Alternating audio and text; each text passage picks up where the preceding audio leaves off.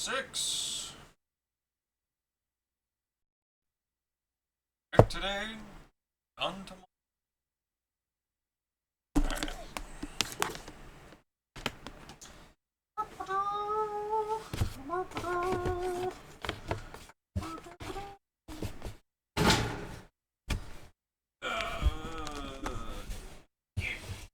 Get things untangled. I got a tangling a happening. Here be a tangle.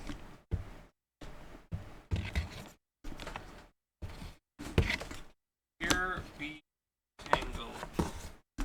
How for art thou tangles?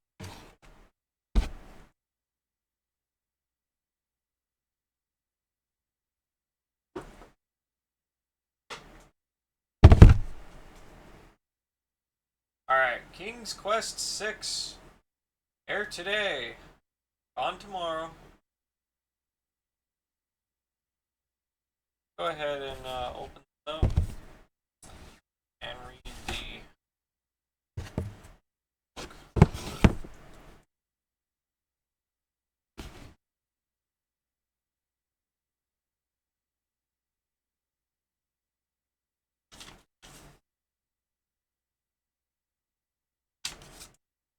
Hey, R&B Pikachu.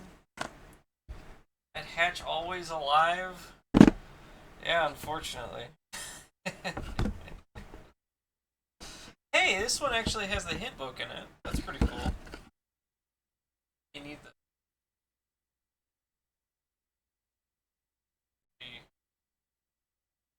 have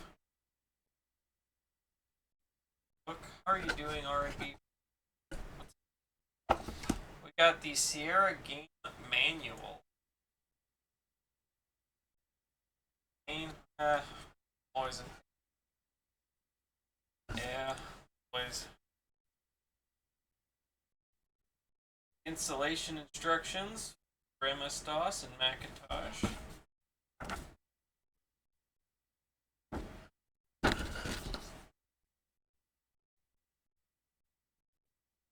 Need this. Following radio stations have received a copy of Girl in the Tower, the love song from King's Quest 6 by Sierra Online. We have provided the station's request line where it's available. Holy camole! Camole? Camole. Holy cannoli.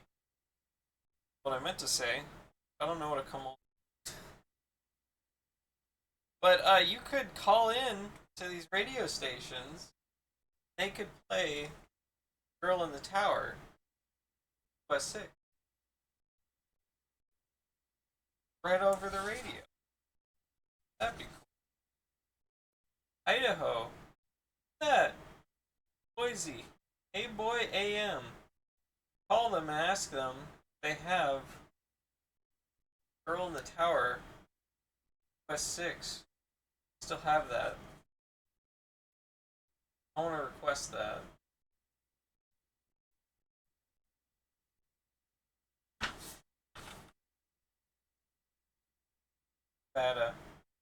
Nevada, Las Vegas.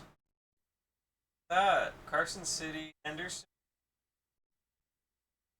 KXTZ-FM. We got Las Vegas, KLUC-FM, KMZQ-FM, KYRK-FM.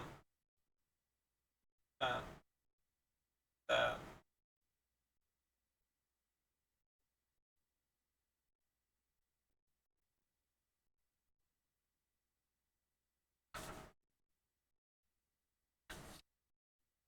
Girl in the Tower is also on the Sierra soundtrack collection available from Sierra Online. Well, that's nice. Oh, whoops. Hard to do this one hand. How to win. Let Osborne McGraw-Hill Books show you how to really enjoy great games from Sierra Online.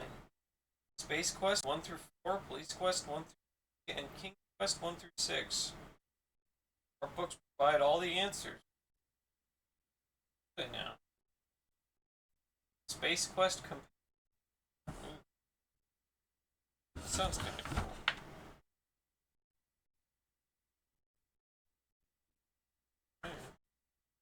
Alright, let's get to the actual, the meat.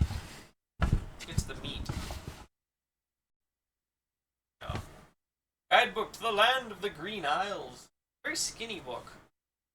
Very skinny.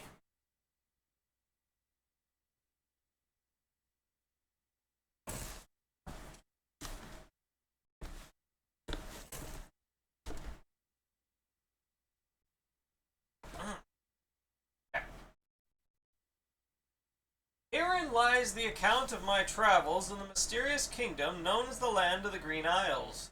Lest this record be put down to the fevered imagination of a madman or the fiction of a notorious liar, let me assure you, dear reader, that the Land of the Green Isles does indeed exist. One can hear the name of the land whispered in roadside inns off dusty roads from the hills of Daventry to the Sea of Tamir, especially on nights when the wind howls, rain plays havoc on the window panes. Storytellers inevitably take on that same tone of voice they use when speaking of the Fairy Kingdom.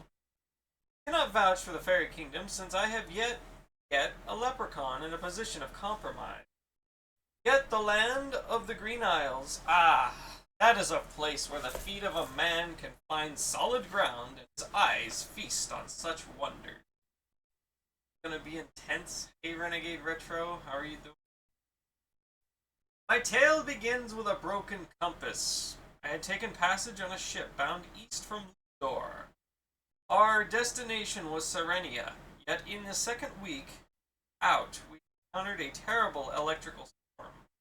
Waves crashed upon the deck of our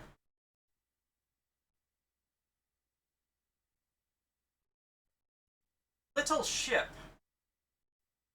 the Roundabout, and lightning struck the sea all around her. At one point, it even struck our secondary mast, and we were saved from a fiery death only by the lashing rain, which quickly put out the fire. Felt sure that we were all dead men. Yet on we bailed and strove throughout the night. For long hours of the terrifying labor, we found ourselves still afloat on the other side of the storm. At first light, the damage seemed minimal, despite the lightning that had struck the ship. By sunset, the captain was forced to announce that the instruments of navigation had been magnetized by the storm. The compass spoke east, yet the sun sank low over the right of our prow. The captain did his best to sail by the sun and the stars. He assured the voyagers that there was nothing to fear. Yet we seemed cursed, for a dense cloud cover settled over the sky far into the horizon and stayed. Williamsburg Chubb, how you doing? Hungry for cracked chicken? Oh god. The Roundabout sailed like a blind man, groping in a vast, unfamiliar room.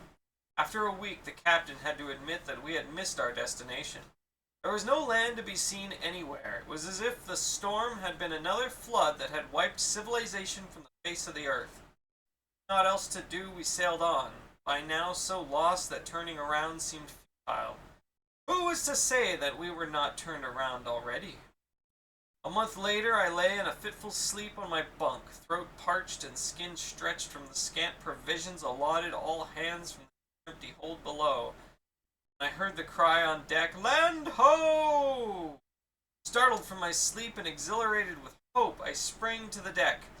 The sky had cleared and it seemed a hue I had never seen.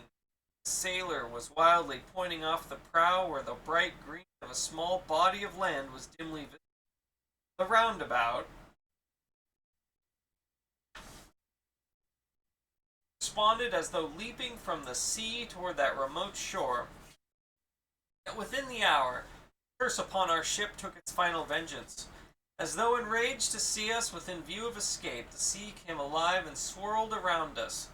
Currents and whirlpools materialized and sucked at the planks of the ship, turning her first one way and then another. I was thrown against the deck and rolled uncontrollably against the cable of the lifeboats. The last thing I heard before my head struck, blackness descended. It's the mate screaming, "He's going down!" Who can judge Providence? I am not a hero. I am a wanderer, neither as strong nor as brave as the captain of that good ship. But with no effort on my part, none greater in any event than the skill of getting myself knocked on the head, I awoke the following morning, not among the bones at the bottom of the sea, but on a beach. The crew and passengers of the good ship there was not a trace. Perhaps I was chosen for some destiny. Perhaps the sea simply found me too sour. An old dog for the swallowing.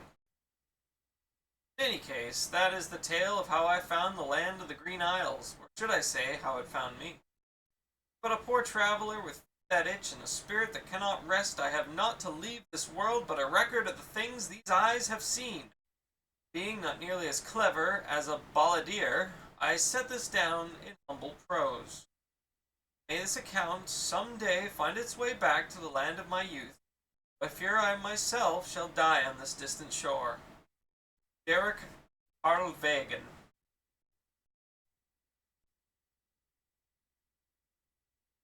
Part 1. The Land of the Green Isles. The Land of the Green Isles is an ancient kingdom ruled by a royal family designated simply as the Crown. Its location so far from the rest of the world, combined with the dangers of the surrounding sea, have effectively isolated it from the influence of other lands. A small kingdom might as well exist on a distant star as on the other side of an inhospitable sea. Because of this isolation, the citizens of the kingdom have a unique flavor and a quaint naivete. One asks about the history of the land, they are eager to speak. Yet of true answers little can be found. They can recite the names of the holders of the crown spanning back hundreds of years. Speak of each dwelling's origin, of practically every citizen's lineage. When I asked how the kingdom began, bewilderment is the response. The kingdom has always been, they say. Has always been a royal family. It is as if this place has existed unaltered since the dawn of time. There is some basis for a different picture. The islands have actually held a succession of kingdoms, bleeding into the next.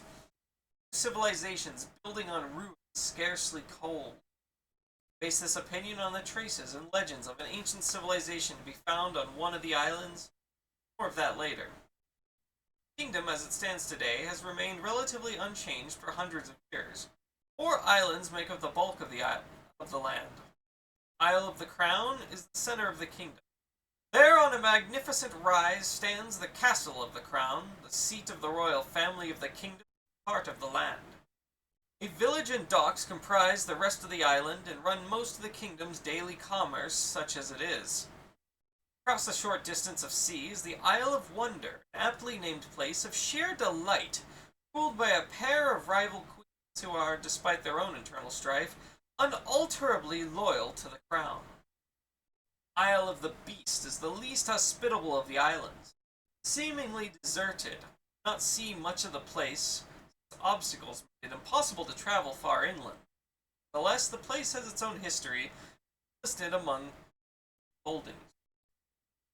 The land of the Green Isles, Ireland.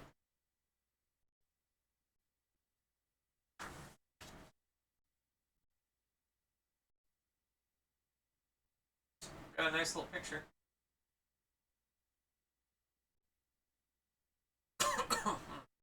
The 4th island is the Isle of the Sacred Mountain, so called for the soaring peak that rises from the base of the island into the clouds, around which that community literally and philosophically is built. The Isle of the Sacred Mountain has its owners who are also subservient to the crown. Alright, I drink.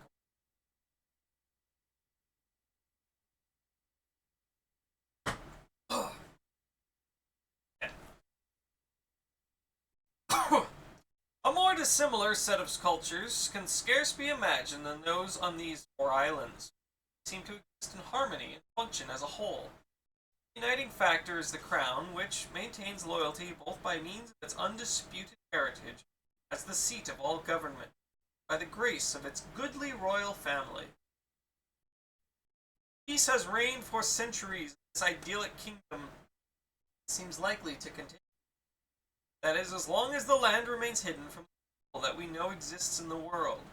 If I am a stranger here, I hope not to influence this place overly much. I wish to change such a paradise.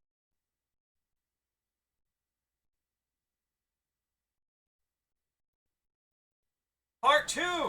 The Isle of the Crown. Of the 4 islands, the Isle of the Crown is the one which will seem the most conventional to travelers from distant lands. It is largely inhabited by members of the human race, men and women of pleasant disposition and generous hospitality. As stated earlier, the Island of the Crown is comprised of the Castle of the Crown, a quaint village, and the docks from which travel among the islands is commenced. The village.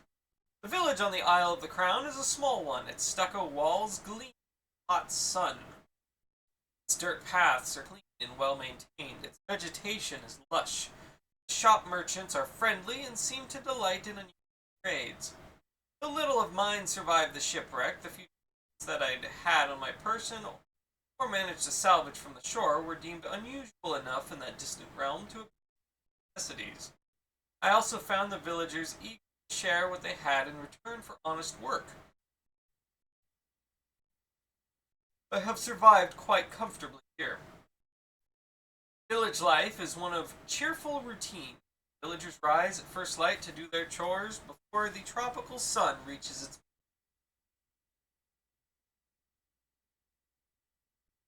Then a light midday meal is served. The bulk of the afternoon is served for indoor activities, scholastics for the younger population and naps for their elders. Everyone seems to prize this quiet time. The sun goes down, communal activities are frequent. There are no weddings or other festivities. I must admit I am quite fond of these local celebrations. The families often gather informally for a plain but plentiful supper and conversation. Though most families are modest, none are in want. Servants are used in more affluent households. Most of the citizens cheerfully rely on their own strong hands for the work of daily life. The serving class exists, is generally well treated. This gentle civilization, I note a few exceptions.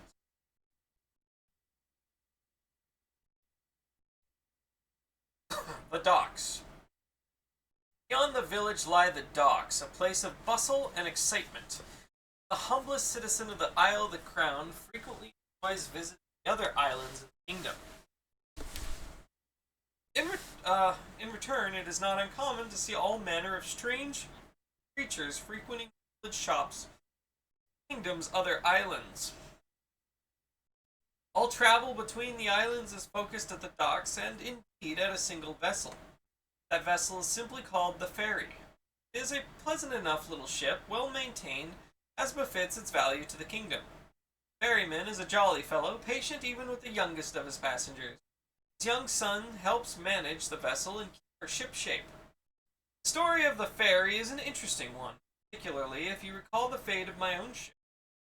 Islands, it seems, have always been surrounded by terrible eddies and currents that make seagoing nearly impossible. The family that runs the ferry has done so for generations, each father passing on to his son the secret of the tricky navigation. Many believe that the ferryman's family line has an uncanny instinct for the sea around the isle.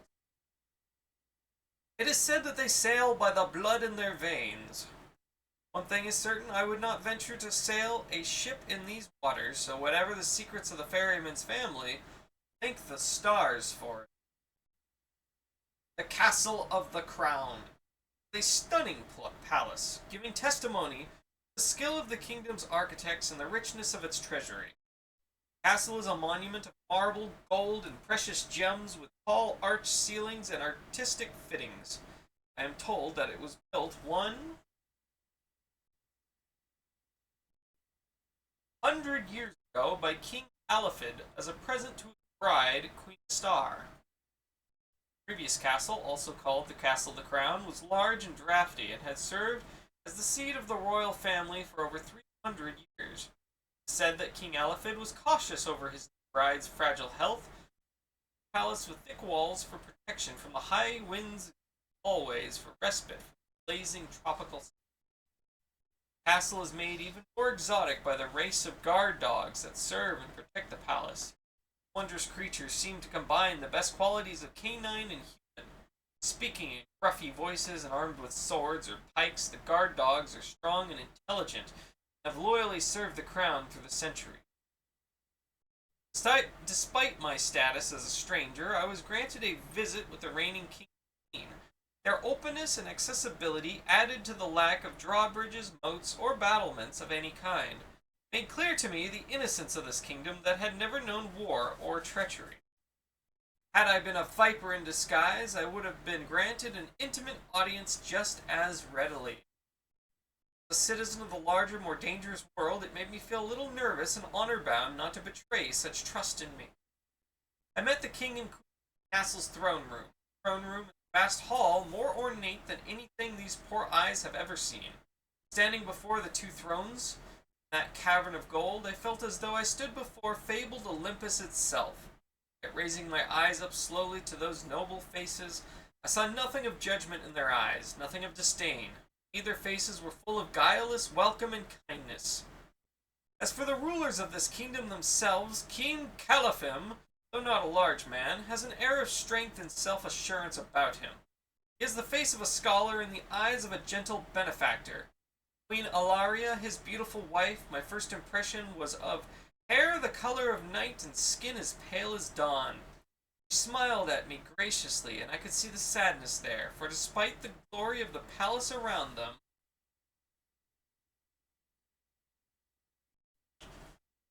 the halls seemed to weigh on the couple with their emptiness. They are the last of the royal family, and growing into middle age, have yet to produce an heir. King and queen listened with interest to my tale of shipwreck. King Caliphim asked astute questions of my homeland, the lands of my travel. He seemed to know something of other lands, perhaps from the same source that had brought the name of the land of the Green Isles to Daventry. He was most curious, and as a thinker seemed intrigued by any new idea I might offer. Fortunately for him, my ideas on such things as kingdoms and civilizations were rather simple ones. I sensed that, despite his interest, he would be content to have those other kingdoms remain remote from his own. Neither hungry for conquest nor anxious for change, his kingdom remained isolated. Indeed, except for the lack of an heir, it seemed the king and queen did provide the kingdom all it could ever desire. Having met the royal couple and recovered sufficiently from my ordeal at sea, I began to feel quite curious about the other islands in the kingdom, so I put my itching feet in the care of the jolly ferryman.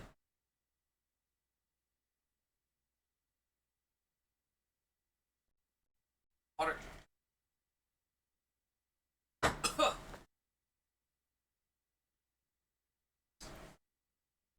Part 3. The Isle of Wonder.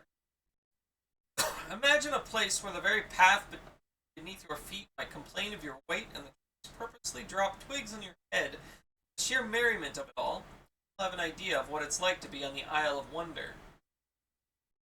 The Isle of Wonder is a comma-shaped body of land that might as well resemble a question mark, for confusion and astonishment are sure to be the lot of the unsuspecting visitor. The isle is teeming with life. Vegetation is abundant, as are the island's inhabitants. In fact, the two are frequently one and the same. You could scarcely pick up a grain of sand on that shore without it demanding to be put right back, and this instant, if you... The history of this unusual island is an issue of fervent speculation. I believe that it was an uninteresting island, deserted island, until a wizard enchanted the whole place, bringing everything in it to life, and presented it to his daughter as a birthday present. Others say that the island was the prison of a beautiful princess, held captive there by a powerful and jealous queen. The maiden was so fair that the very trees and stones themselves could not bear to hear her crying, and came to life to provide her companionship. Still another group ardently claims that the creator of the universe simply got tired of the serious business of life-giving and decided to indulge his or her sense of humor. Whatever the origin, a more delightful spot could scarcely be imagined. But be warned, those travelers who like to know exactly what to expect from life would be well advised to go elsewhere. While most of the island's inhabitants are friendly, some of the thornier natives are capable of being downright rude. All are quirksome. Visitors are frequent on the Isle of Wonder, for it offers a refreshing respite from the ho-hum of everyday life. Even the king and queen enjoy a picnic on Exclamation Point, or a stroll gardens, and they are on occasion to be found there relaxing and passing the time of day with the island's natives. The rulers of the Island of Wonder are a pair of queens, rivals in every way, and most frequently found arguing over everything from the color of the sky to the consistency of potato hash. Despite their eccentricities, the Isle of Wonders seems to run smoothly and be a flourishing part of the kingdom, providing many valuable exports and lending the a lightheartedness to counter their more serious countrymen in the Isle of the Sacred Mountain. Right, give me one moment. Let me let the dog in. Scratching at the door. Come, Charlie.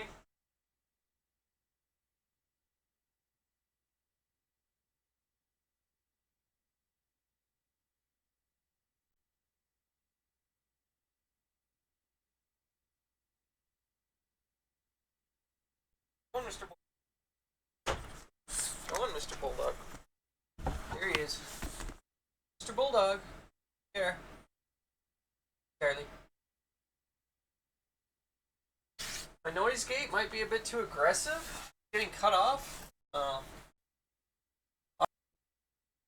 I'll edit it. See what I can do.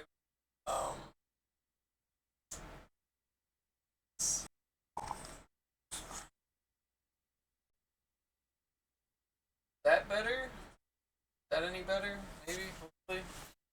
I don't know. William Bird's Chub. I don't know about that. Part 4, the Isle of the Sacred Mountain. Is that an improvement? I don't know. I don't know. Did I make it worse? Did I make it better? Really? Alright, you know what? I'm just going to turn the noise gate off while I read this. I'll turn it back on when I start the game. Part 4, the Isle of the Sacred Mountain.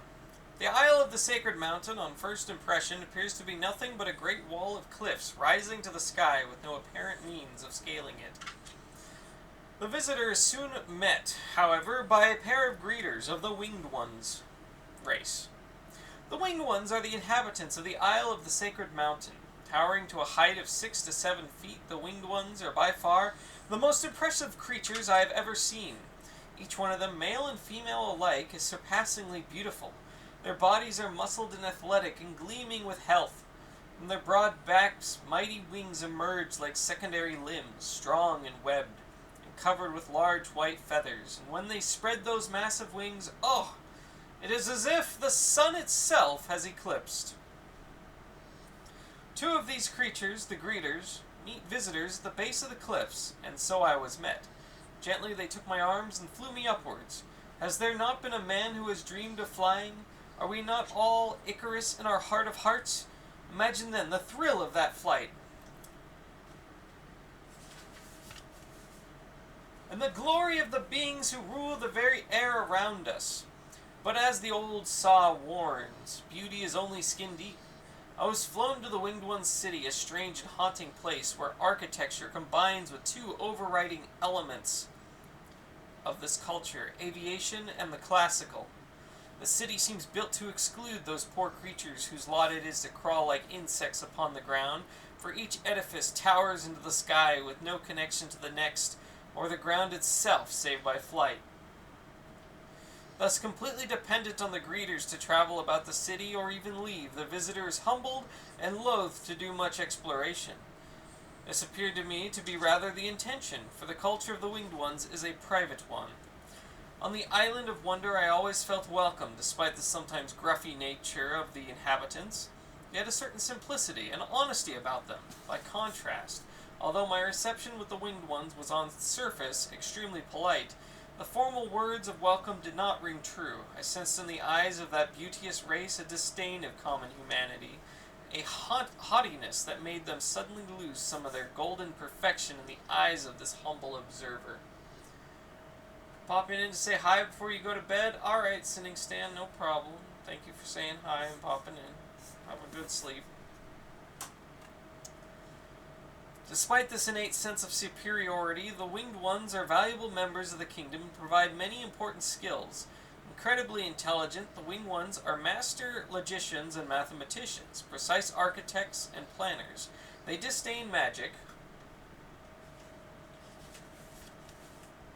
and the daintier arts, being far too logical for such goings-on. Even the palace of the Winged One's city has a sparseness, a sense of functionality that denotes their contempt for artistic ornamentation. The Winged One's culture is an old one, and they make frequent reference to the Ancient Ones, their forefathers whose ruins and great works still abound on the island. The Isle of the Sacred Mountain is ruled by a lord and lady who exist as monarchs on their own island but owe allegiance to the common crown. The name of the island derives from a lone peak which soars into the clouds beyond the city. There in the cave dwells the sacred oracle, the philosophical head of the community. It is said that the oracle is centuries old and ultimately wise and can read the future.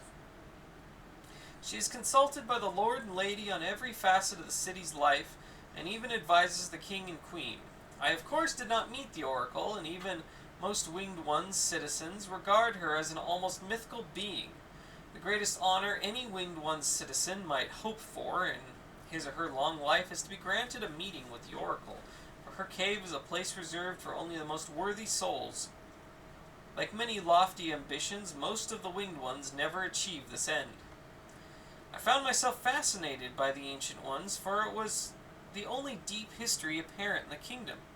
From what I managed to learn from the closed-mouthed Winged Ones themselves, and from the more readily available information to be found in the writings and from scholars in the Isle of the Crown, I put together the following picture of this bygone race.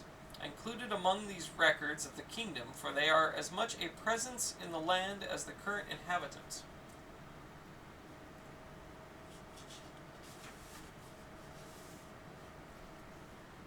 Part 5. The Ancient Ones. The Ancient Ones' culture inhabited the Isle of the Sacred Mountain perhaps as much as 1,000 years ago. At that time, it's likely that there was no kingdom, and the Ancient Ones existed alone in the sea, since no similarly aged records exist on any other island.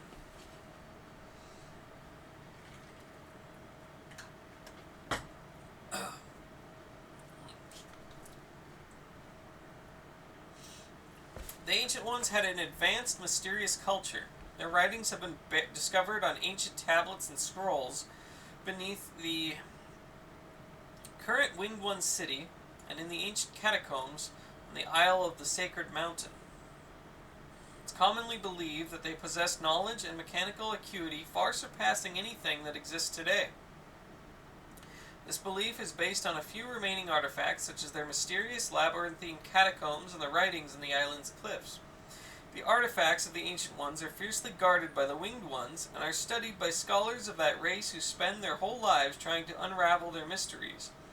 What is known about them derives from these delicate and treasured written records. The Ancient Ones were believers in the power of language. They were fond of saying, "A master of languages will soar." This presumably refers to intellectual heights rather than physical ones, but who can say? It is also known that they were great lovers of symbols and had a complex theology which seemed to worship all things aerial, though only fragments of their belief system are understood today. The Ancient Ones gave meaning to every creature, every color, every element and mineral. In addition, they studied the emotional states of being. Every emotion, like every creature, color, and element, ranked high or low on their theological scale, the lowest being base or primitive, the highest being pure. At the top of the scale were the sacred four, the emotion, tranquility, the color azure, the creature caterpillar, and the element air. The color azure and the element air are obvious allusions to the sky.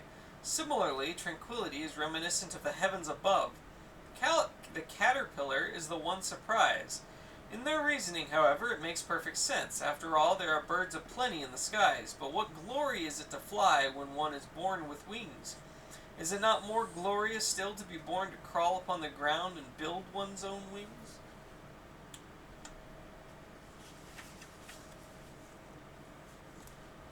It is a matter of much debate whether or not the Ancient Ones themselves possessed the power of flight, Despite their theology, the remains of the Ancient Ones do not bear the wings that distinguish the island of the Sacred Mountain's current inhabitants. The Winged Ones firmly believe that the Ancient Ones flew without wings, thus proving themselves superior even to the Winged Ones themselves. Some scholars in the Isle of the Crown, however, believe that the Ancient Ones could not fly, and their obsessive interest in flight and their secret knowledge enabled them to create a winged race, the descendants of whom are the Winged Ones. But such things we will never know for certain, for true understanding was buried along with the last of that long-dead race.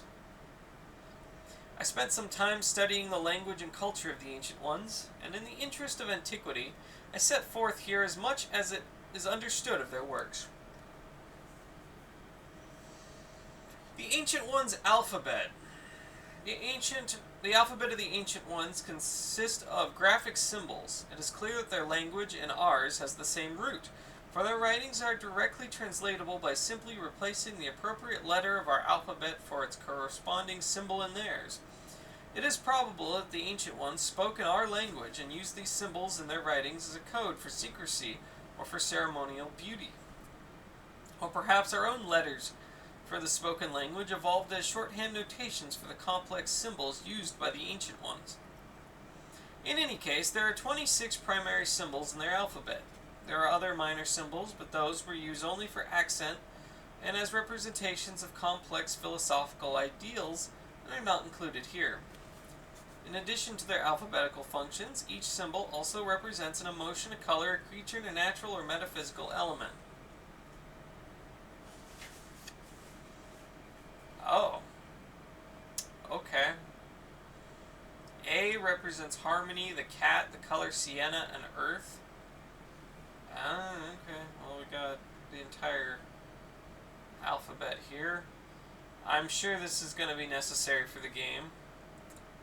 I imagine this is probably a form of copy protection.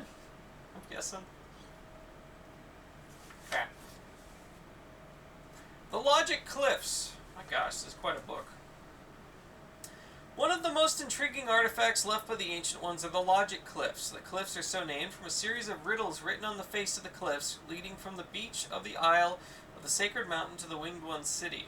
Chiseled painstakingly into solid rock, the viewer must question what purpose the words serve.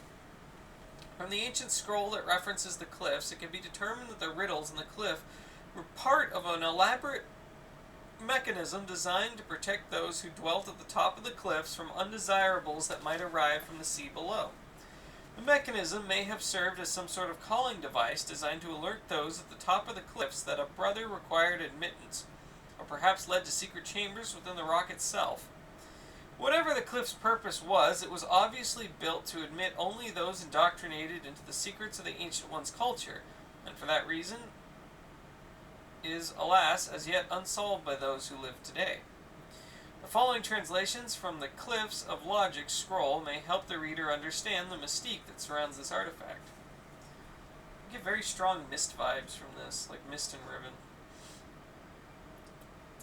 The first challenge: only those pure of heart will be able to rise to the Cliffs of Logic.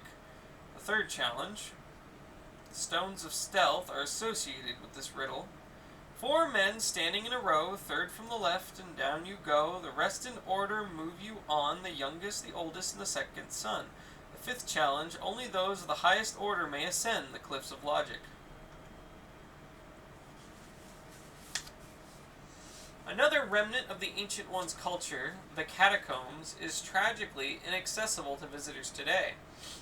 The catacombs held the burial chambers of the Ancient Ones and are said to be designed as a giant labyrinth.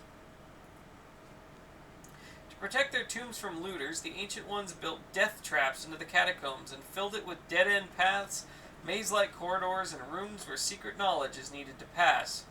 The Winged Ones were close to mastering the secrets of the catacombs some years ago when a Minotaur, taking an instant liking to the dark funereal place, decided to take up residence.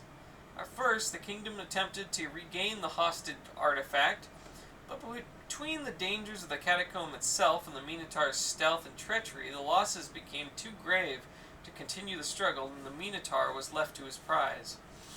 Since then, the catacombs have been bolted shut, It is one of the great sorrows of the kingdom that each year the Minotaur demands it must be giving the living sacrifice of his choice, lest he emerge from the catacombs and attack the city. There's the Minotaur on the cover art. The catacombs are illustrative of the Ancient One's obsessive interest in death. Indeed, it seems to be in the air in this part of the world, for the modern-day Green Islanders have elaborate death traditions, as I will describe later. The catacombs were obviously a place of high reverence for the Ancient Ones, as a message on an ancient tablet that once adorned the doors to the catacomb shows. 3 roses laid upon the bower, a scythe for he who cuts the flower, a crown, a dove, most noble race, thy bones make sacred this dreadful place.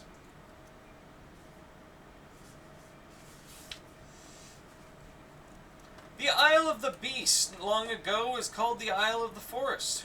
It was a place of woodland, sparkling ponds, prolific wildlife.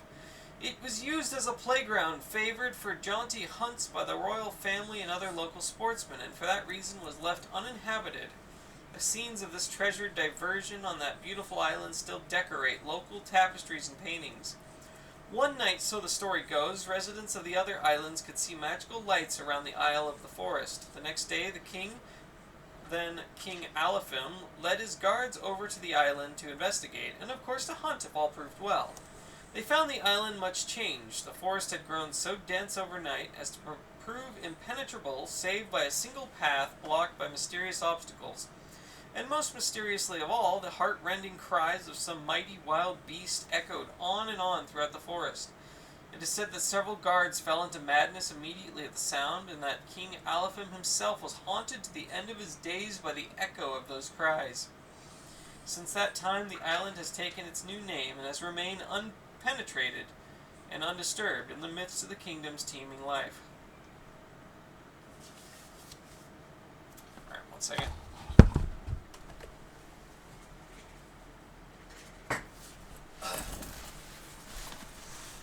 Okay, Charlie, 1 out. Go on. Oh boy. Bulldogs on demand.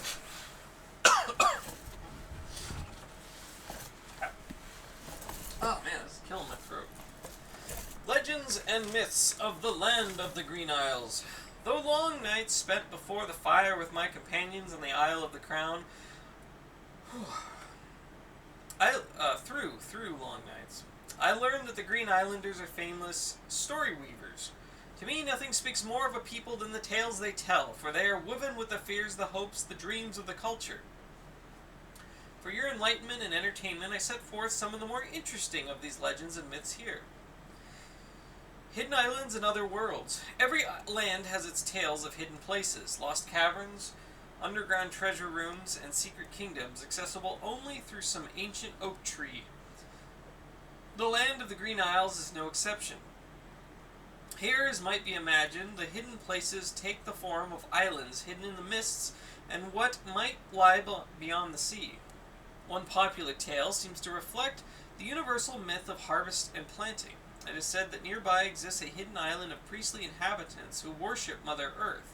These priests keep the weather and the tides in balance to ensure safety from hurricanes and other forces of the sea, and to plead continuance for the kingdom's bounty.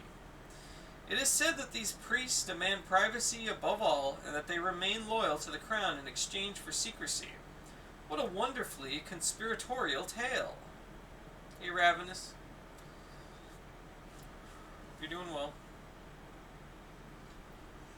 Green Islanders are also found of saying that the unpassable currents in the seas around the kingdom are there as a warning to keep all ships from sailing further east, for it is believed that within a day's sail in that direction, a ship strong enough and foolhardy enough to survive the tempest seas would encounter the edge of the world. What lies beyond the edge of the world? I asked. Why, the next world, they replied, and with fearful glances at one another quickly changed the subject.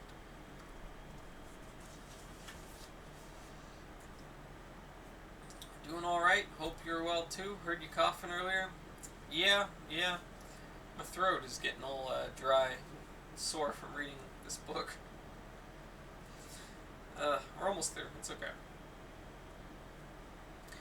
Death tradition. Death traditions. Death fascinates men the world round, and there are many philosophies about what comes after this life, as there are, it seems, lives which end. I found the Green Islanders to all share a common belief, so strongly held as to seem to defy questioning. The family of the deceased hold funeral ceremonies a few days after death to bid the soul of their loved one safe passage to the realm of the dead. The deceased is buried with the things he or she will need for the journey. The realm of the dead is a place not of this world. There Death himself rules. Some call him the Lord of the Dead. Others call him Samhain. Samhain? Those souls who have died at peace with their lives are allowed to enter the underworld and are placed in the Sea of Souls. In that safe repository, they are greeted by ultimate knowledge and are prepared for the next stage.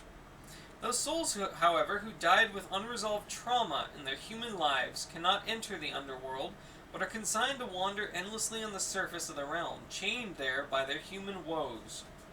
Sometimes, their life's problems will be resolved in the real world without them, justice meted out or loved ones taken care of, and they are freed from their bonds and gratefully go below. More often, however, things are never resolved in the real world, and the bonded souls over time become part of the mindless dead that roam the surface eternally, never to know peace or be allowed to move on. Get some water? I got some water. This belief system deeply affects the lives of the Green Islanders, and it is, in my estimation, the root of their peaceful lives and their aversion for friction and infighting, greed and anxiety. Certainly, as a man or woman approaches old age or infirmity, he or she strives to resolve any loose ends in their lives in preparation for the journey ahead.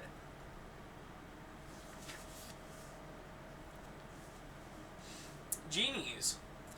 In Daventry, the poor man's idea of a great tale involved a tradesman or poor farmer falling in with a fairy and thus gaining a fortune overnight.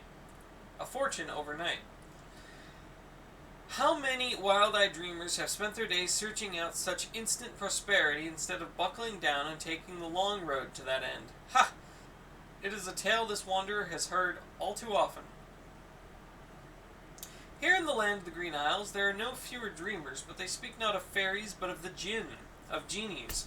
A genie is an even greater temptation for the aspiring soul than ever a Daventry fairy. For a genie does not simply turn a one-time favor, however great, and then be done with it. No, a genie, like a faithful dog, belongs to its owner for life, or that is, however long the fortunate master might keep hold of the creature's lamp. It seems every Green Islander knows the ins and outs of the jinn, though very few have ever seen one. According to the stated rules, each genie is immortal, and each is permanently attached to a given lamp in which they might or might not be trapped for long centuries, depending on the whims of their owner or fate. Once the lamp comes into the possession of a man or a woman, that person becomes the genie's master and must be obeyed. Genies are very valuable creatures and can do a variety of tricks, including transporting a man anywhere on Earth, taking any shape the master might wish, and of course, the ever-popular gathering of great treasures and wealth. A genie does have some limitations, however. It cannot cure ills, change the weather, or bring back the dead. And a genie always has a weakness. Yep, we're reading the manual. How you doing, Paro? A genie is also bound to its master in other ways. It is said that a genie is like a mirror. It only reflects its master's will. If a master is evil-minded and cruel, the genie will be also. If a master is generous and kind, so will be the genie. One of the most popular genie stories is the following one about a genie named Melin. The story of Melin. Melin was a genie with a terrible weakness for mistletoe berries, although the same are poisonous to humans. He had been trapped for a few thousand years in a crusty old lamp after being buried with his possessive master. One day a poor farmer uncovered the lamp while plowing a field. The farmer, being ignorant, took the lamp at once to his wife, and she, being no more intelligent than he, cleaned the outside brusquely without ever opening the lid. pair took the lamp to market to sell for a few pence. The lamp was purchased by an antiquities dealer who, being equally lazy, never bothered to open the thing. This tale continues on in this manner, passing through a dozen or so hands, much to the increased hilarity of the local listeners who seem to find this the largest joke they ever heard. But to move on. Okay, someone's calling me. Sorry. I'll wait for the ringing to end.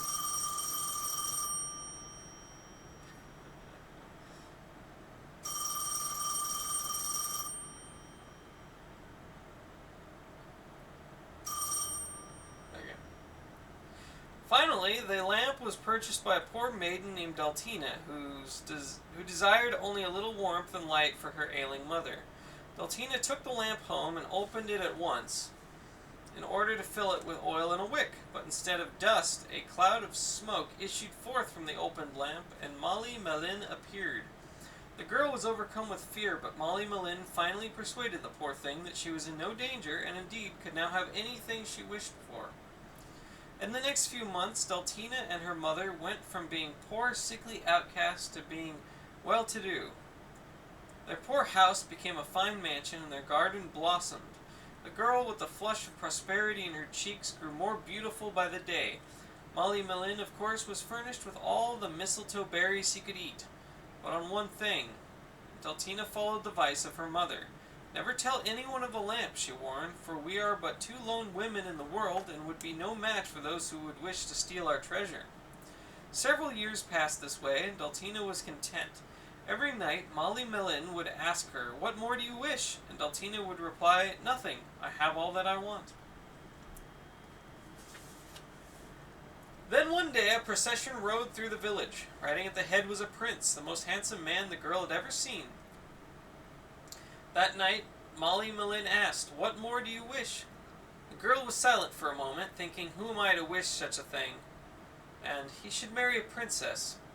But her heart, never before touched, clamored too loudly for her to hear her own wisdom, and so she whispered, "I wish for the prince." The next day the prince rode back to the village with haunted eyes. He had seen the girl in a dream and was sick with love. Within weeks, the two were married. But the prince was not as good as he appeared. He wanted things, more wealth, more land, more of everything. When he mooned about for these things, the girl felt pity in her love, and would in secret go to her lamp and call forth Molly Malin to achieve her love's desires. At first the prince was amazed at his wife's powers and intuition. After a time, however, the prince grew suspicious of his wife's seemingly magical abilities. One night he lamented long about a certain gold sword he must have that hung in a nearby castle. He pretended to go to sleep and heard Daltina slip out. In silence he followed her down a corridor to her mother's room, and there spied upon her as she called Molly Malin from the lamp, and offering it some pretty mistletoe, asked her boon. "Molly Malin," Daltina said, "there is a sword of gold 10 leagues of here. Have it delivered to my husband in the morning as a gift of tribute." To which Molly Malin replied, "Yes, master." The next morning a courier arrived with the sword, just as Molly Malin had promised. How marvelous, the prince thought, to have a wife with such a powerful genie. Then he thought, how much more marvelous to possess the genie myself. And so that very night the prince waited until Daltina slept, then snuck into his mother-in-law's chambers and removed the lamp from the trunk, as he had seen his wife do. Seized with excitement, he hastened to his armory and pulled the lid from the lamp. Molly Malin appeared.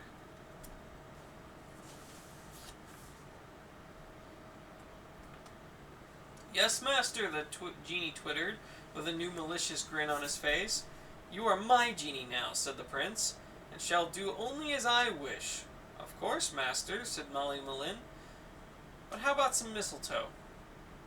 The next day the girl awoke to find the prince in possession of the lamp. Despite her pleadings that she be allowed to control the dangerous creature, the prince refused to give it back.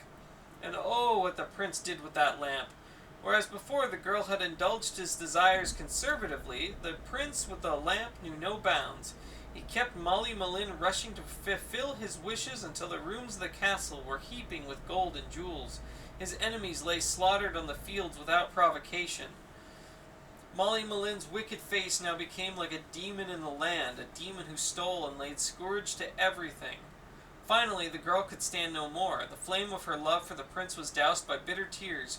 One night she drugged the prince's wine, and when he fell into a deep sleep, took the lamp from his grasp. She called forth the genie once more, and sadly had Molly Malin carry the prince off to a distant and deserted land where he could trouble no one ever again. With the prince gone and Molly Malin back to his good-natured self, Deltina restored the broken land and reigned as a benign, if rather melancholy queen for many years thereafter, reaping always plentiful harvests of mistletoe. Part 8. Postscript. So concludes my records in the land of the Green Isles. I have been well treated here and have become rich in friends and knowledge and in countless other blessings. Though I have found my spirit forlorn at times with my inability to travel on, I must admit that my feet have itched less here than anywhere else in this wide world. Still, on occasion, I find my mind roving back to the green hills of Daventry. Perhaps if my spirit at least is allowed to roam free, I have yet to see them soon. To those who may someday follow in my footsteps, I say this. Be kind to this gentle land, be open-hearted to her whimsy, and protect her, if you can, from the harsh winds which might wish to blow in from the sea to steal her soul. She is unlike any place I've ever seen, and she has stolen my heart. Derek Karlavegan.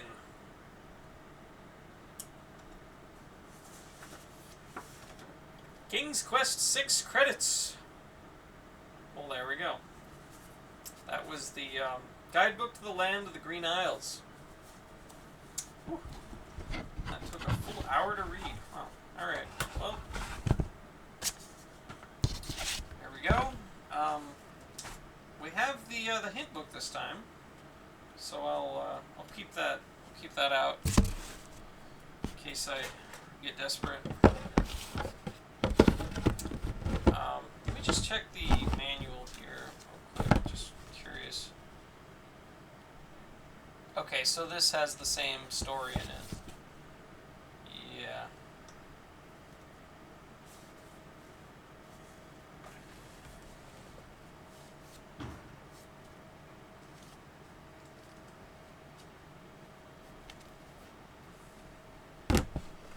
Alright, well, let's go ahead and install the CD version of it.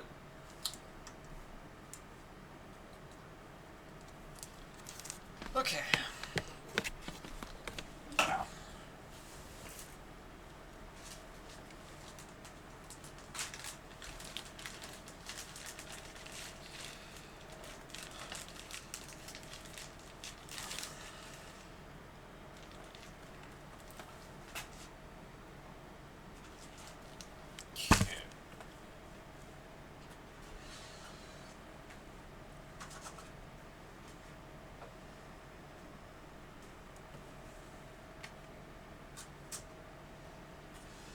Guess I'll put my noise gate on again.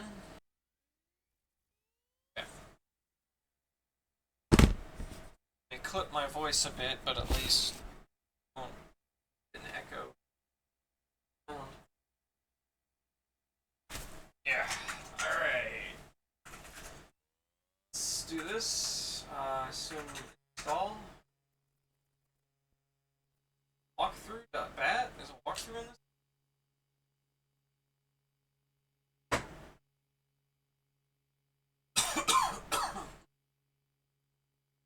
Okay, let's go. Reading disk drives. We want to install it to. I only have 40 megabytes free in my drive. I have to delete. I guess drive. Is graphics.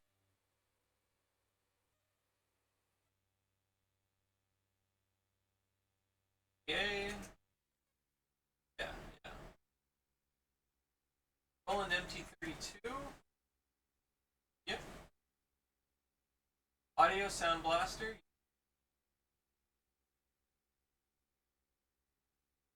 All seem pretty good to me. Before running the game, make sure the modules.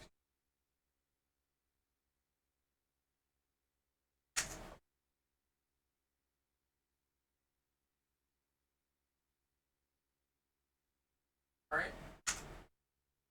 Let's do the large installation.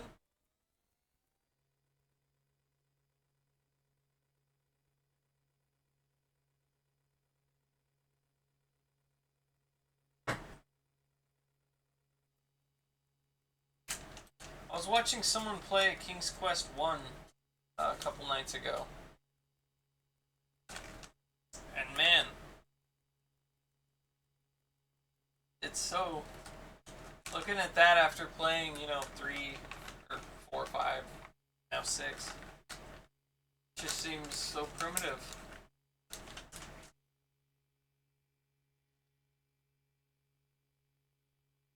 King's Quest 6 CD.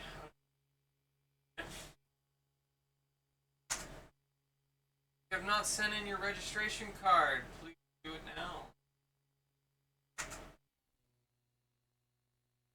KQ6. Alright, here we go. Hopefully. Well. Surprised to be sure, but a welcome one. Hey. Stream streak. Oh, me.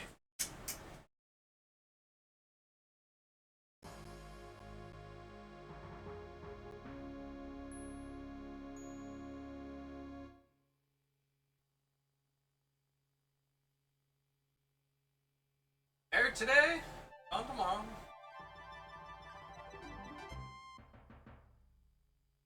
Ow.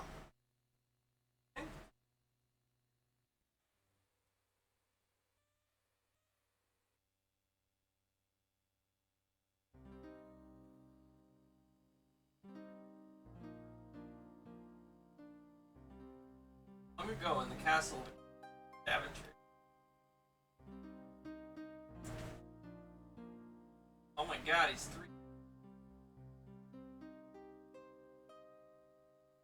3D, you guys. Alexander, here you are. Oh, you're still not thinking about Cosima, are you? Hmm? I suppose I am. Son, it's been months. You've got to pull yourself together. After all, you only met her that once. I know. Have you discovered anything about the land of the Green Isles? No. No one's even heard of it. It's like she's just vanished. I wish I could help. Please try to think about something else, dear. I'll try, Mother.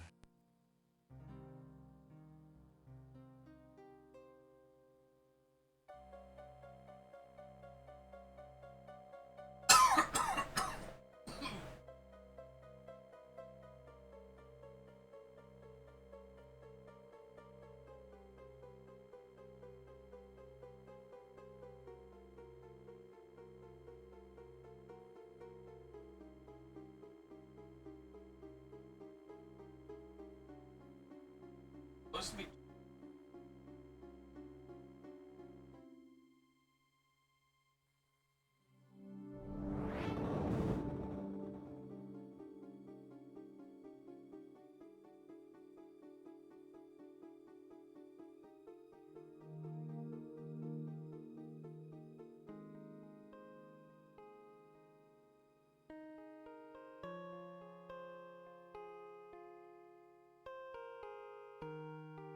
Tony J in it?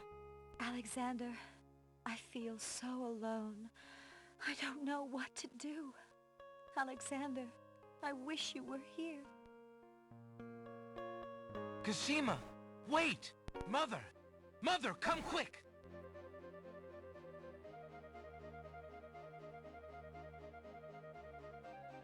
Alexander, what on earth? You're white as a I ghost. think I prefer the cartoon. I saw Cosima. Like She was in the mirror. In the mirror?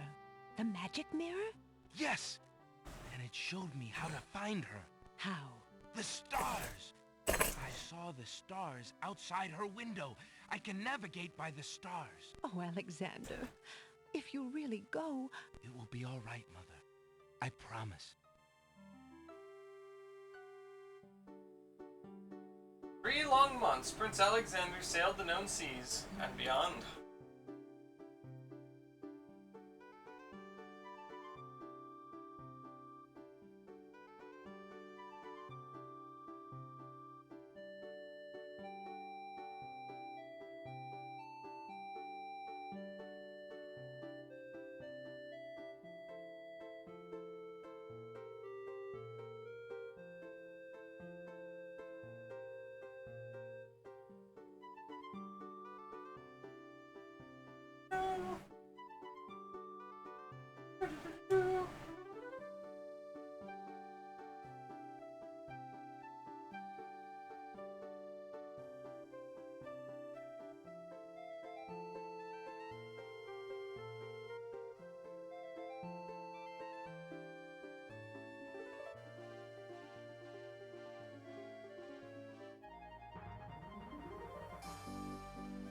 I don't know why the cutscene's so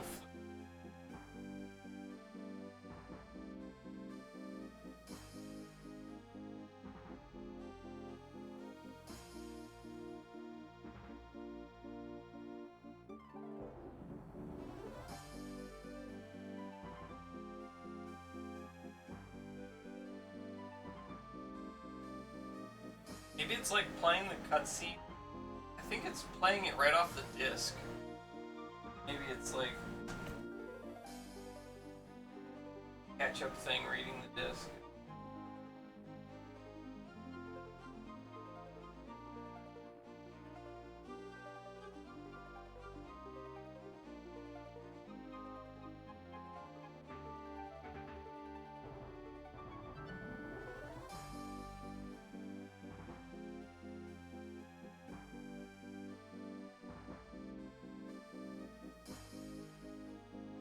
Found an island. Land ho! Land ho! Land ho! Hey. Land. Oh. Hours pass.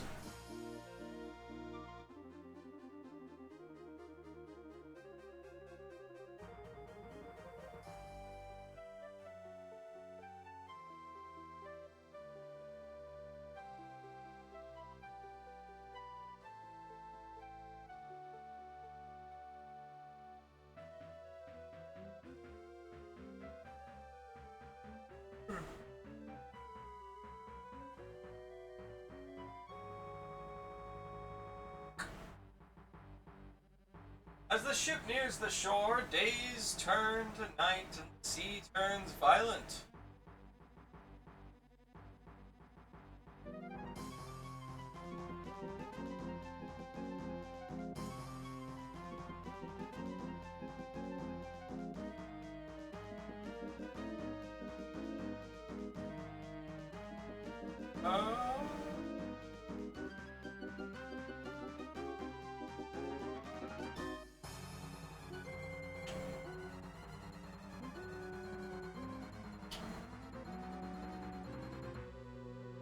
Well.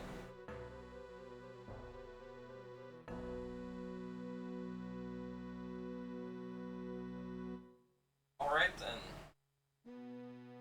King's Quest!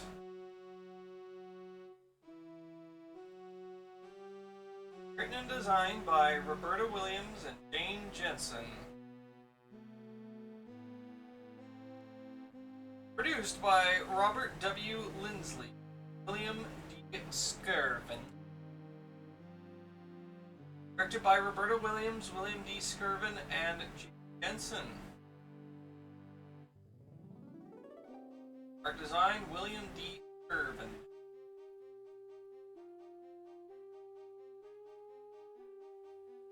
Composer, Chris Brayman.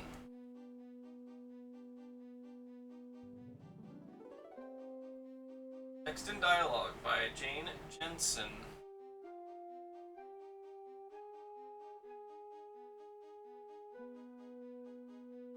Artist, Hutchinson, John Schroeds.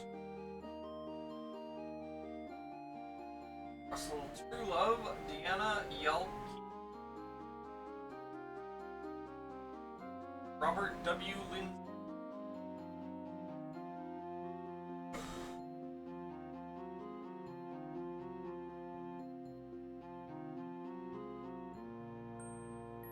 Neil.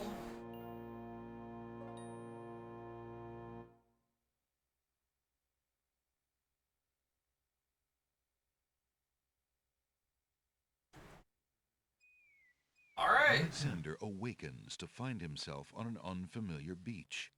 For a moment, he is too dazed to remember how he got here. Then, he does remember. The shipwreck. The sea. Just as he had seen his men safely into the lifeboats, a gigantic wave picked him up and tossed him overboard into the churning sea. That was the last he'd seen of his crew. Debris from the shipwreck is scattered along the shore, but of the lifeboats and his men, there is thankfully no trace. He can only hope and pray that the lifeboats survived the currents, and that his men made their way safely back to Daventry. Alright. Alright, let's volume up there. Oh, you can change it between next.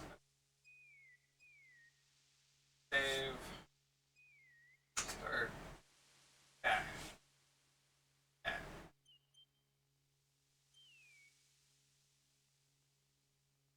Alexander's royal insignia ring lies abandoned on the sand. It must have slipped from his finger during the shipwreck. Fortunately, it was not lost in the sea.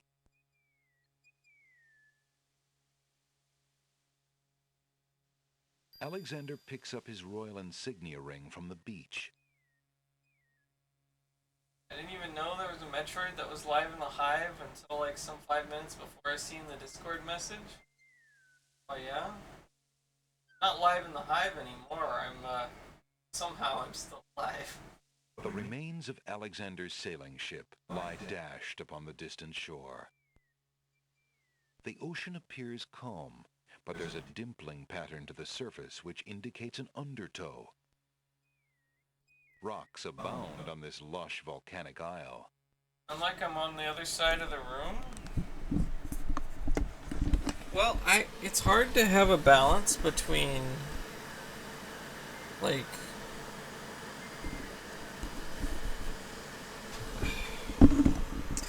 I don't want the microphone to pick up the speakers.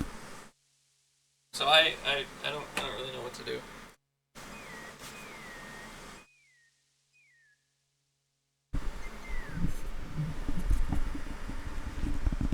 So like I've got the microphone sitting on the floor.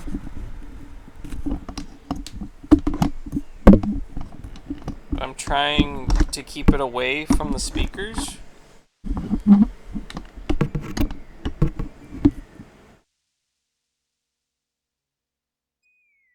Yeah, I'm not really sure where to put it.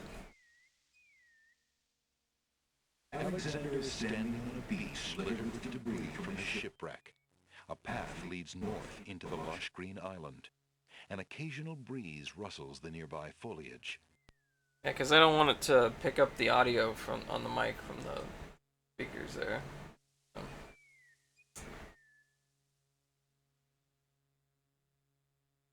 Yeah, that's what I'm trying to avoid, the doubling.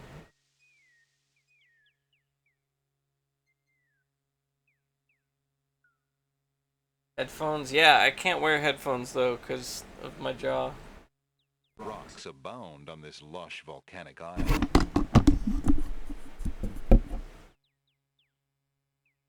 A grand old tree stretches its luxurious limbs out over the crossroads. I don't know, you may just have to put up with me sounding like I'm far away. Alexander can see no reason to clamber about on the old tree. Alexander has no need to carry around large Bluetooth rocks. earbuds? I don't know.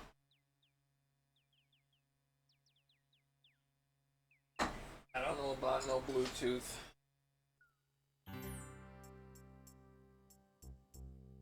The speakers you can move to one side and mic to the other side?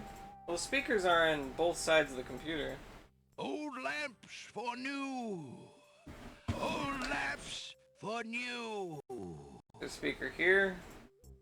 Over here. My microphone is like down here. I don't know. Old lamps for new. Old lamps for new.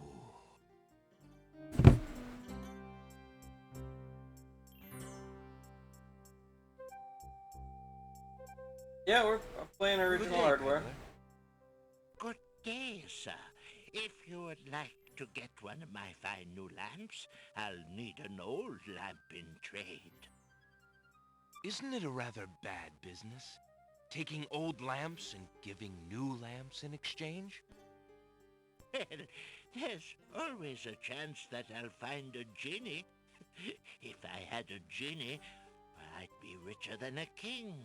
Besides, there's always a roaring business in antique luminaries. Yeah, I always try to do original hardware if possible. Yeah, so this is my my 486 here.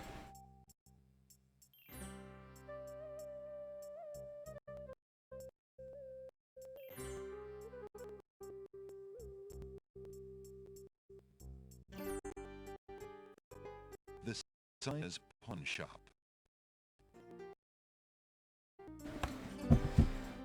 Not even against emulating and stuff either. He just likes OG hardware, which also being able to use OG hardware sick. Oh. Old lamps for new. Yeah, I just like to do stuff as authentically as I can. I guess. Hello. I will be right up. Oh.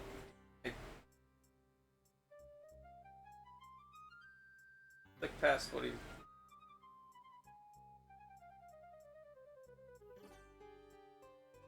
Good day, merchant.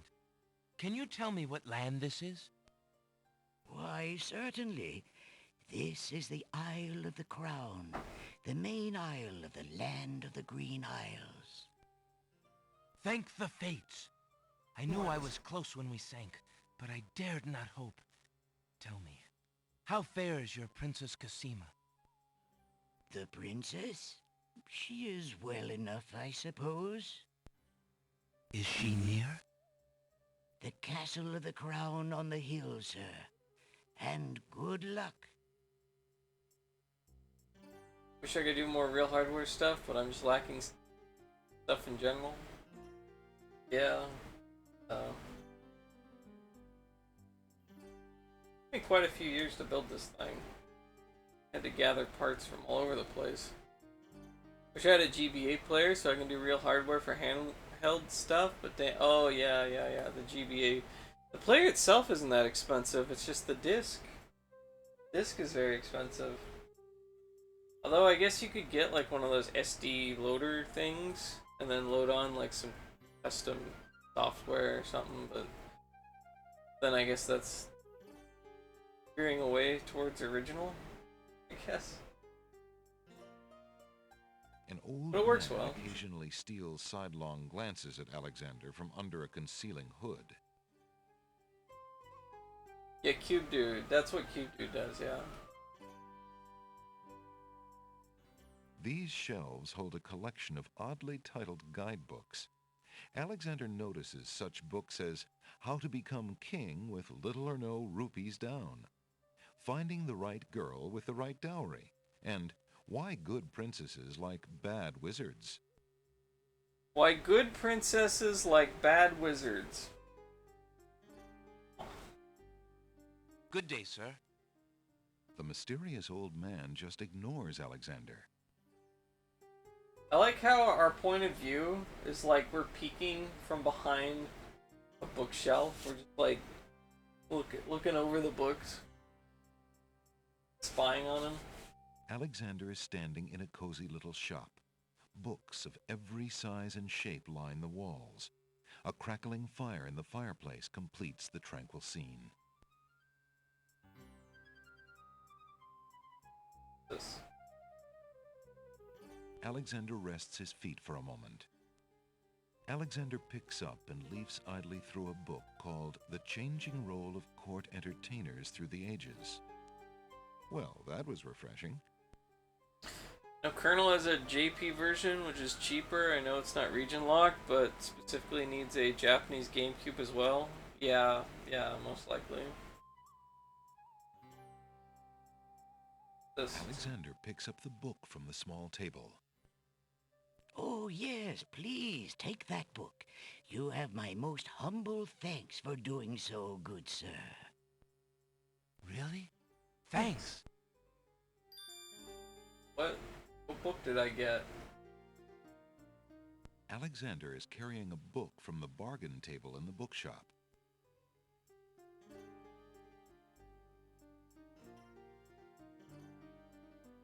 Alexander opens the bargain book and reads a paragraph at random. 2 dulcimers raised to the degree of 40 half-dulcimers, divided into equal parts by the third of a cackle of grouse geese, put over the result of 10 fine mackles, albeit small fine mackles, stretched over the total of 53 1/8 bottles of wild beast lard.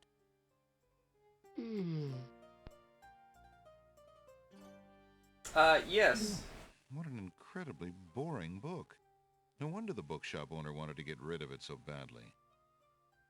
Okay, so yeah, this is Prince Alexander, who was Gwydion, the main character of King's Quest 3. Hey Deathmark, how you doing? So he's the prince who was abducted by the crazy wizard. Yeah, I'm that kid again. Yeah. Yeah. So at the end of King's Quest 5, you remember how that ended? Where Graham. Good day. Oh. Saved his family. Yeah. And Cassima, Princess Cassima, was the servant girl in the wizard's tower. And then Alexander was just like, oh my god, I love her. I gotta find her. And so he sailed for months in the ocean, and then he crash landed at the Green Isles, where she is the princess. Try to find her. So, trying to go find her right now. It's kind of like King's Quest 2. A little bit. But you're playing as Gwydion. Towering mightily over the other pawn shop curiosities, the stuffed bear makes an ostentatious display. King's Quest 6 intro nicely weaves in elements of earlier games. Yeah. Not King's Quest, but Love Quest. Pretty much. A horn, probably used for drink or powder, hangs from the ceiling. A small red drum beats no more on the shelves of the pawn shop. Pose on that bear. The land of the Green Isles must have at least one inhabitant with interest in the mystical, for a crystal ball has been traded in, along with the more common household. Hey, has anyone mentioned the recent AGI make of this game? No one has mentioned that. That sounds really cool. I knew there was an AGI make of King's Quest 5. I'd seen that online. Which that sounds kind of cool too.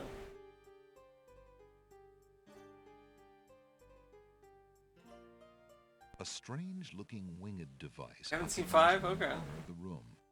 It is frail with disuse. Alexander finds it intriguing. Perhaps he. Yeah, I didn't know there was one for 6. Used in a local sporting event, in which enthusiasts jumped from cliffs, glided on air currents, and then attempted to land, frequently crunching a bone or two in the process. Alexander shudders at the thought and decides to stick to dragon slaying. Alright, Zuff.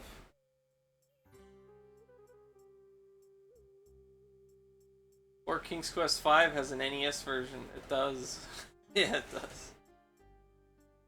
Good day, merchant. What can you tell me about the land of the Green Isles? I can tell you she is in a dark time, Without the ferry, communication between the islands has ground to a halt, and so nearly has my business. Why the long ages of peace have ended, and why the crown has not done something about it is beyond me. But then, I am a shopkeeper, not a politician, and can only hope for better days. Alright. Do a save here.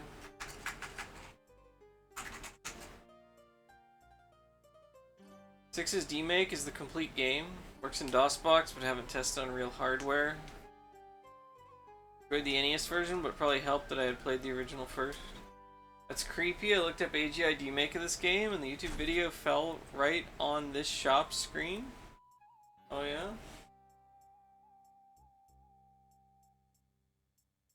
Can I pawn? Would you be interested in trading for this book? I am afraid not. Books are more my neighbor's line of work. After all, I would not want him selling curiosities.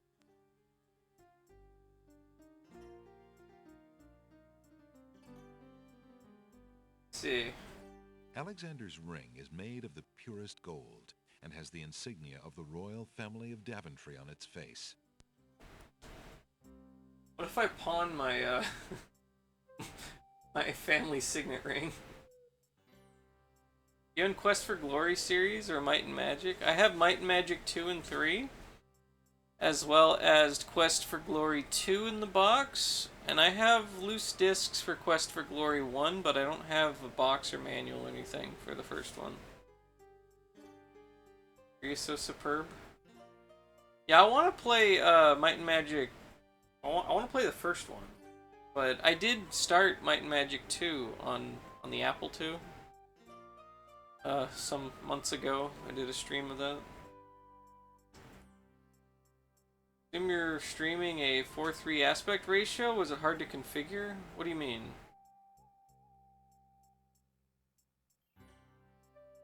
Not sure what you mean. I'm capturing it here with my OSSC here into the OBS.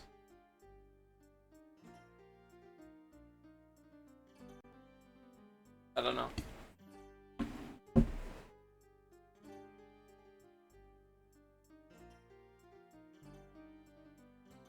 Capturing the 4:3 output from the hardware and getting it to look right in OBS.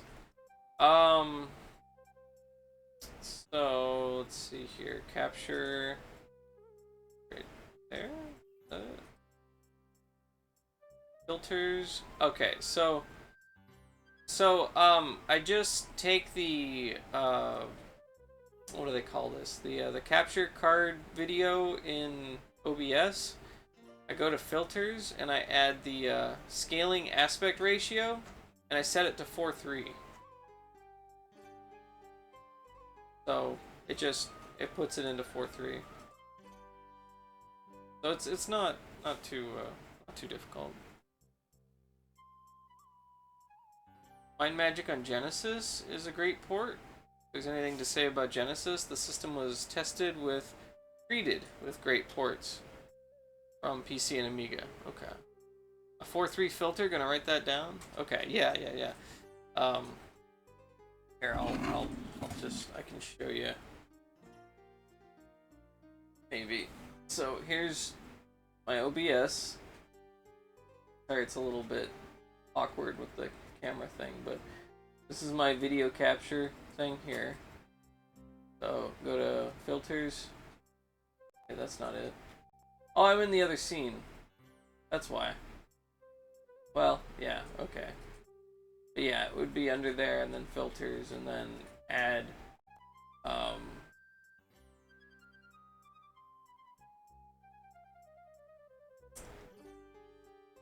okay.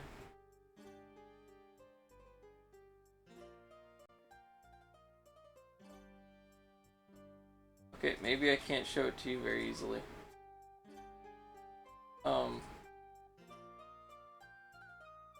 But right click filters and then yeah, effect filters, scaling aspect ratio, and then set it to 4:3.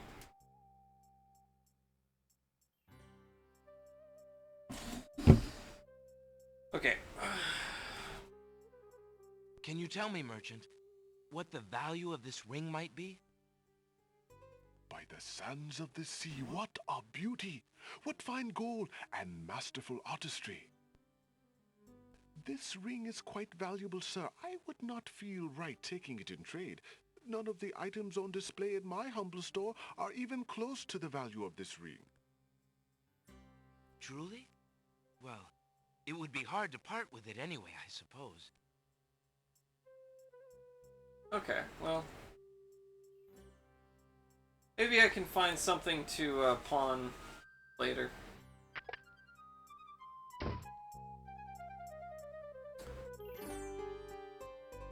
I guess I should go to the castle I saw over the right.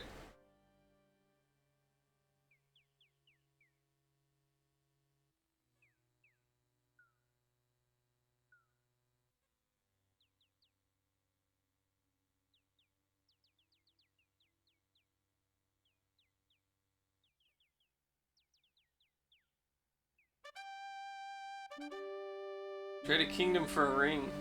Yeah. There's a little hut just off the path. Perhaps the guard dogs have an occasional use for it, but it looks empty now. Two guards take their stance in front of the castle doors. They look quite fierce and have the stiff, blank expression of soldiers on formal duty.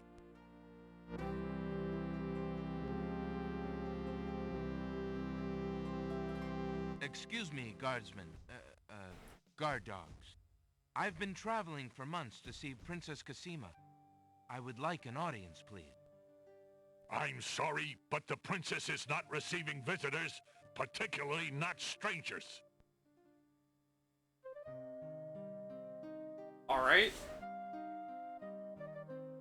Alexander decides to show his royal insignia ring to the Castle of the Crown Guards. With all of his papers lost in the shipwreck, it is the only possible calling card he can think of. Good day. I'm Prince Alexander of Daventry. I'm an acquaintance of Princess Cassima. If you could just inform her that I'm here, please. So everyone says. Let me just look at that ring. What does it say, Gruff? Kingdom of Daventry, Prince Alexander. Ah, wait here while I go see what Captain Saladin thinks of this. Yeah.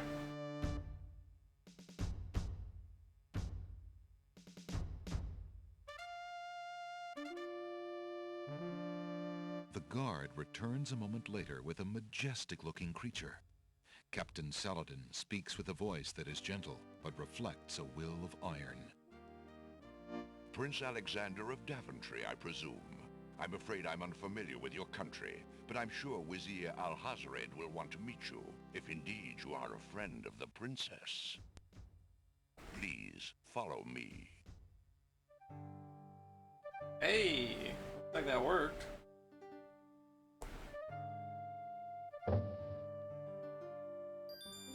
Lord Alhazred, a visitor to see you.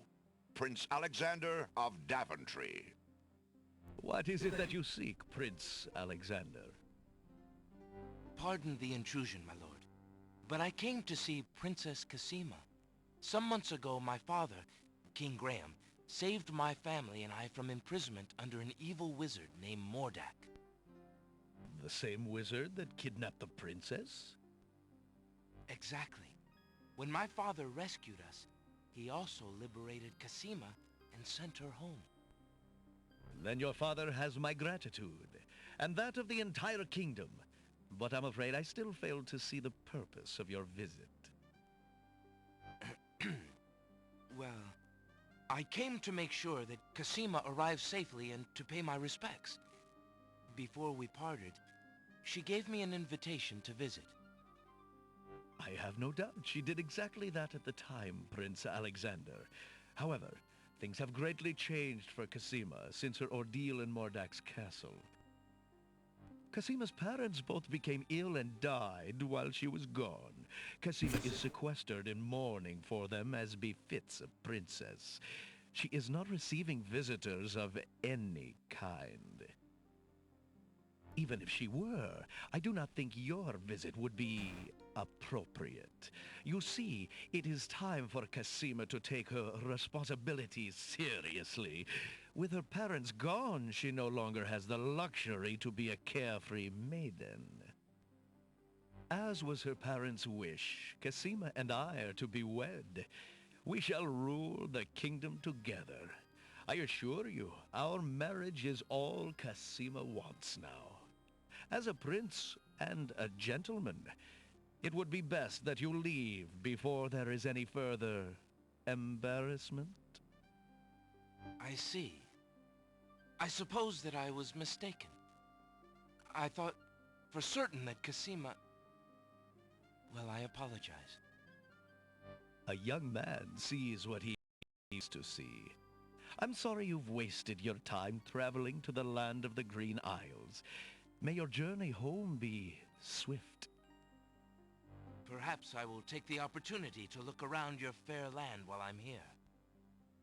I would advise against that.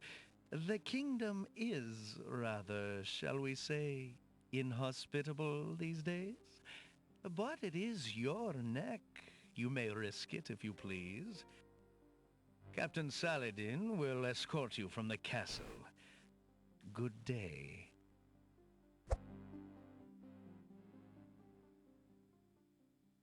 Alright. Wow. You have had your hearing with Vizier Al-Hazred. I trust you will respect his wishes and not return. I have been instructed not to let you into the castle again. Good day, my lord. Captain Saladin whispers something to the guard dogs at the castle gate, and they nod with understanding.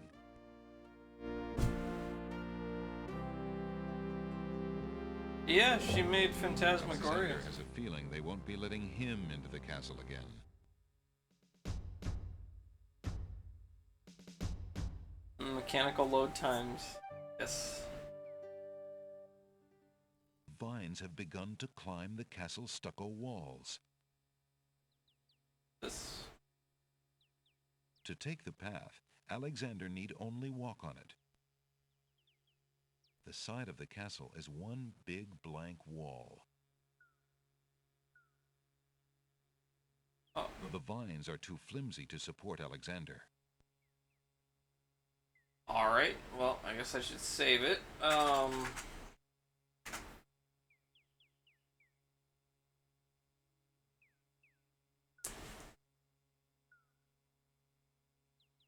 The narrow path ends abruptly at a pile of boulders. The narrow path ends abruptly. Okay. The bushes are probably not hiding anything useful. Besides, they are too prickly to examine closely. The bushes are probably not... Alright. See anything there?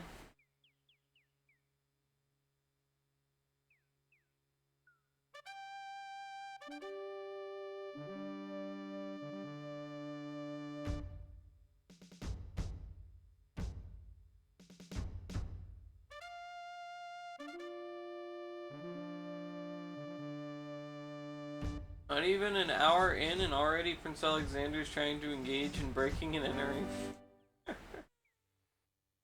Yep.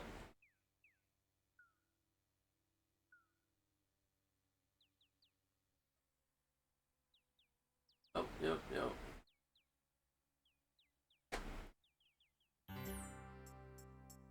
Alright.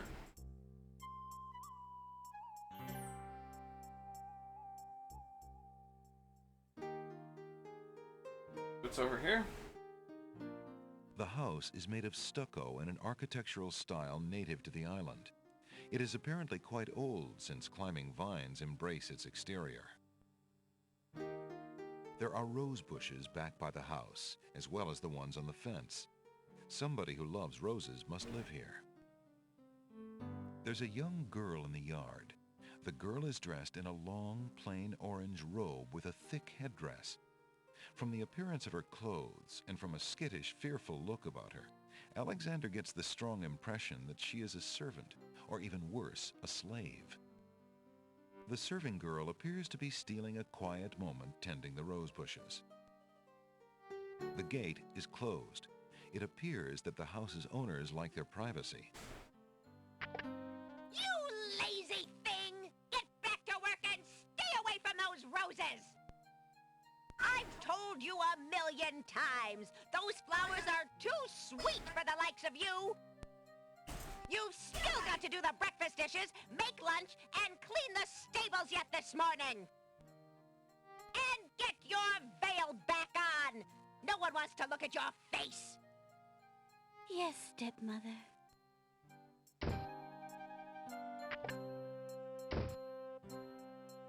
Alexander doesn't want to intrude on private property unless he's been invited. Oh, does he now?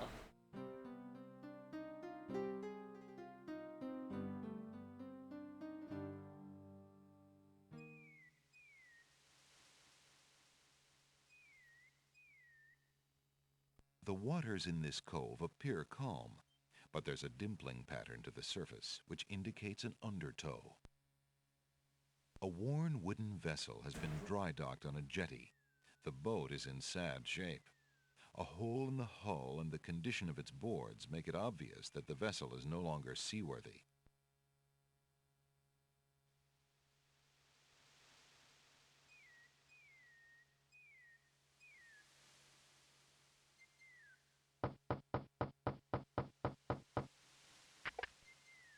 Yeah, what do you want?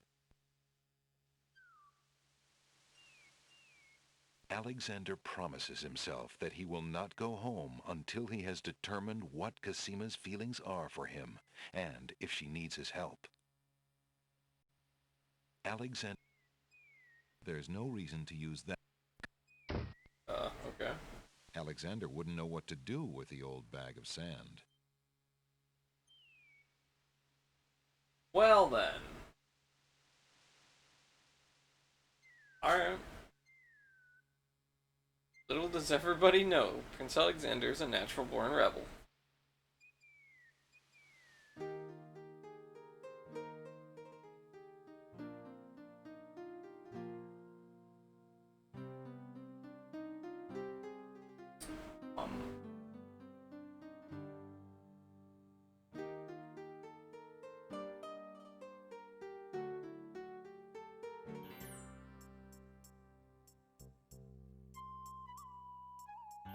Good day, peddler. Good day, sir. If you would like to get one of my fine new lamps, I'll need an old lamp in trade. Isn't it a rather bad business?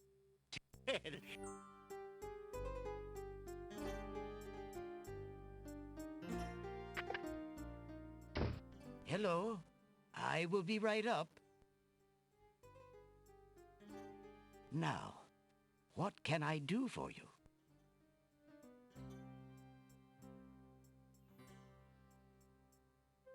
What can you tell me about the land of the Green Isles? That is a big question, young man. Perhaps you will be so kind as to first tell me who you are and what exactly you want to know. My name is Alexander.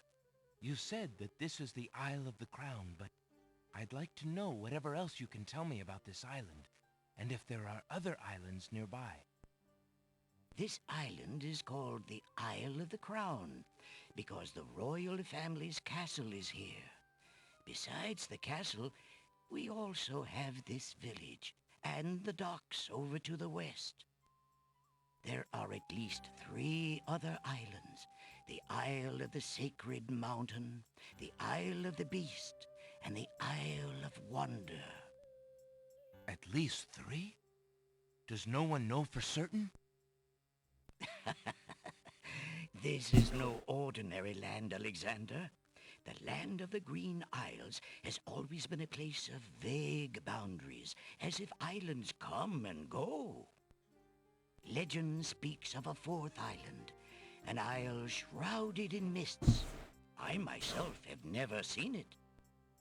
Then, too, the land of the Green Isles is said to exist on the boundaries of this world and the next.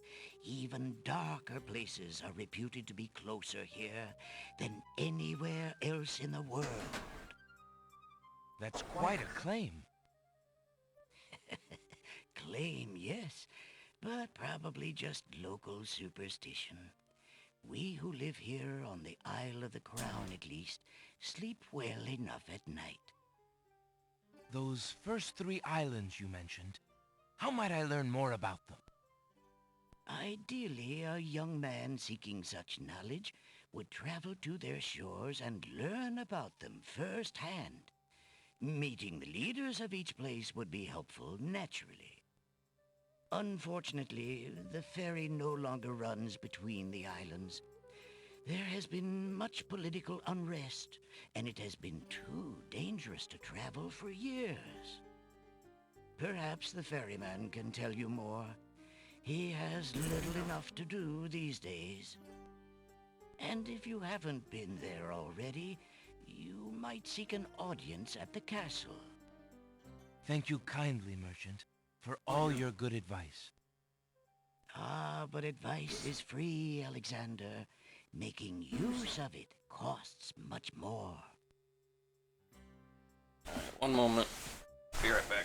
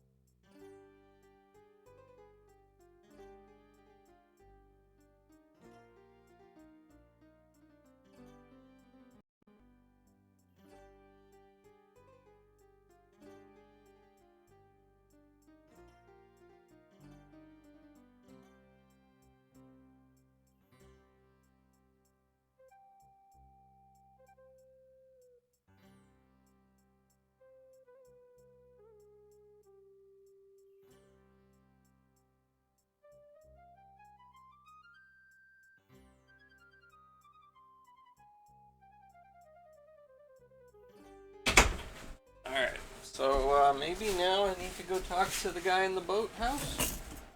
Oh. It's painful to type. Autocorrect rewrote your words 15 times? Oh dear. Good day, sir. The mysterious old man just ignores Alexander. Okay. The old man would not be interested in anything. Alright. Alright. Old man.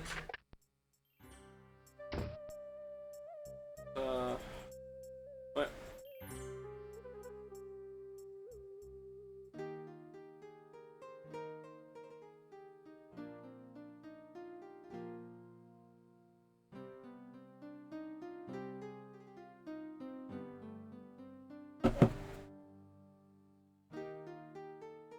Go back and talk to the boat guy. Get to other islands. Oh, okay. Hey, stranger, come join me. The water is wonderful, and I can show you the way to the next island. Sure.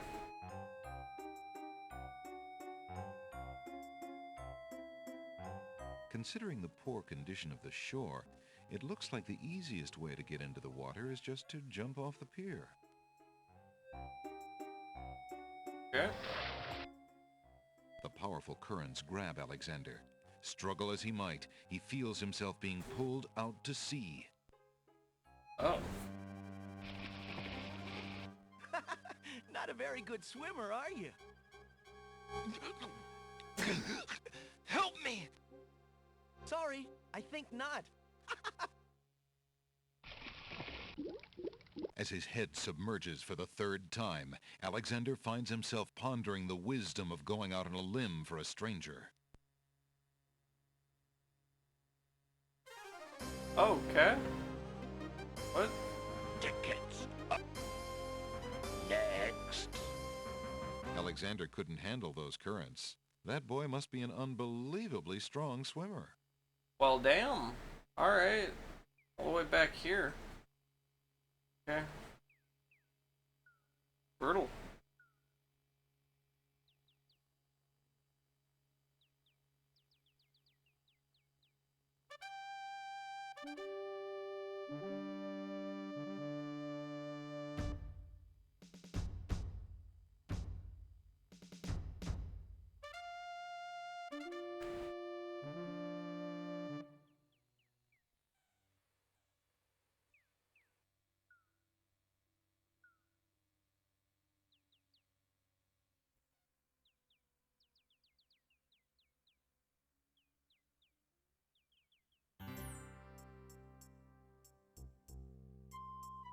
Guess I'll talk to this guy again.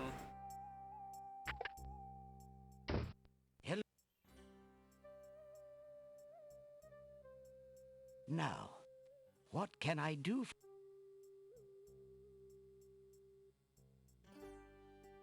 What can you tell me about the land of the Green Isle? That is a... My name... This there... At least... Legend then... That's quite... Those... Ideally, a young for perhaps and... Thank you kindly. Ah... Yeah. Save the game now.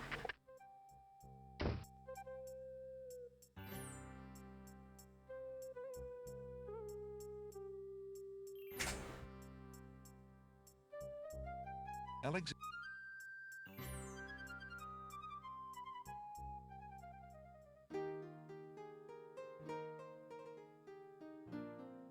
This. The girl is too far away to hold a conversation. There's a young... The serving... You lazy! And... Yes, stepmother.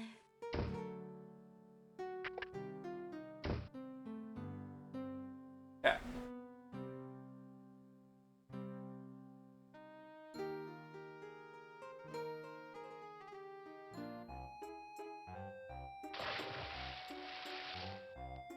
Hey, stranger, come join me. Good day. I'm Alexander. What are you doing in the sea? What does it look like I'm doing? I'm swimming. I mean, come join me. The water's wonderful. I can show you the way to the next island. Come on, jump in. A little water won't hurt you.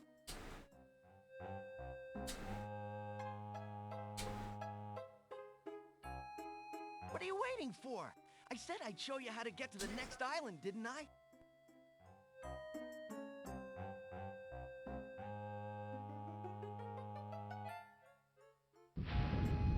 That's strange.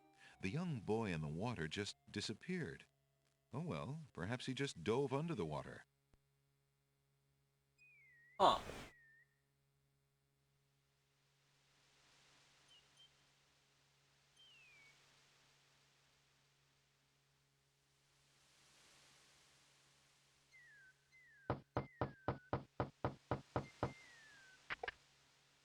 Yeah, what do you want?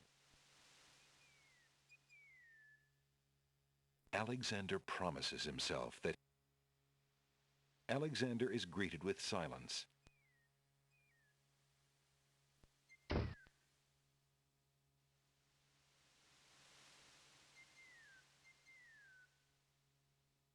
Huh.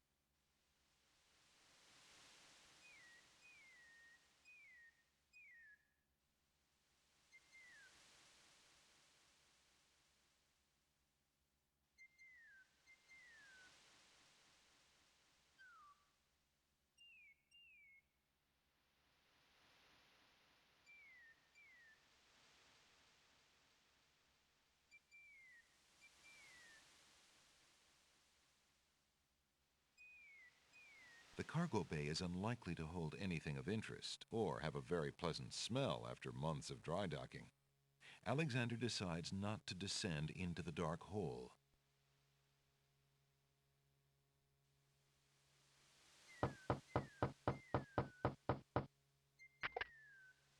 I said the ferry's out of business. What do you want to keep bothering me for? Alexander feels his pockets carefully to make sure that boat is not going. That boat. Alexander feels his pocket. Alexander promises himself. Go away then. Oh. Alexander feels his pocket.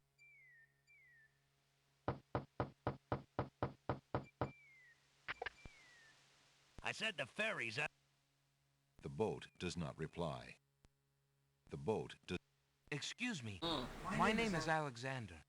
The owner of the bookshop in the village told me you might be able to help me. I hear you used to run this ferry for the islands. I'd like to talk to you if you have a moment. You say old Allie sent you? I can't see why. The ferry's not running, you know. I understand. I'd just like to talk to you about the islands if you don't mind. Well, I guess it'd be all right if Allie sent you. Well, don't just stand there. Come on inside. There we go. What is it you wanted to talk about, young man? I'm a visitor to these islands. I'd like to learn what I can about the area. So you said outside. What is it you want to know? Well, for one thing, why has the island's only ferry been dry docked? Huh. It just ain't safe to sail these days. What with the islands feuding and all. Wazir Al-Hazred ordered the ferry closed till things settled down. Me, I don't think she'll ever see water again. But why are the islands feuding? You got me. Something about stolen property or some such thing. 'Tis a real shame. Things used to be so friendly. Then this unrest is recent. A few years is all, but it's been long enough. Perhaps if the ferry were repaired. This old thing? This ferry's been out of water so long she's no longer even seaworthy. Her boards have dry rot. She'd fall apart at the first taste of seawater. But there must be some way to get off this island. There's only one other way to travel that I know of. A magic map. The owner of the pawn shop can tell you more about that than I can, Alexander. Magic map, okay. Alright, have a good night, Par. Tell me more about the ferry. I remember when I used to ferry Queen Ilaria and Princess Cosima themselves. There was no thought of danger back then. They used to go visiting to care for the needy and to keep up the friendly relations between the islands. I remember their last trip. Things had started getting nasty by then, and when they came back aboard, I gathered that the Queen and the Princess had been received a bit coldly. Princess Cosima was such a pretty thing, and she was terribly upset. But who could be spreading these lies, she asked the Queen, but the Queen had no answer. What do you do now that the ferry no longer operates? Me? I'm out of a job. The job my ancestors have held for generations. Going I'm alright. the only one trained to avoid the reef and the rocks. But that knowledge Still really doesn't early in do the no game. good now. Is there no other boat on the island? One that might be more seaworthy? Boats don't last long on these shoals, as you may have found out if you got here by ship. You can be quite sure that this old ferry is, or was, the only craft on the island. Tell me more about Princess Cosima. Ah, such a beautiful child, and so pure of heart. Why, a contrary thought has never crossed her mind. Her mother was the same. The king and queen, they served the islands, not the other way around, always thinking about the people. Ah, they are sorely missed. What else can you tell me about the land? Let's see. The Isle of Wonder's a lovely spot. A bit crazy, mind you. Gotta have a good sense of humor to enjoy a tour there. What else can you tell me about the land? The Isle of the Beast is pretty, but unfortunately, you can't get very far onto the island. What else can you tell me about the land? The inhabitants of the Isle of the Sacred Mountain are the most gorgeous creatures you'll ever see. If you ever get to see them, that is. What else can you tell me about the land? The Castle of the Crown sure is a beauty. She's the finest palace ever built, I'll warrant. What else can... Some say that the land of the Green Isles is near the edge of the world, and that the deadly currents are a result of a magnetism that sucks life from this world to the next. Of course, that's just silly talk.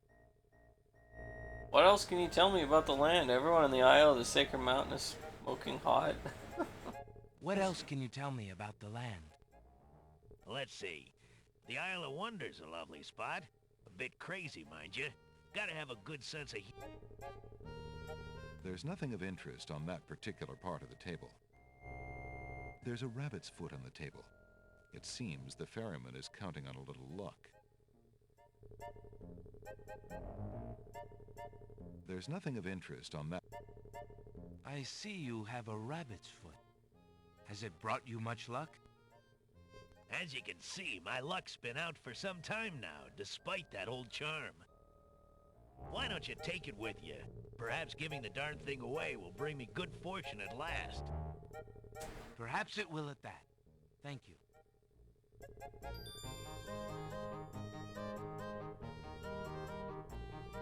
Would you be at all interested in this? Nah, what need is a poor dry-docked ferryman for that?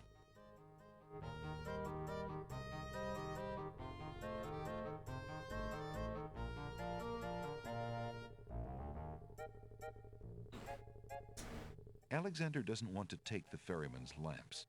He obviously has little enough to offer him comfort. The old sea salt is a little crusty around the edges. Alexander would rather keep his hands to himself. The ferryman is a disgruntled-looking man who is probably a lot younger than he appears.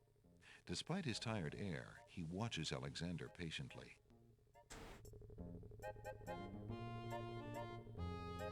Well, I think I'll be going now. Thanks for allowing me into your home. Posh, not at all. It breaks the boredom, if you know what I mean.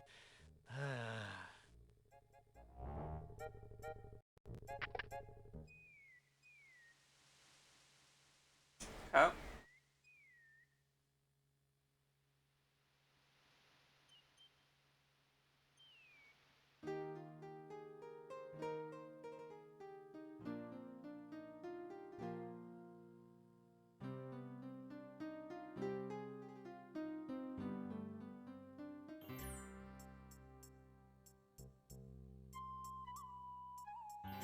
Thought they were in a tree the whole time? Good day. A mysterious old man also patronizes the pawn shop. He steals sidelong glances at Alexander from under his hood. Good day, sir. The old man just glares at Alexander and does not reply. Excuse me, merchant, but the ferryman mentioned that you might have a magic map of the land of the Green Isles. Why, as a matter of fact, I do. I keep it under the counter. It's been gathering dust so long that I nearly forgot about it. It was quite a few years ago, you see. The estate of a wealthy wizard fell into my hands when he died. It was useless magical junk mostly, which reminds me, I've still got some things of his in the back that I need to dump out. Anyway, the magic map was the one true treasure in the lot. The wizard was quite old and feeble and had enchanted the map to aid in traveling. It is said that one need only desire to be on an island depicted on the map to find oneself there. It is a very valuable map, as you can imagine. Unfortunately, no one is interested in traveling these days. It is far too dangerous with the current state of the kingdom. What would you take for the map? I would normally want something magic in return, but since I am hardly overrun with prospective buyers, I would be willing to take anything of equal value in exchange.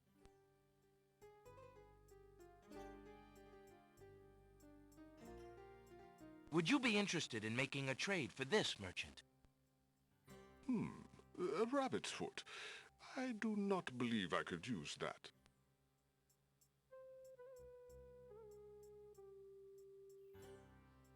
Alexander doesn't want to... If Alexander wants to exchange one of his possessions for an item in the pawn shop, he'll have to arrange it with the pawn shop owner first by showing him the object for trade. Would you be willing to take my family ring in exchange for the magic map? Daventry, are you a king then? No, that's my father, King Graham. I'm just Alexander. Well, Prince Alex, she is a beautiful ring. Are you sure you can part with such a unique family heirloom? The ring does mean a lot to me. I didn't always have a family, you know. Still, it is only gold. There are more important things at stake now. Then you now own a magic map, Prince Alex. I will keep your ring out of sight for a few days. If you find anything else of great value in your travels, you can come back for your ring. I would hate to see it melted down for gold. Ah, and a warning about the map. It will only operate when you are out in the open and within sight of the sea. The limitation has something to do with the teleport spell ingredients. You might try the beach. Thank you. You are very kind, and I'll remember about the map. Alright, I got a map.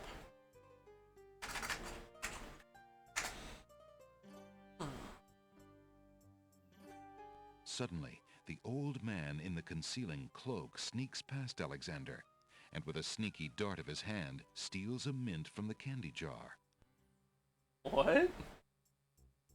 The old man stuffs the mint into his mouth and wobbles unsteadily out of the pawn shop.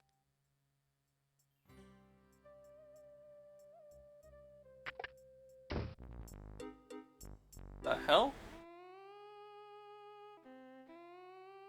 Master!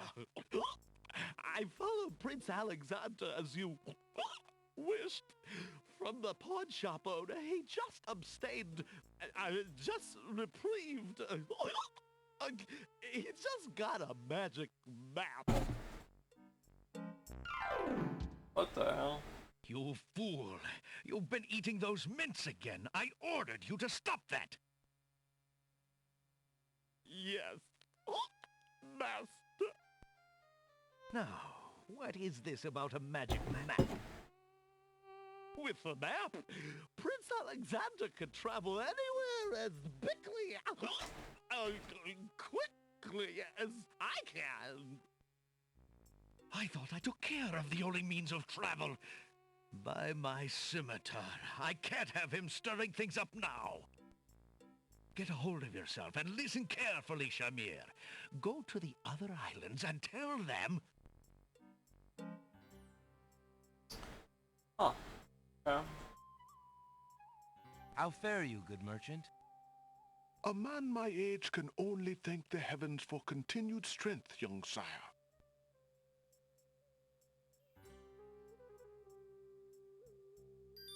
Alexander takes a mint. The counter feels as smooth as stone. Alright.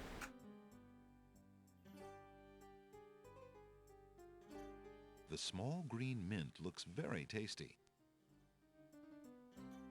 What's my score? 17 out of 231.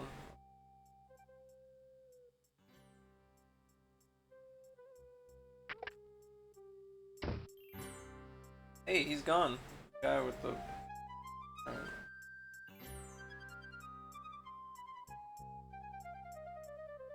Lamp dude.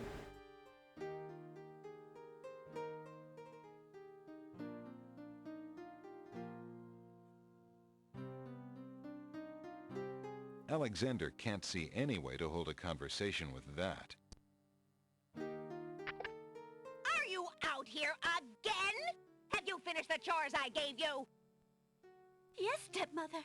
The house and the stables are clean. Then start polishing the silverware! Do I have to tell you everything? Yes, stepmother. Right away.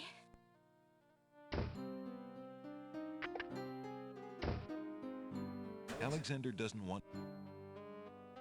Yeah.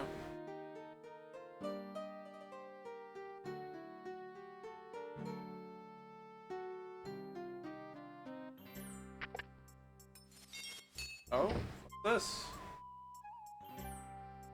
A large round pot is one of the pottery pieces on display outside the shops.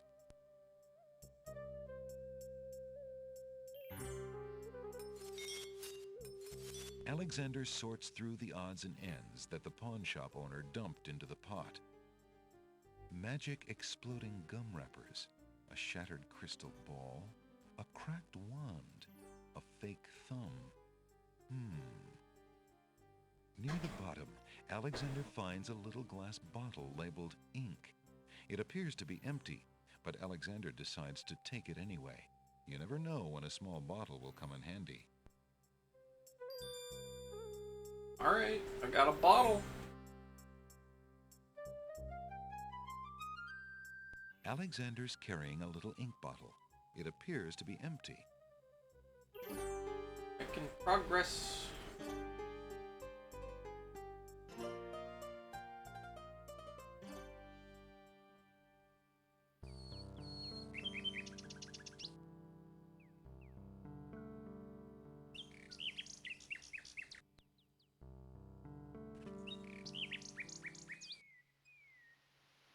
We'll use that map on the beach.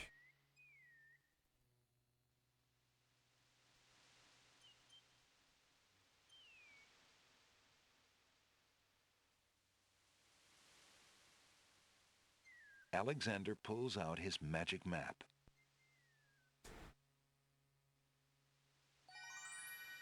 Wow.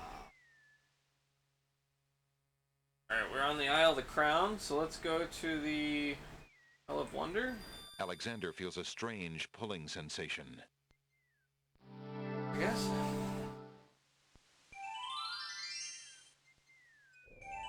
There we go.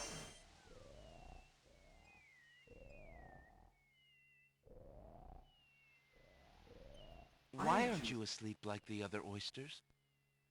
Oh, I'm so weary, but I can't sleep. I have a terrible ache in my mouth.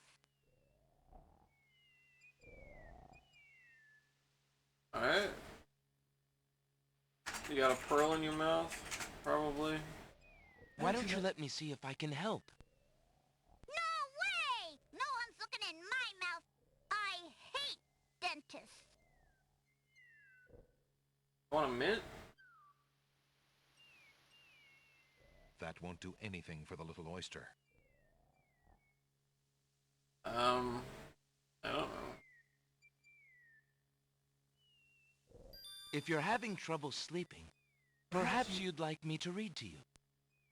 Hey, that would be great. That works.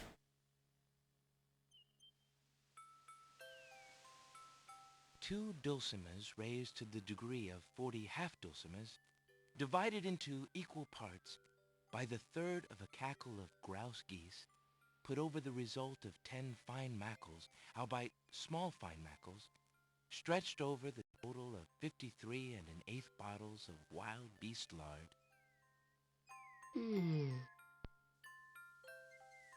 yields a gilded minnow of precise measurements, 2,069 centidrills by 3,023 and 6/7 puns, not punts, as might be expected. This is not to say, however, in any sense whatsoever, that deviations in mean temperature of 5 or 6 dregs or so. Alexander makes a grab for the pearl. Oh, there we go. Hey! You fixed my mouth! It feels great! The little oyster drifts into peaceful slumber with the rest of his oyster friends. There we go. Nice. Got the pearl. Sounds like the chime used in The Simpsons for Mr. Sparkle. I guess.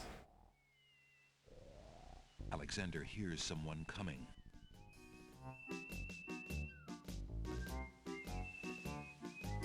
Okay. 5 fierce guards of the isle we be. Watch for a foreign man, said he, with ears and nose, tongue, hands, and eyes. Its nature cannot be disguised. If mad it be, then mad it dies. What? Old Tom Troll, smell your smell. Do that which you do so well.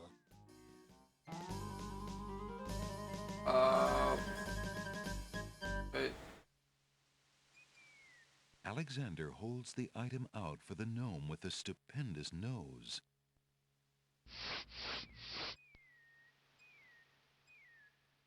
My nose cannot be tricked that way. The smell of man still rules the day. Oh? Okay. A man, so Sailor knows, into the waiting sea he goes. Oh. Okay.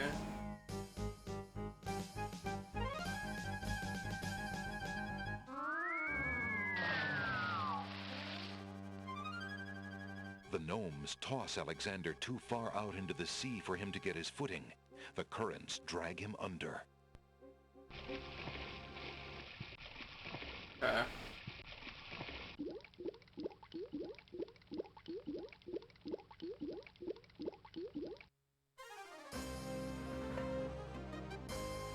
Tickets. Next. Guess those gnomes couldn't reach a consensus.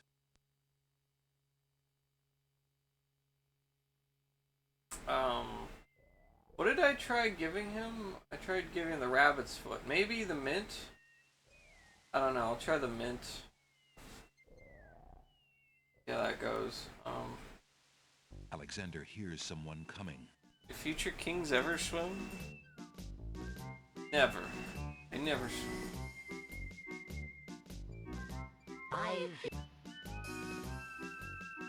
Old Tom Troll, smell your... Alexander had better deal with the gnome in front of him first. Oh. Alexander holds the item out for the gnome with the stupendous nose. Okay. I get it. Okay. Okay. So I need 5 different items. We need, oh gosh. I don't even know. I don't think I can get through here yet. Probably. Alexander pulls out his magic map. There are people to swim for. Yeah, so I need to trick each of the 5 gnomes, which is each of the 5 senses. Alexander feels a strange pulling sensation. Let's try a different. This is one tricky game.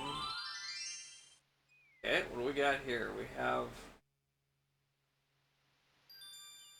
Alexander takes the feather. Feather, we got... Alexander picks the flower and is startled by its hideously strong skunk-like odor. Oh, okay. For a moment he can smell nothing else. There we go. Alright, the flower, I know what to do with that. There appears to be something etched into the face of the cliff. Alexander decides to get closer. Ignorance kills, wisdom elevates. Okay. The rock has been etched by some unknown hand. One may need to read about the logic cliffs in the guidebook to the Land of the Green Isles in order to understand this mystical inscription. Alright, fine, I'll get my guidebook back out.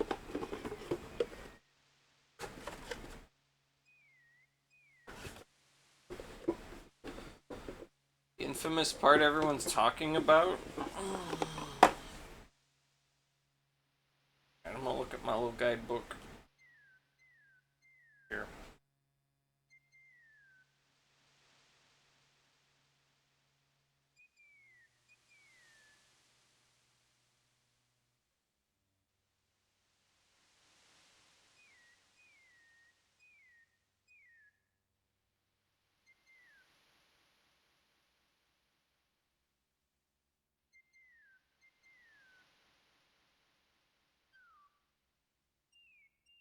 One of a few moments to really stump people. Oh.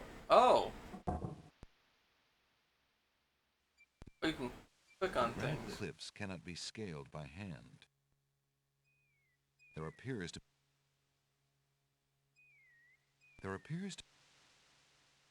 Yeah, okay.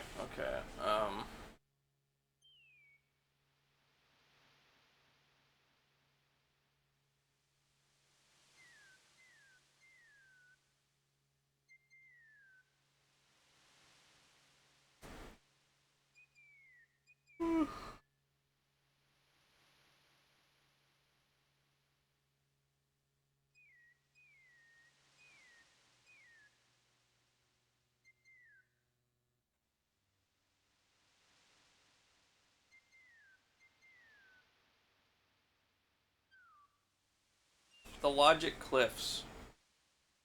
Okay. Riddles written on the face of the cliffs, leading from the beach of the isle, to the winged one's city. Chiseled in the rock, you must question what purpose the words serve. An ancient scroll that references the cliffs, it can be determined that the riddles in the cliff were part of an elaborate mechanism designed to protect those who dwelt at the top of the cliffs. Okay. The first challenge, only those pure of heart will be able to rise the cliffs of logic.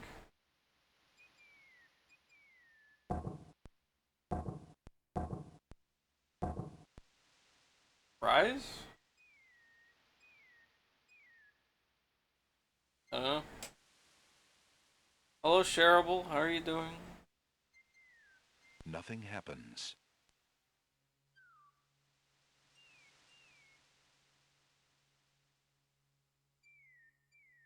The following translations from the Cliffs of Logic scroll may help the reader understand the mystique that surrounds the artifact. Bargle. Bargle. There appears to be something. Bargle. Bargle.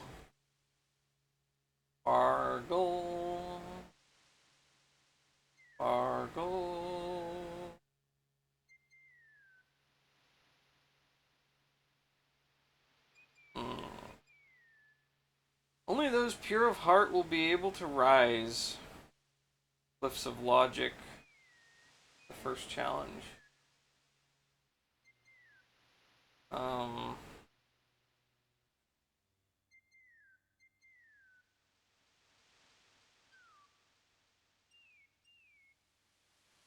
Oh wait, there's another eye here. Maybe that's it. Huge there it blocks is. of stone erupt from the There it granite is. cliffs. Nice.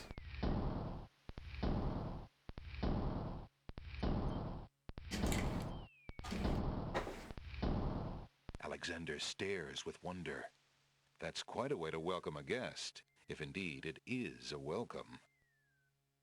So this is basically their copy protection. You were almost a Jill I know what this is. You gotta have the manual. The steps cannot be moved any further backwards or forwards. Alright, can I climb it? Alexander cannot get to that step from here. Oh, maybe this one? The steps cannot be... Did you solve it? Well, the game told me to check the guidebook, The Land of the Green Isles, which is the book that I read before I Whoa, wait a minute. read the book, or played the game. And so it says the first challenge, only those pure of heart will be able to rise, in capital letters, the cliffs of logic. So it's essentially the copy protection. Whoa, wait a minute. So I just put in rise, and there you go.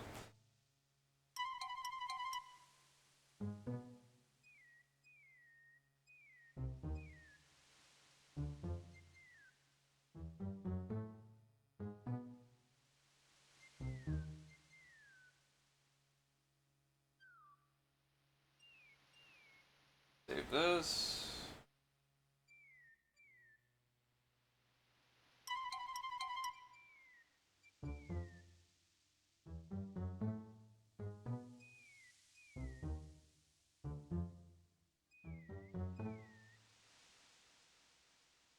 So yeah, if you don't have the book, yeah, you'd be stuck on this forever. Alexander examines the strange etchings in the face of the cliff. Okay, and then this one actually, here, I can show you this part. So this, see here? In the book, it has the translation. So I'm gonna have to translate these. Figure out how this works. Yeah, you have to have the book. If you don't have the book, then I mean that's the copy protection.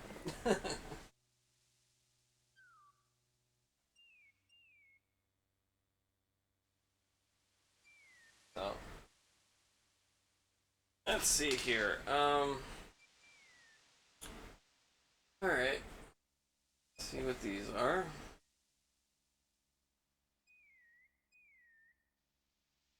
L. We have an L. Then to the left of that we have F. Below that is... I've got balls of steel. Hope GOG came with the PDF or manual or I'll be screwed. Good. Have it. Balls of steel. Balls of steel. Alright, like an X right there. Just B. Left of the...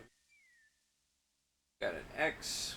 Below that is O. And then W. I wonder if I just have to like click on the alphabet in order or something. Not sure. W, and then that is R. No. Yes? No, that's an S. This one right here, that's an S. Okay, and then this is an M. Then that X looking thing below it is N. Then just to the left of the N is an H. Then below that we have K. That is a K. That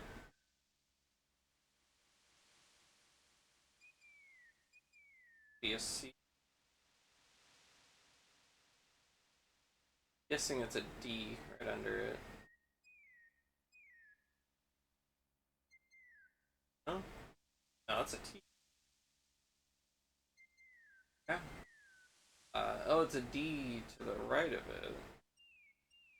No, that's an E. Okay. So the E is A. Okay.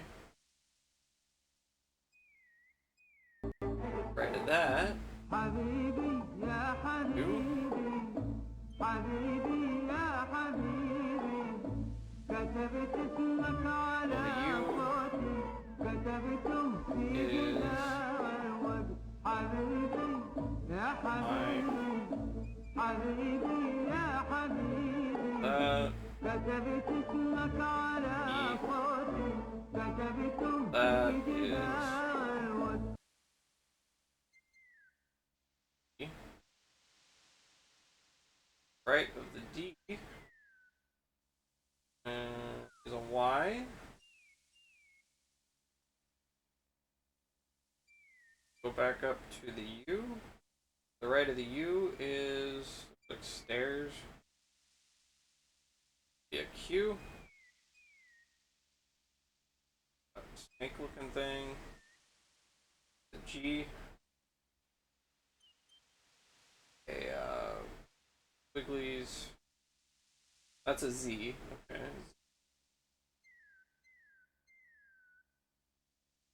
Then floating in the middle of all this is a B.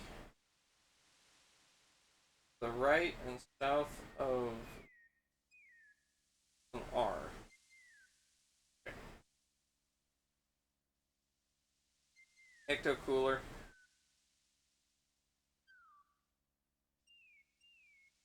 Okay, so let's try to do.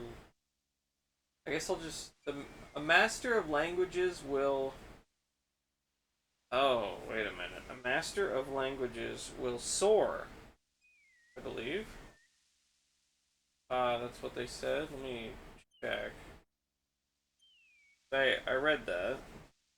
Read that here.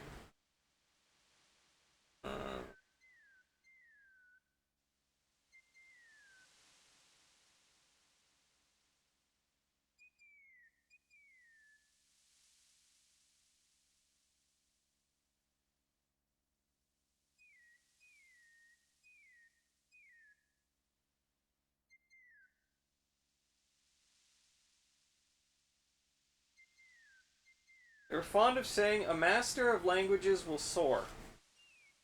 Okay. So we gotta write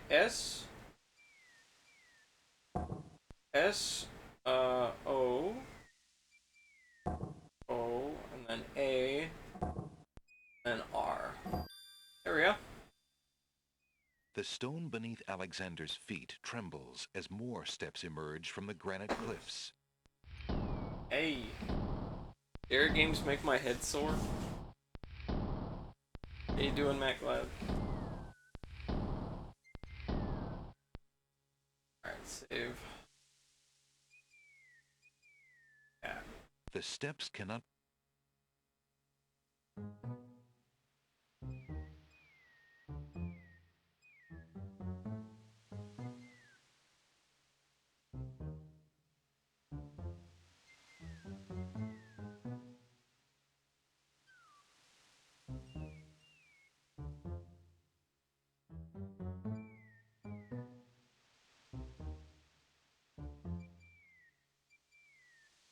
Yeah. Alexander examines the strange etchings in the face of the cliff.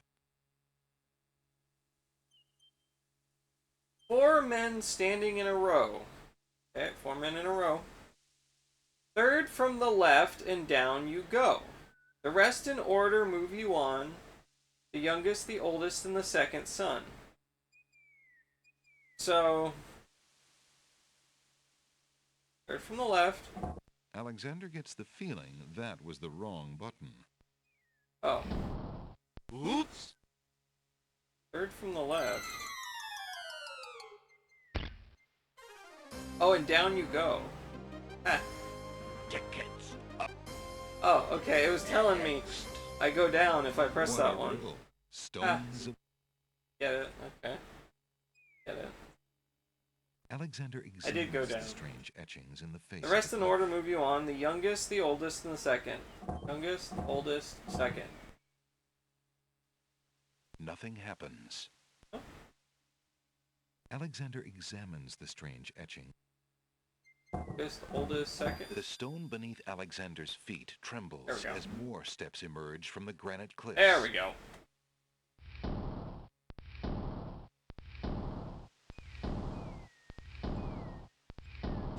Yeah, this feels like Mist.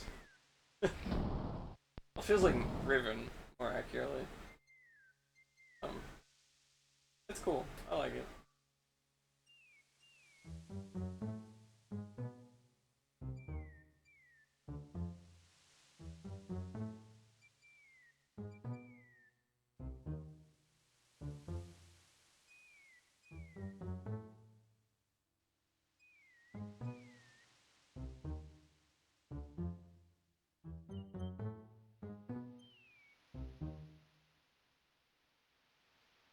Alrighty then. Alexander examines the strange etchings in the face of the cliff. The Sacred Four. Alright, we have the same alphabet here. Sacred Four, that was, oh!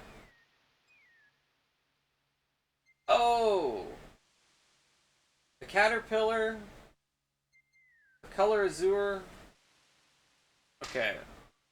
Find this. So... the color Azure is O. We want O. We want the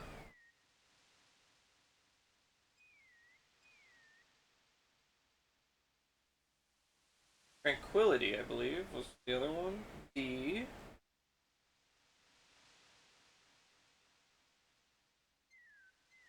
Heir? Heir is D. And we're looking for the Caterpillar. Caterpillar.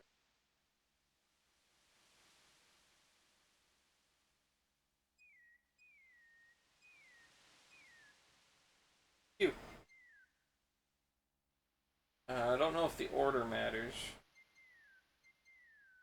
Oh, here. Ancient ones. The order probably matters. Sacred Four, the emotion Tranquility. Color Azure. Caterpillar. The element Air. Okay, so we want... let's do D. D. One. We want O.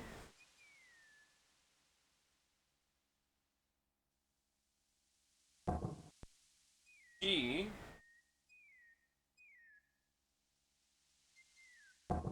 And Q. The stone beneath Hey, Alexander's there we feet go. trembles as more steps emerge from the granite cliffs. Easy. Easy peasy.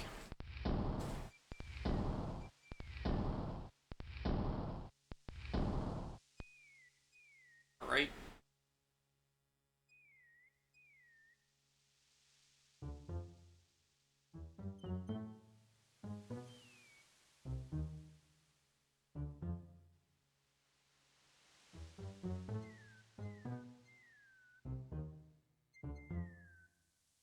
Okay, so then the fifth.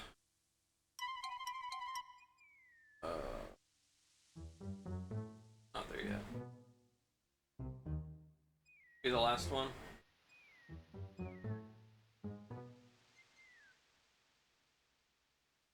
Wait. There. Alexander examines the strange etchings in the face of the cliff. Alright. So, the fifth challenge. Only those of the highest order may ascend the cliffs of logic. Okay, so I just have to write ascend.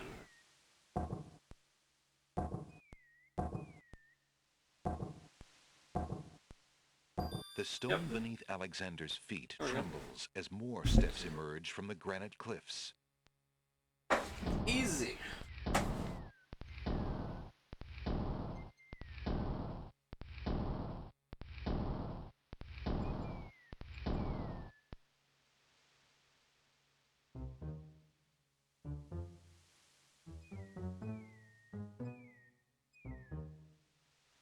Hello, Artyom Havoc. How are you doing?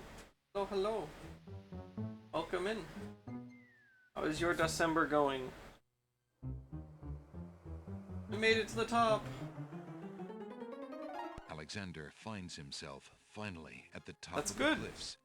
Exhausted, he steps over the lip of the plateau and stands. Very good. Very good. Alright, we made it through the Cliffs of Logic. Why do you make such an effort to climb the cliffs, young man? The winged ones who live on this island have the power of flight. You could have it too, if you'd only eat a berry from this magical flying nightshade bush. Really? Really? You're gonna tell me to eat nightshade? Nightshade berries? Are you... See? The sweet berries will make you float like a petal on the wind. Try some. How about no? No thanks. The huge doors are locked tight. Somebody obviously wants to keep something out, or something in. Come, stranger, trust me. Think of what I'm offering you. Say no. Kinda missed... Oh, actually hit Nightshade with the Weed Eater beside your shed once? Yeah, that sucked. Kinda missed it in the air and you breathed it in. Ooh. I tried to help you and you insisted Oh gosh. on being rude. Yeah, you don't want that. Oh man. I hope everything was alright. Oh man. Yeah, you gotta be careful. Then stay tied to the ground like a load 5 of hours lead. in bed and a horrible panic attack? Oh gosh. You Gosh. That would be stressful. Odd. The old woman just disappeared in a cloud of smoke. Perhaps those berries are even more powerful than she led Alexander to believe. Alright, I may want Alexander to... decides to try some of the black berries on the plant. No, I don't want to eat them. Just take them. Don't eat them. A bitter taste Oh fills my his god, mouth. don't His eat stomach them! convulses in pain. As All the right. poison takes effect, Alexander is left wondering if this is the kind of flying the old lady meant. Gosh.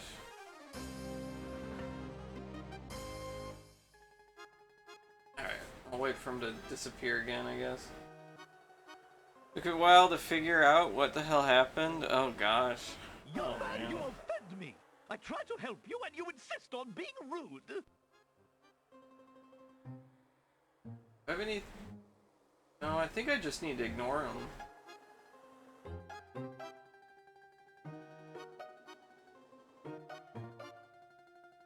Tomatoes and tomatillos also a nightshade? They are, yes.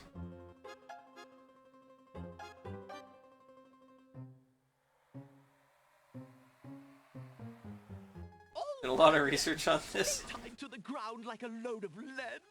See if I care. You human. How odd. The old woman just disappeared in a cloud of smoke. Perhaps those berries are even more powerful than she led Alexander to believe. Why people thought tomatoes were poisonous in olden times? Enough people had a reaction? Oh man.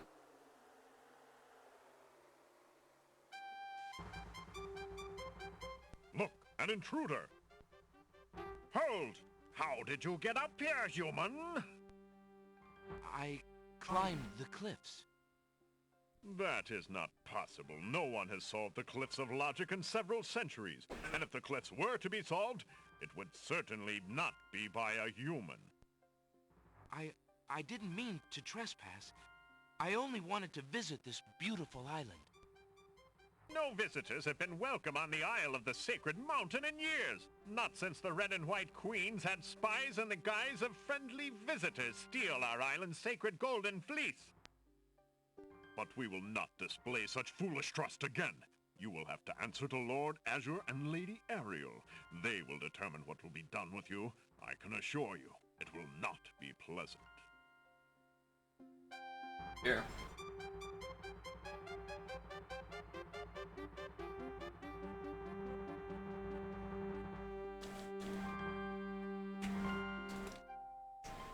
With what trickery did you master the cliffs of logic and reach the city of the Winged Ones? Only the magic of clear thought, my lord. I meant no harm. The cliffs of logic. It is the sacred oracle's prophecy, Azure. Yes, Ariel. It is lucky for you, human, that climbing the cliffs of logic is part of a prophecy that I cannot ignore. We have just been ordered by Wazir Al-Hazred himself to dispose of any strangers that might land on our fair isle. But the prophecy would have a different fate befall you. The prophecy predicts that whosoever climbs the cliffs of logic will defeat the Minotaur. The Minotaur has violated our sacred catacombs and eats our young in sacrifice. Our own daughter, Lady Celeste, was taken there only this morning as his most recently demanded offering. A dilemma, then. Whom shall I obey in regards to your fate? The Oracle or the Crown? But since Al-Hazred did not dictate how I was to dispose of intruders, and since you cannot possibly survive the catacombs, your imprisonment there should serve both purposes quite admirably. I will not resist you in this, my lord. I shall do my best to save your daughter. First, I must tell you that the catacombs are a labyrinth of rooms, a place of exceeding danger. You will need many tools and clear wits to survive it. Azure, he must be allowed time to prepare for the task, if only in the slight chance that he could actually save our Celeste. Oh, very well. Intruder, my guards will take you to the beach. Prophesied hero or spy, any soldier must be granted time to prepare for battle. Be warned, if you have the courage to actually return to the Isle of the Sacred Mountain and face your destiny, my guards will have orders to take you to the catacombs on sight. I understand, Lord Azure. If by some miracle you succeed, human, the prophecy grants you a visit with the sacred oracle. Her powers are mighty, her vision all-seeing. Many of our own citizens would be willing to risk certain death in the catacombs for a chance at a meeting with the oracle.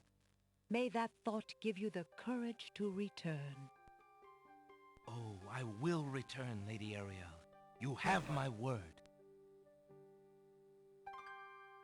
Alright. Everyone who was allergic to tomatoes died, and we are what's left.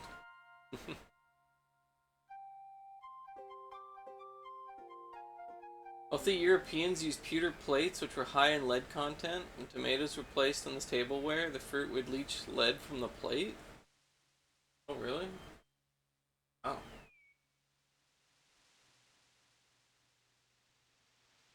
Oh boy. I'm okay with this. Romans got that lead poisoning too. Prophecy this, prophecy that. How convenient. Hey, Cardfrack. Let's convince billionaires the next big thing is tomatoes, and it's bespoke to eat them on pewter plates. Do it. Like a plan. Alexander pulls out his magic map.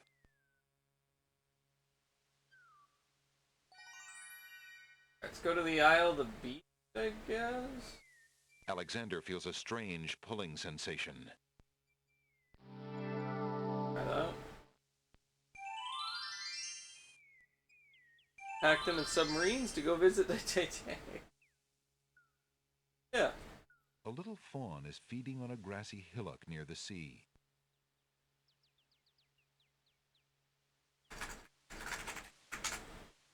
Can I talk to it? The fawn is too busy eating to pay attention to Alexander. What else do I have? Poke it? Alexander resists the temptation to pet the fawn, thinking he might frighten it. Alright.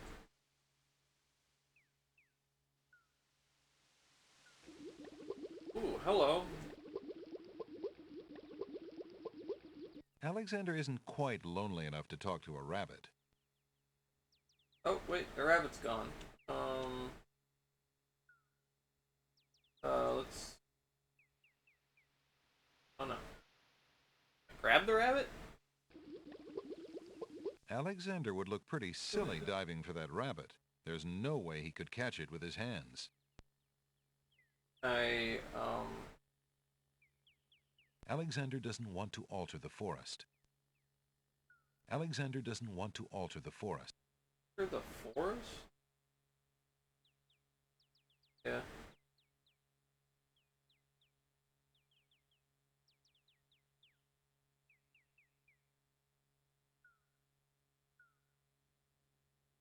Alright. Oh no. A pond lies across the path. The water boils as if over some magical flame. An old abandoned hunter's lamp is hanging on one of the trees. Oh. Alexander wonders who might have hunted in these dense woods.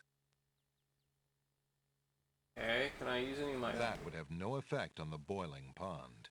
I can use my items on water. That would have no...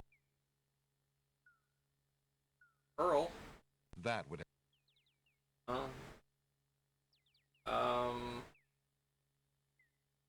The mint was on the tongue. Feather for maybe touch. Smell, so taste, touch, smell. Sight and hearing. I don't really have anything for that. I think. Alexander, not being an expert on poisonous mushrooms, decides not to take a chance on tasting the local variety. The tall, narrow trees have sparse and relatively small branches on their lower trunks. They don't lend themselves to easy climbing. Okay,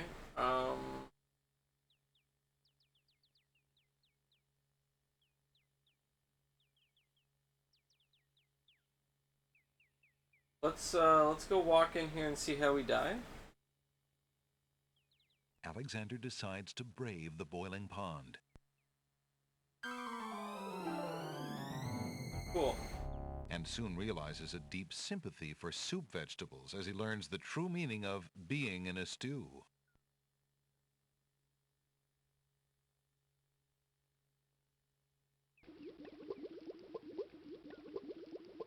Curious. Oh, there's a raccoon. If the tree stump is hiding anything, it's only local fauna. There's no need to disturb some creature's nest. Nearby, the stump of a fallen tree still spreads its roots to the sea.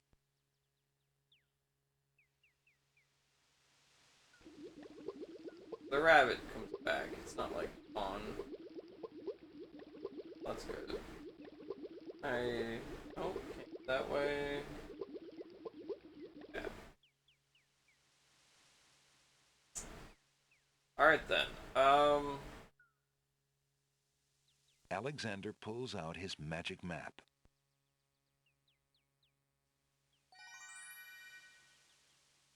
Go back. Alexander feels a strange pulling sensation. The Isle of the Crown. Maybe I can trade the pearl for something at the pawn shop. I don't know. Maybe.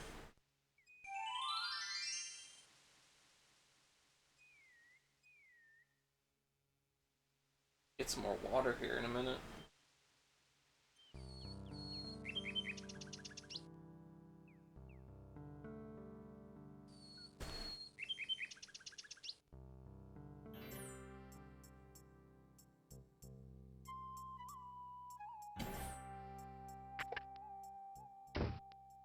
Good day, Prince Alexander. What, this pearl? I found this large pearl.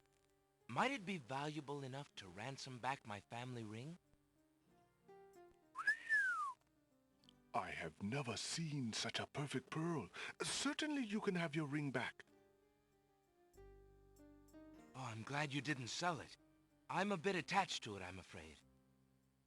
Of course you are. You would be cold-hearted if you felt any differently. I am happy to see a family heirloom back with its rightful owner. Alright, cool. Cool. So we got my ring back. Not sure what I can do with that, but seems like progress. My score. 31. 200 to go. Alright. The dusty shop remains. How fare you, good merchant? A man my age can only thank the heavens. Would you be interested in making a trade for this, merchant? Oh, no. A rabbit's foot. I already asked him that. I found this bottle in the pot outside. That would make sense, since that is where I dumped it.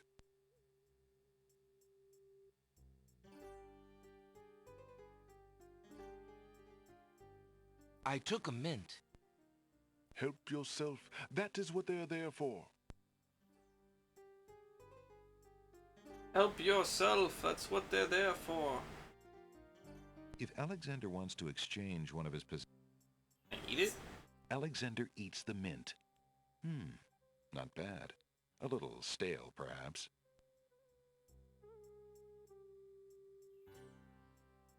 Alexander takes a mint. Yeah.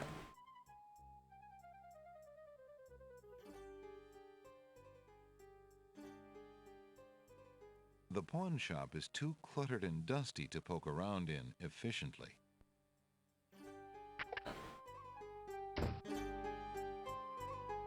Check the books. Hello. I will be right up. Who's this guy? He's new. Now, what can I do for you? An odd-looking man is reading in the stuffed chair. He wears a vest, balloon-style pants, and pointed shoes. There's something deliberately silly about the man, as though he were a performer of some sort.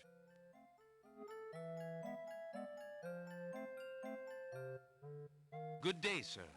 Is there anything you can tell me about the land of the Green Isles?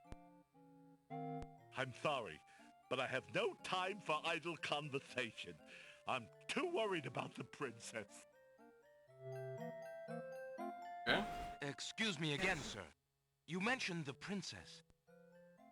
I told you I'm not interested in talking to strangers.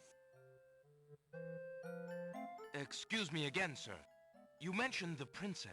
I told you I'm... Determined to learn more about the strange man's relationship with the princess, Alexander shows the man his insignia ring and formally introduces himself. I'm sorry to insist, but my name is Alexander of Daventry, and... I appreciate the offer of the ring, Alexander, but I'm afraid I'm already spoken. Daventry? Where have I heard of Daventry? Flying flit mice. You must be Prince Alexander. Cosima told me about you when she arrived home. How came you here? Why, by a ship now wrecked upon the sand. But you know Cosima? She truly spoke of me? Yes, I saw her briefly when she first returned home. She mentioned a prince to me, Prince Alexander of Daventry.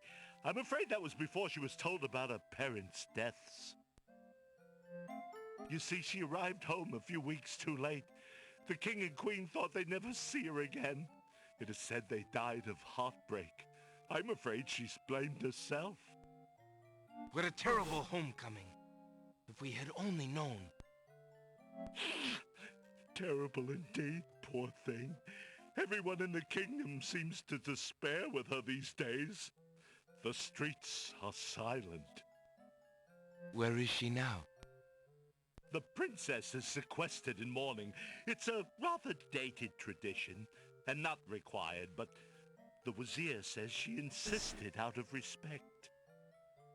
I see. You've yet to say who you are, and how you know the princess. I? Oh, pardon me. My name is Jalo. I am clown to the royal court, and have been since the marriage of Casima's parents, King Calipham and Queen Hilaria. Oh, those were the happy days. The pair of them were so full of joy and life, so in love. And Casima's birth. It would be hard to explain how long they had waited, how they had hoped for a child. I mean, she was such a charming little thing, smart as a whip, kind and sweet. Oh, she means everything to this kingdom, Alexander, and to me. I'm so terribly worried about her. About her grief over her parents, you mean? Well, the truth is, I do not trust the Wazir or his plans for Casima. I'm still living at the Castle of the Crown as court clown, his clown. But it is more to keep my ear to the ground than out of loyalty. I wish I knew what the princess thinks these days. If only I could find Sing Sing, Casima's pet nightingale. I might be able to send the princess a message. As it is, I must wait for the end of her seclusion. Now I'm afraid I must hurry back to the castle. I'll try to return to the bookshop again later. Thank you for speaking with me, Jalo. I hope we meet again soon. Alright, that seems like progress. Cool. Yeah, that gave me like 4 points. Cool. How fare you, merchant? Quite well, thank you. I just finished a wonderful book on geological rock formations. Fascinating. Alright. Alright. Alright.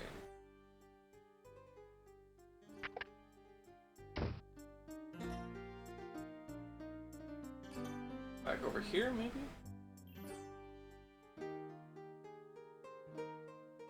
Lady out here?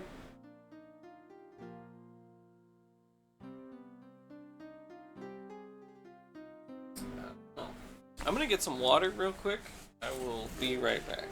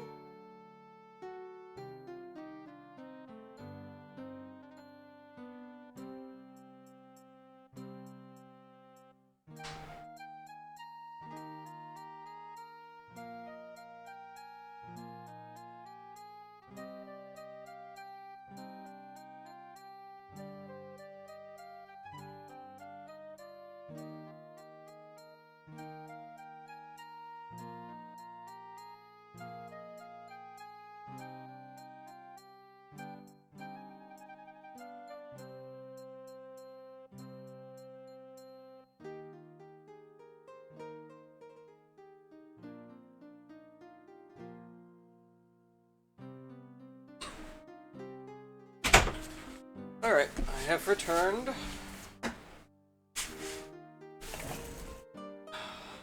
Okay, let's walk around here a little bit. No else here I need. Save. Can I use the map here?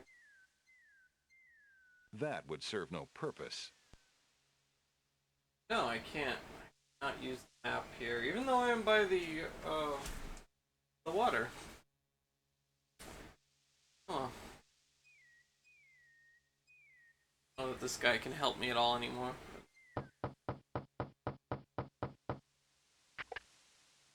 Oh, it's you. Come on in. I don't know. How goes it, Alexander?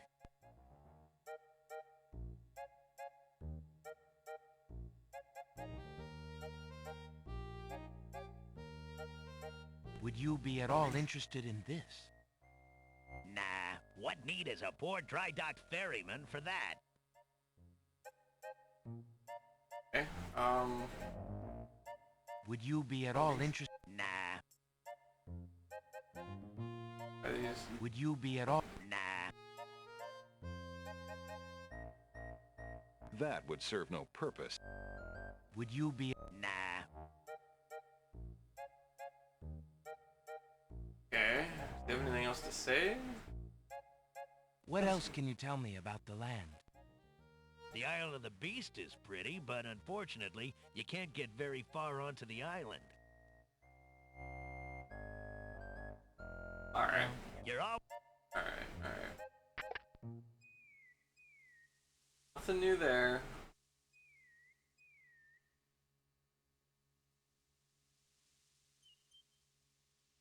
Yeah.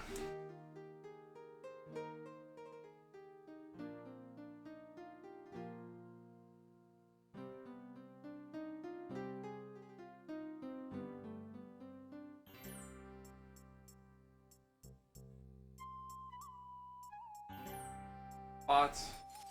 Sure there's nothing else in here. Alexander sorts through the odds and ends that the pawn shop owner dumped into the pot. Magic exploding gum wrappers, a shattered crystal ball, a cracked wand, a fake thumb. There's nothing more in the pot that interests Alexander. Yeah. Alexander is not in the market for pottery just now. Alexander is... The battered chest does not interest Alexander. Right then. Right.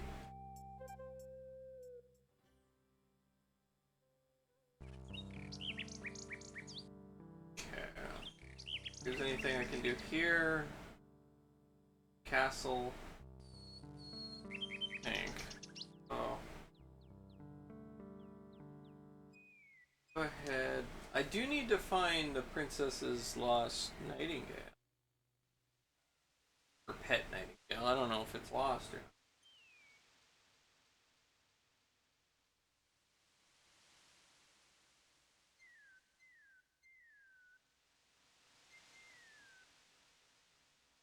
Well, I can Alexander... try the items on the gnomes.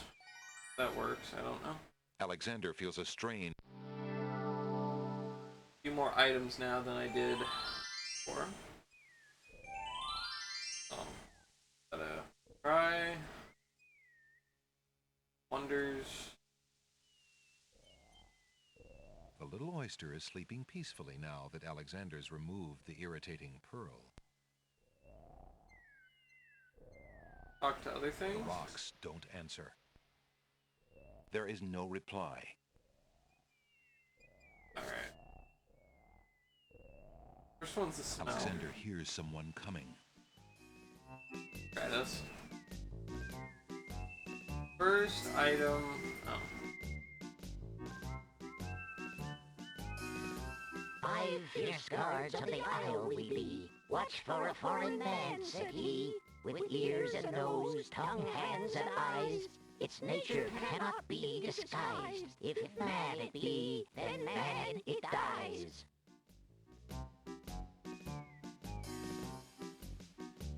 No, I think I watched someone play this game, like, a couple years ago. I vaguely remember this part, specifically. I remember nothing else. Just these notes. Alright, so... First thing is this. Alexander holds the flower of stench out to the gnome with the jumbo nose. Tom Trow I am, that's all I'll be. My nose knows all on land and sea. A flower of stench has washed ashore. A flower 'tis all, and nothing more. Okay, I don't know if I have what I need for all 5 of them, but... Gnomes... Okay. Listen, hark you, broken oar. Do your duty as you swore. With your ears, please tell us more. Okay, this is the ear guy. Ear guy...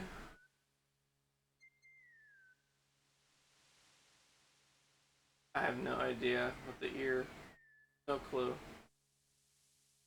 Alexander pours the contents of the empty-looking ink bottle over himself. Oh, it's... Yeah, okay. Well, I figured it was invisible ink. But that... Okay. Okay. Listen. So, the eyes... No, ears. Ears. Ears... No idea. Ears... Alexander holds the item out for the gnome with the immense ears. My ears can hear nothing so clear as the sound of a man standing here. A man, so say our ears. We shall send him to his beer. Alright. I don't know if I have anything for the ears. Okay, so I have the one for the eyes. The one for the mouth. The one for the nose. Eyes, mouth, nose. Feather? Probably... hand? Listen. I don't...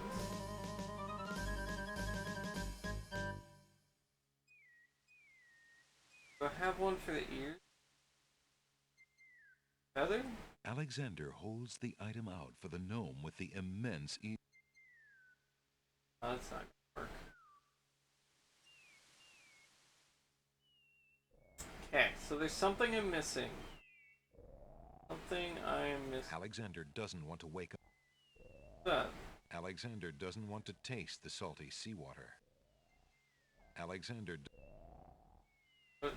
Alexander wades into the sea to get the strange object in the water. What is this? The ocean currents tug at Alexander's legs. That object is just a bit out of reach. I have...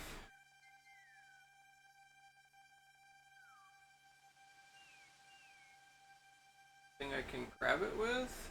Grab it, Paw? Using that on the sentence in the water would be pointless. What? Alexander wouldn't want to throw that into the sea. Alexander wouldn't want... Using that on the sentence in the water would... Using that... Okay. Empty 32 stuck?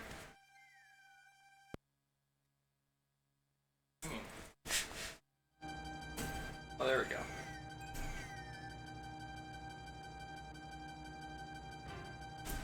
I don't know. Okay. Using that...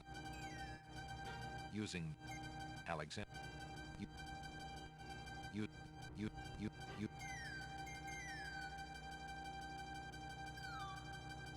Okay.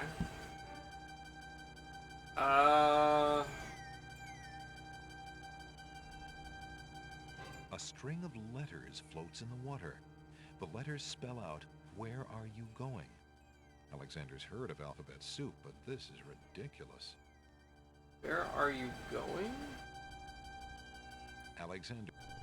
Alexander wades deeper into the sea to get the strange object in the water. Gonna die.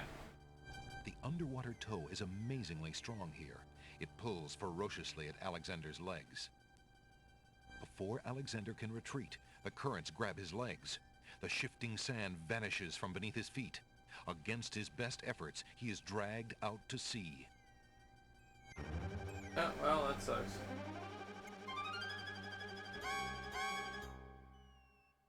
Yeah.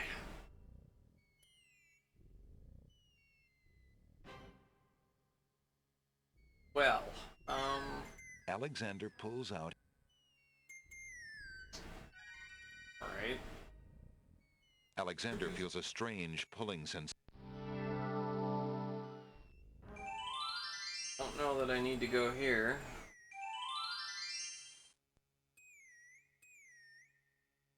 Alexander has no taste for salt water. The ocean appears calm, but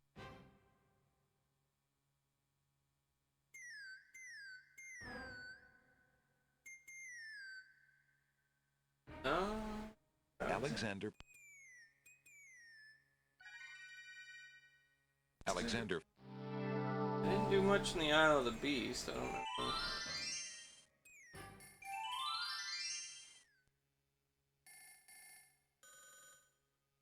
Look at this feather. Alexander is carrying an unusually large black feather. Okay. Okay.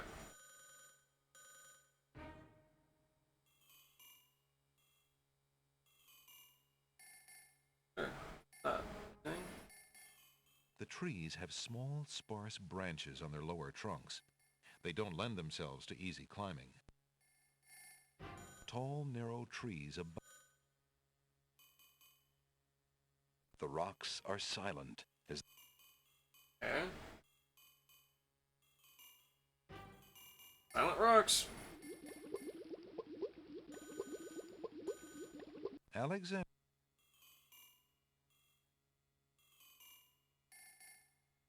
Hum. Hum hum hum.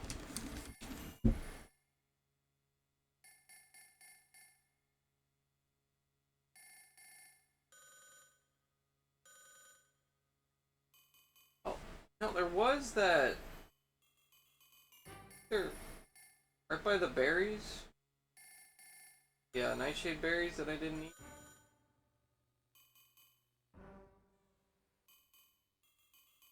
Okay, I'm going to restore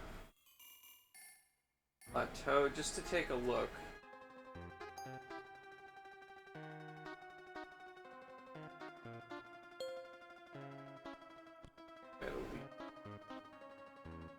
There's a natural opening in the rock near the nightshade bush. It would be rather rude to crawl into that cave with the old woman standing right in front of it. For this guy to leave. Right then, stay tied to the ground like a load of... Yep. How odd. Ah. Okay, so I think I do need to climb back Alexander up here. crawls through the small... Alexander finds himself in a dark cave. Alright, cool. That's exactly what I needed to know. Let's go back there.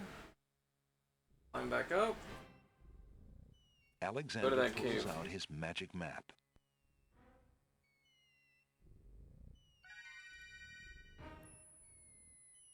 Alexander feels a strain.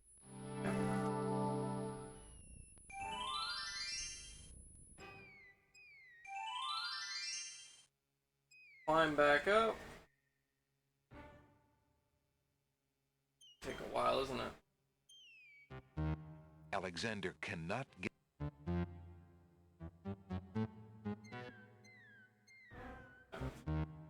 Yes.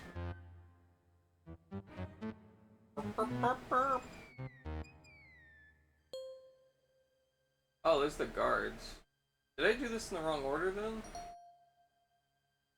So, You have chosen to come back and face the catacombs when you could have escaped.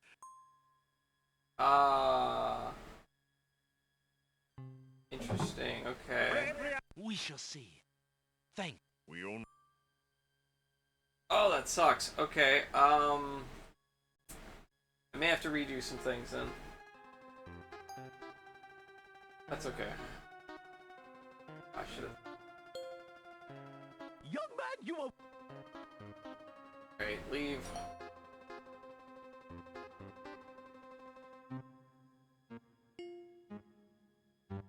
All right. How odd. Okay, so let's save. Oh. Go into the cave now. Alexander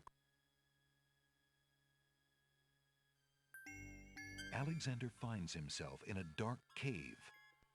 Alexander can't do much of anything in the dark cave. Walk. Dead end. Nothing that way.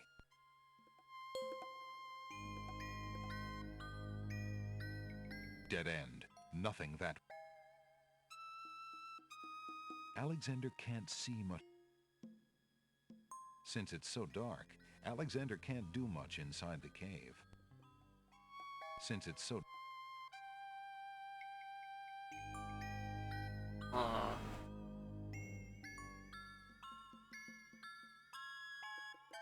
I had the lamp, maybe?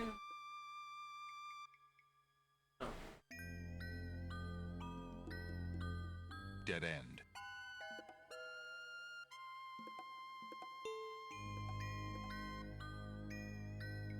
There's no going that direction.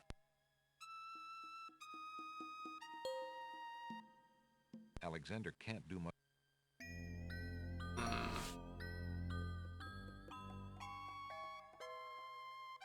Probably need the lamp?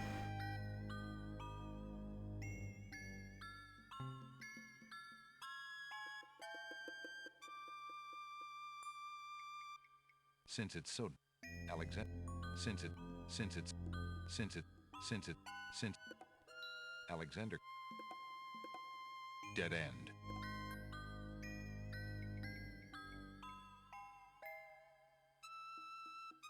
Dead end. Dead end. Probably need to light it or something.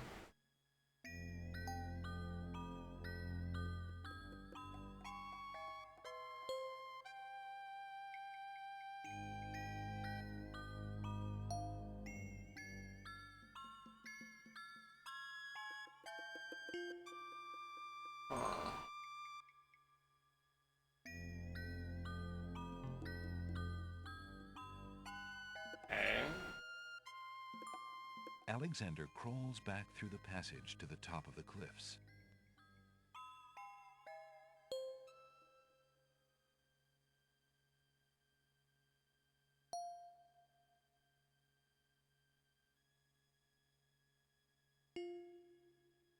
Over here.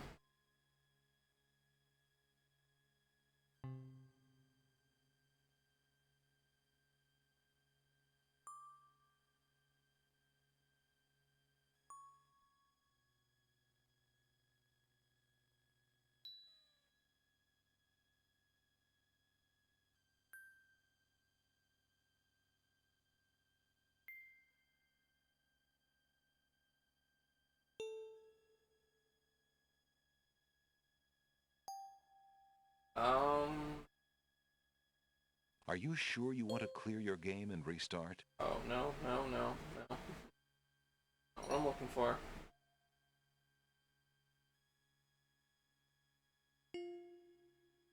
Wondering, like, do I need to continue from this point before I meet the winged people? I don't... Or do I want to go to the labyrinth yet? Gosh.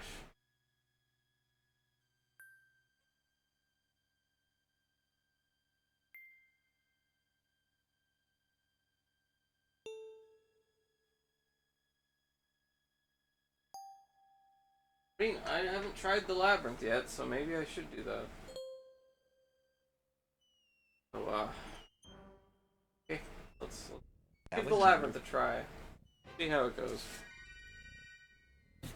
Alexander feels a strange...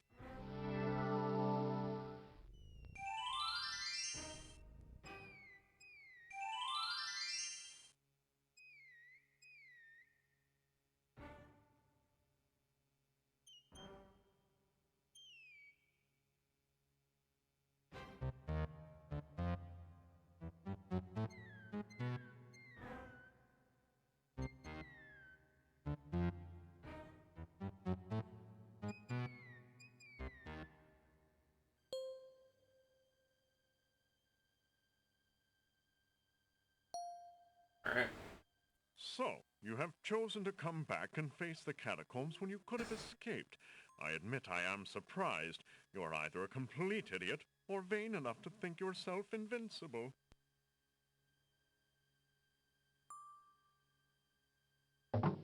And you are far wiser, I suppose, to leave a maiden to die? To not fight this plague on your own people? Bravery and suicide are two different things, human. You will have a chance to renounce your choice soon enough, when you lay trembling under the Minotaur's hooves. We shall see. Thanks for the escort. We only escort you to your death. May the fates make it quick so that you do not have to scream long. Boy.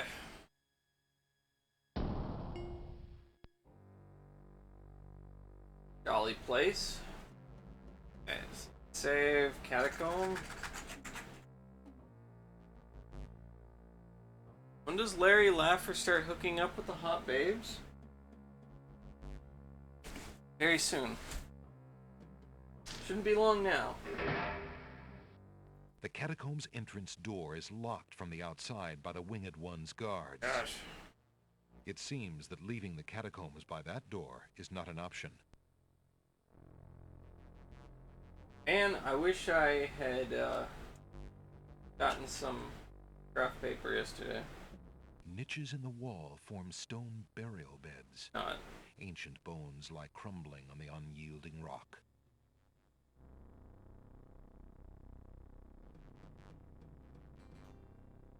Alexander examines the stone shelf and the ancient bones, but finds nothing except the dust of the grave. Okay. Well, let's go here.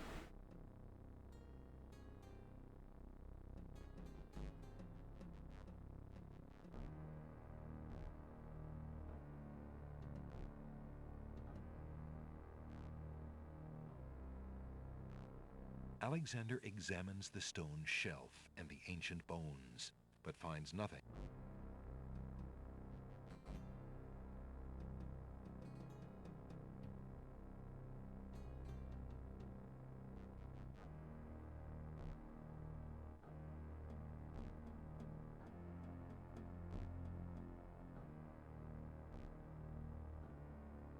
Alexander examines the stone.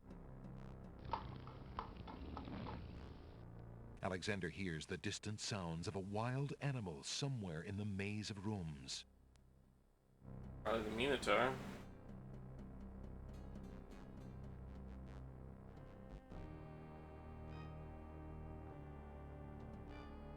Alexander examines the stone shelf and the ancient bones, but finds...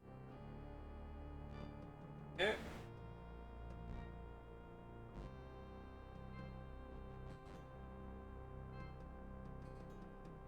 Go this way?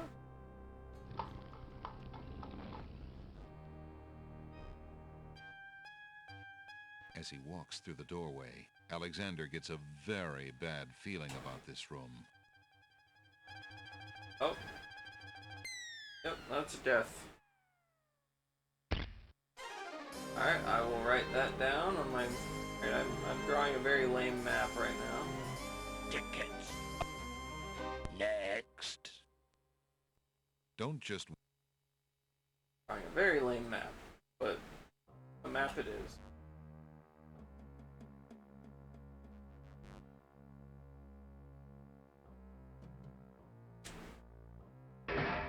We're going west. It seemed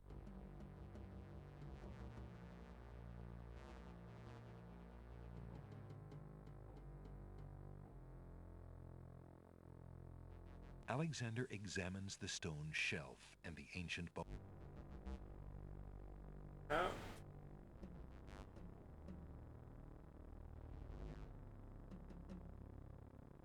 Okay. Go north. West. Go west here.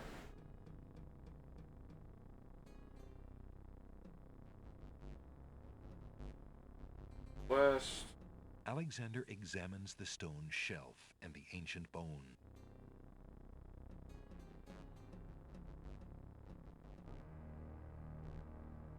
And then this one goes.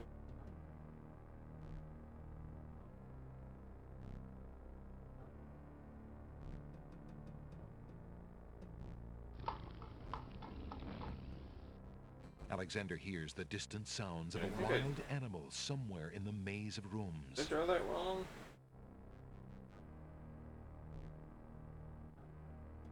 I may have screwed that up. Mess up my map. I messed up.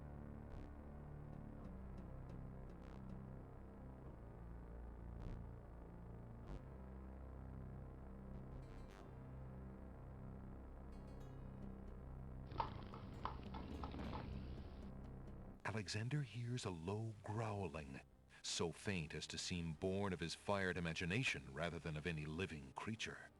Yeah.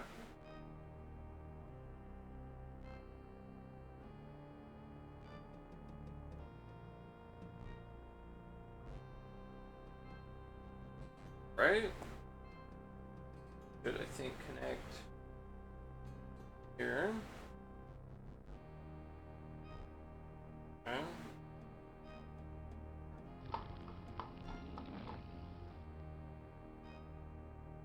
Down. This connects in a circle, I believe. Should take me.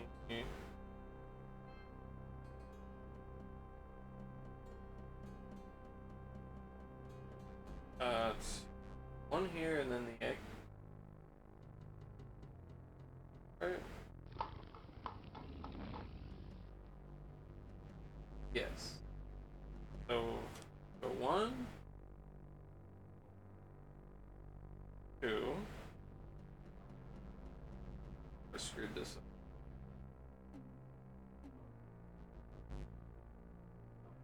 Second one, that goes up and left. Third one just goes left. And then fourth one here. Somewhere, far off. Okay. One goes up and left. Okay. I did screw it up the first time.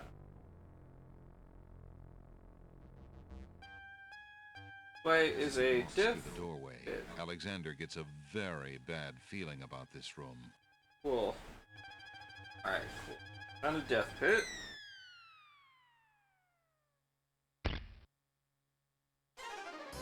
Watch the death scene when I die.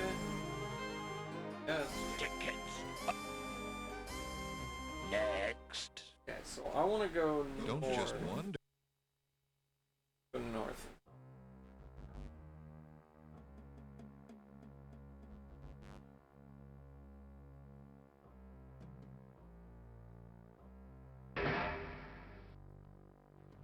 Cave, catacombs. The catacombs, it seems. Go north. So one. Let's two. Go up one more.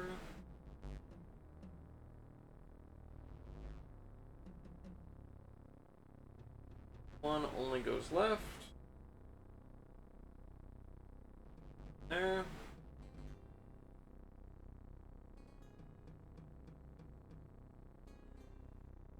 Okay, this is interesting.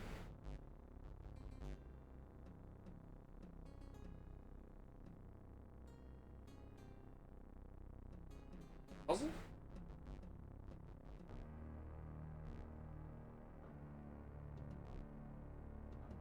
an image of a rose has been carved into that tile. That tile is engraved with a skull and crossbones. That tile bears an engraving of a crown. That tile bears the image of a dove. That tile is engraved with a skull and crossbones. What happens? Alexander feels the tile he's standing on shift beneath his feet. Uh-oh!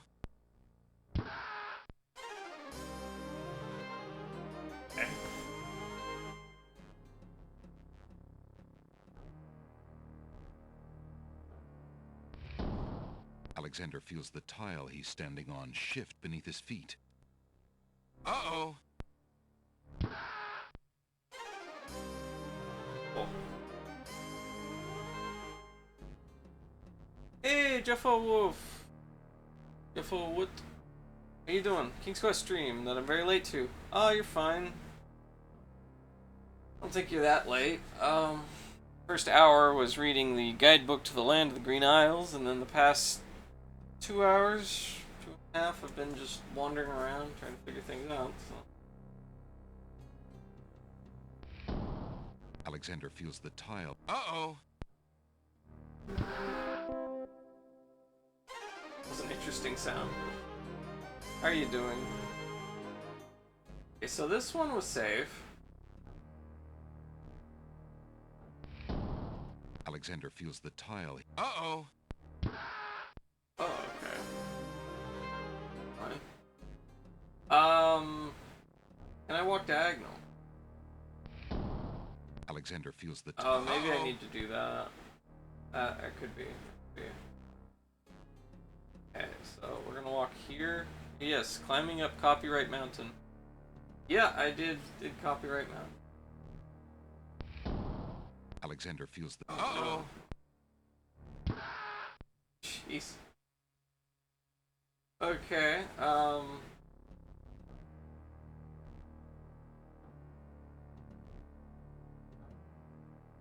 that work? That works. Okay, cool. Oh. Alexander feels the... Uh-oh!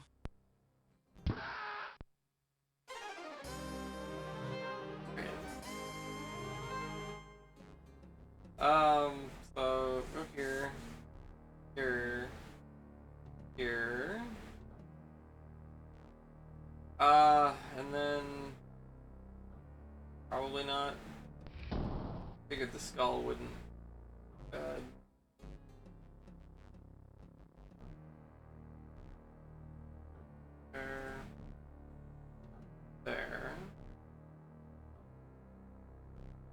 There.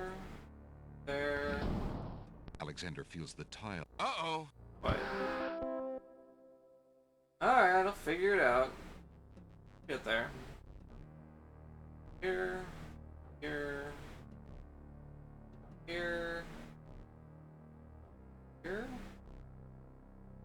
There. Oh, wait. Save.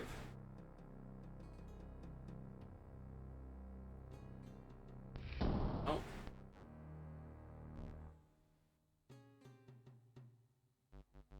There we go.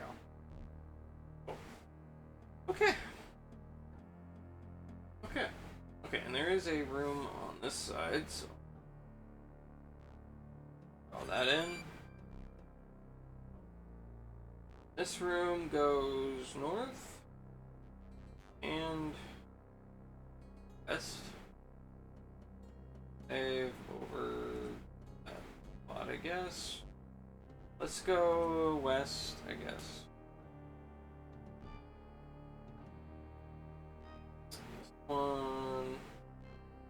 Again. Whoa, hello. Ah, you were a human only and not the monster himself. I heard you coming and thought you were the beast. Did my father send you here to save me? Why, yes he did, but how did you... Hush, there is no time. I think I have discovered the Minotaur's secret exit from the catacombs. Follow me and we'll both be saved. Alright. Hey, we might I get through this? Can I follow? Okay. Go, go, go, little man, go! Oh. That's odd. Where did she... Go! Cool. Well, that was a mean trick. Tickets. Next. Don't just wonder, Alexander. Let your conscience be your guide. A mean trick. Alright. That one is death. Not go that way. Alexander examines... Go north here.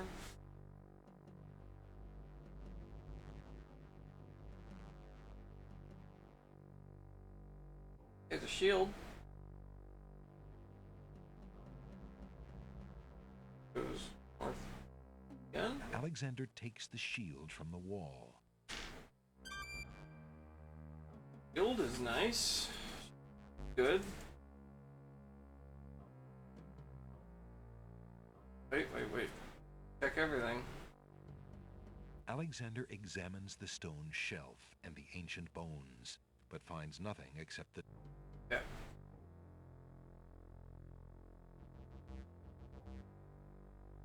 Alright, this goes north yet again.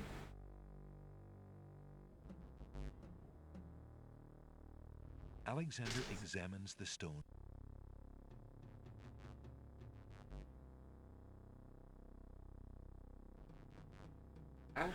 This one goes north and...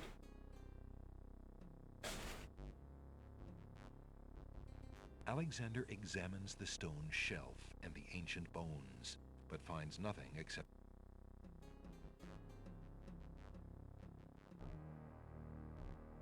Go this way. East.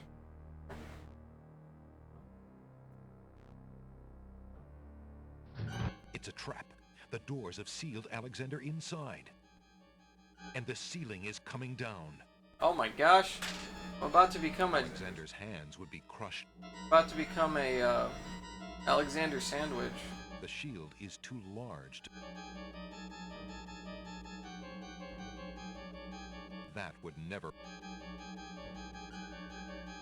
I don't know that I have anything that would work in there. The scene was directed by Steven Spielberg.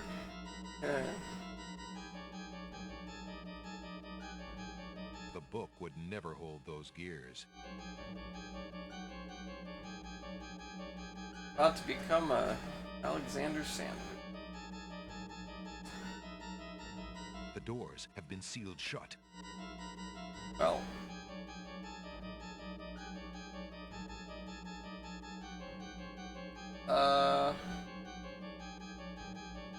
The gears are working furiously to lower the ceiling. With a sudden lurch, the ceiling completes its descent. Yikes! And presses Alexander into the floor like a bug under a heel.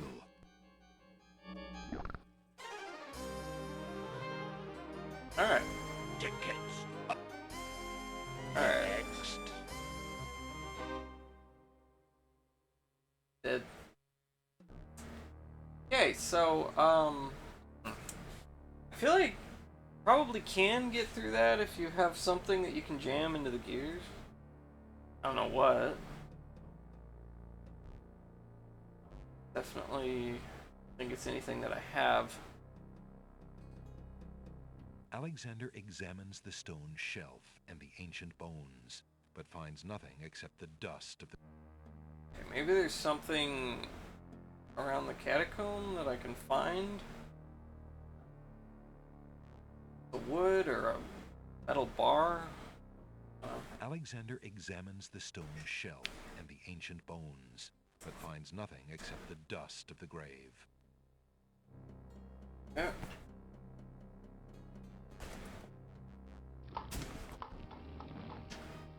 Here is a Is it a dead end? I don't know. Alexander finds 2 coins on the skeleton's eyes. He takes the old coins. Okay. Okay, that's important. Alexander examines the stone shelf and the ancient bones, but finds... That's important. Alexander examines the stone shelf and the ancient bones. Okay, so we have gold coins. The 2 coins from the skeleton in the catacombs are extremely old and corroded. I don't know what to do with those, but that's important. Yeah. Alright, so now let's...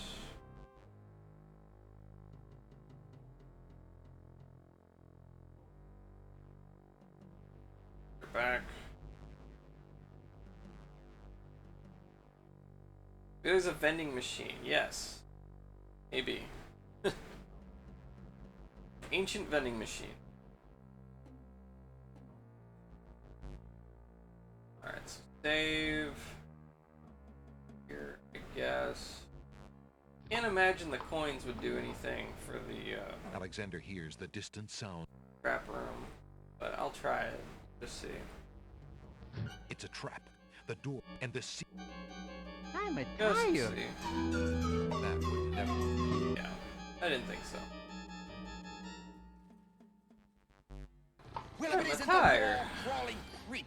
Here's Alexander one hears wall the you'll never crawl, you red and blue There's buffoon. one wall you'll never crawl. Red and blue buffoon.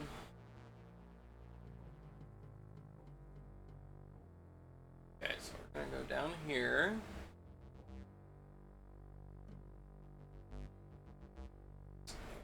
I'm gonna go.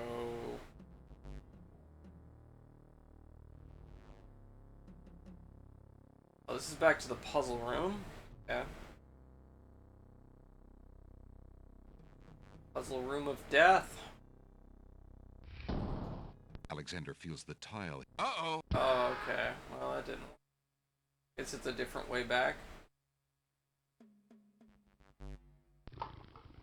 Game's fine. Game is fine. Alexander hears the We are in the catacombs at the moment.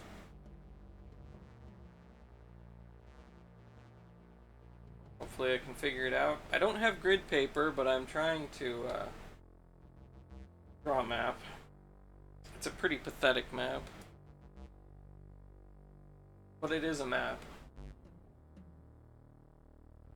I'll try this again. Room of Death Merc? Yeah. Exactly.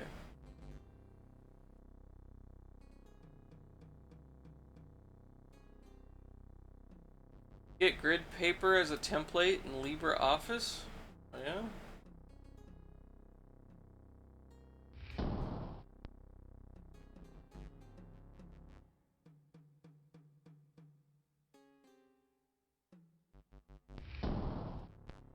Nope.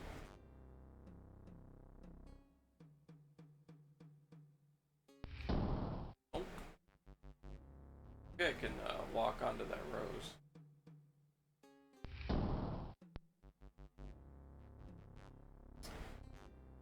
Huh. Is there no way back? I don't know.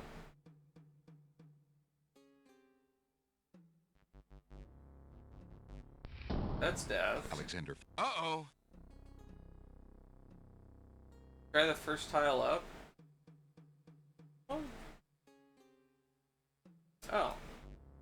Thought I did try that. Huh. Yeah. Thought I did. Weird. Okay. Whatever. I tried the one all the way up. Oh, that's what happened. Alright then.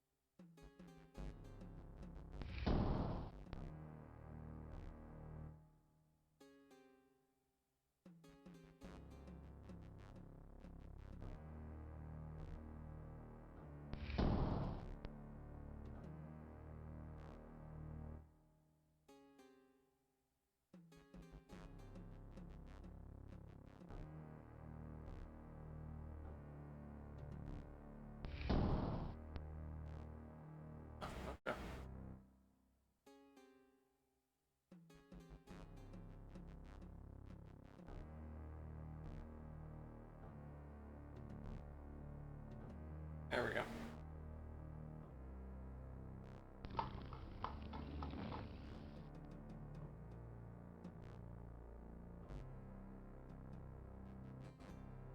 Okay, so I'm gonna go east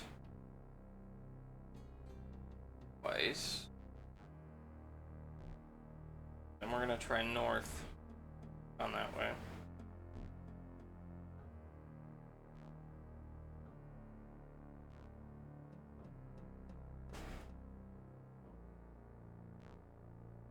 Okay, there's a skull. Maybe useful. Alexander picks up the skull. Bet I can stick the skull. Alexander doesn't want to disturb that skeleton. He seems to have all his bones intact, and it'd be a shame to break up the set.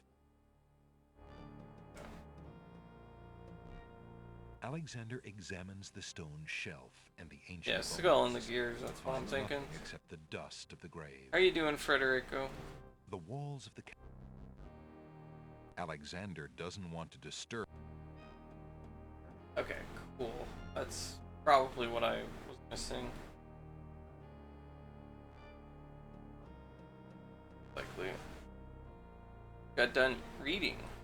What were you reading? I'm okay, just gonna make my way through the labyrinth.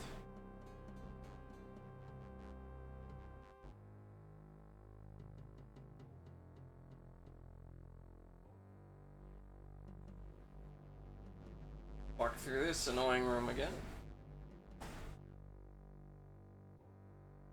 Give. There.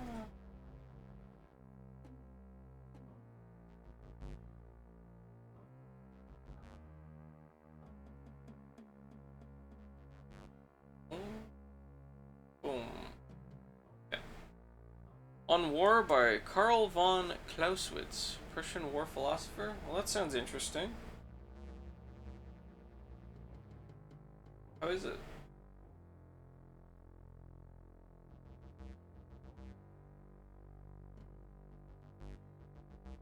Ooh. I'll go east here. Yeah.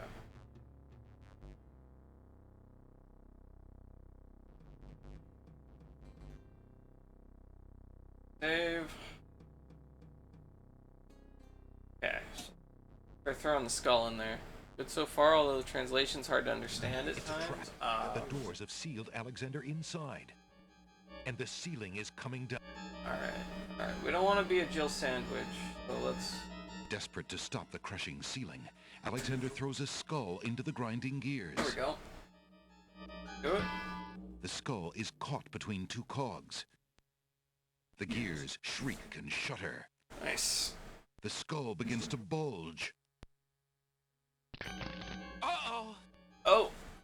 With a sudden lurch, the ceiling completes its descent. Well... Yikes! And presses Alexander into the floor Damn like it. a bug under a heel. Alright. Hold on a second. The skull wasn't strong enough to endure the pressure, and neither is Alexander's.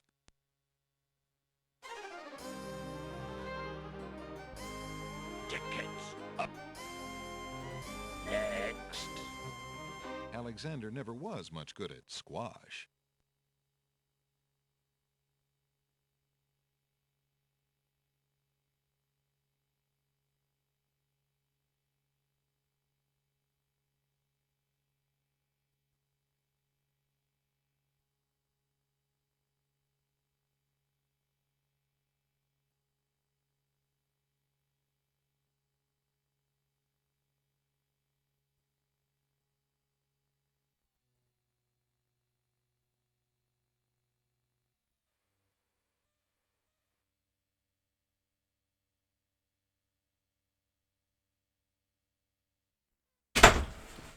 Alright, well... That looked so promising. It looked like it would work. But it did not. Okay. Alexander is carrying a human skull. The otherwise plain wooden shield is embellished with a silver cross. Anything with it? The wooden shield feels strong and sturdy. Oh. I thought the shield would work. You talk to the skull? And the I could try it. The shield is too large to fit in those gears. Okay, shield's too large to fit in the gears. Good try. Talk? The skull is as silent as the grave. Okay. No. The 2 coins from the skeleton in the catacombs are extremely old and corroded. Thing to the right of the shield, it's a bottle of invisible ink. Alexander's carrying a little ink bottle. It appears to be empty. Invisible ink.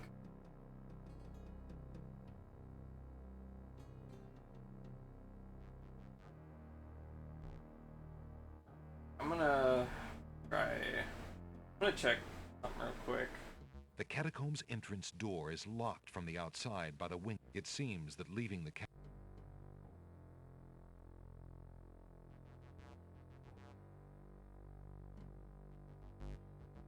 So, see if I missed anything on the west side here.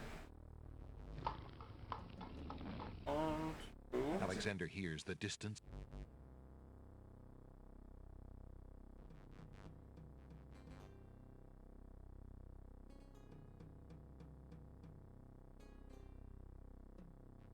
Here. 4. The left is death. North.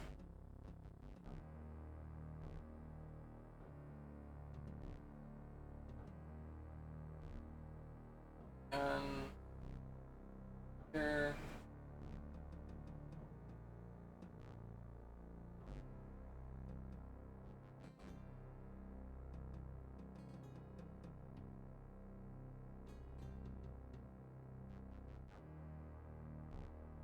Yeah, it's just a circle.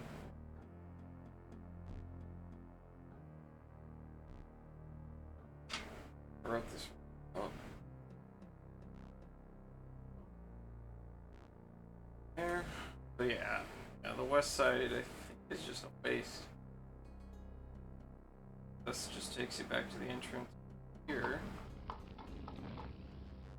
Alexander hears a low growling, so faint as to seem born of his fired imagination rather than of any living creature.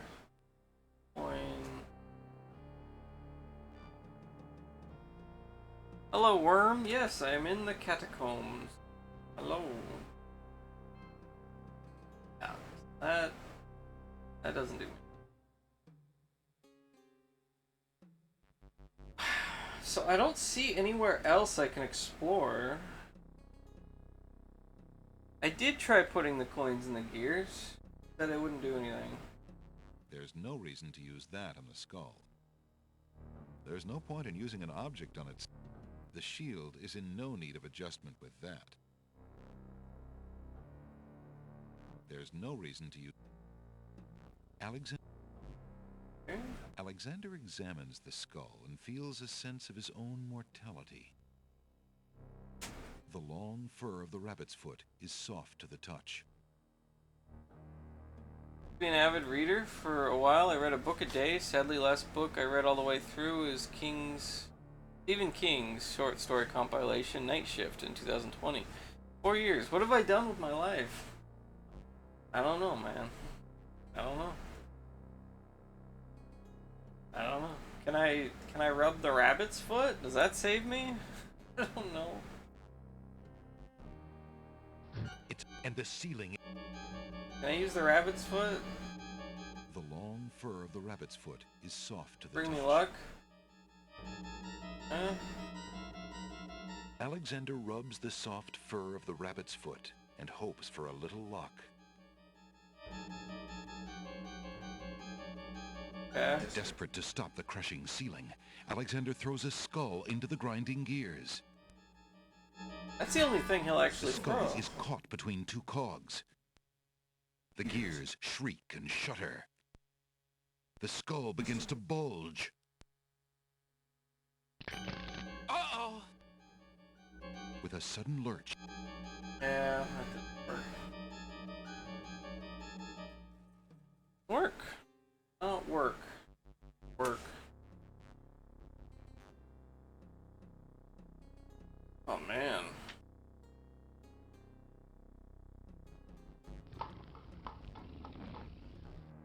Alexander hears a low growling, so faint as to seem born of his fired imagination rather than of any living creature. You need to put the skull to a skeleton without a skull? That's an idea. Definitely an idea.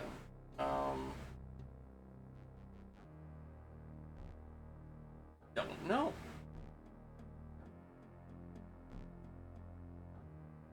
Read books but get burnt out. Somewhere, far off. A little halfway through, no lies. Last really intriguing book was Ambergris. The people living in a fungi-based civilization. Well, that sounds... Fungi civilization? Like Morrowind. Okay.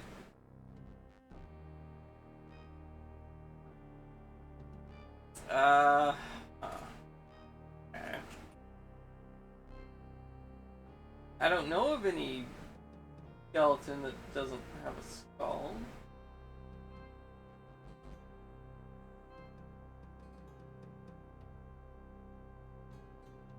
Trilogy? Pretty much. Book was really trippy, dark fantasy. Alright. They're like... The walls of the catacombs are rough and cold to the touch. Gosh, I don't know.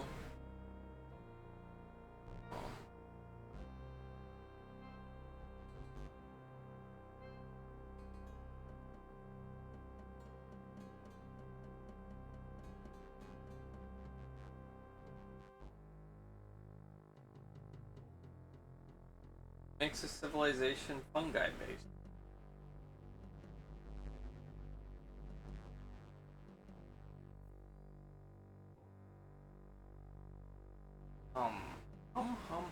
There you are.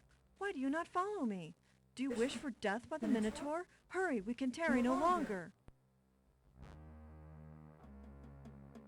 Yeah, so she just leads me to my death.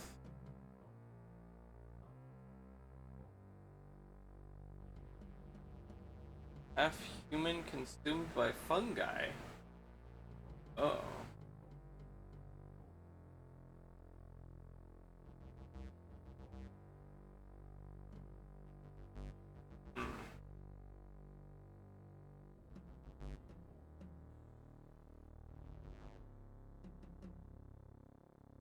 So, here you still are. You are a coward and a fool. I leave you to your fate. Say anything if I, like, wait?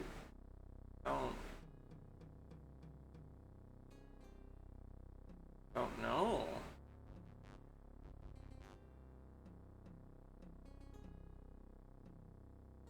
With this, well, no, she only shows up for like a brief period and then leaves.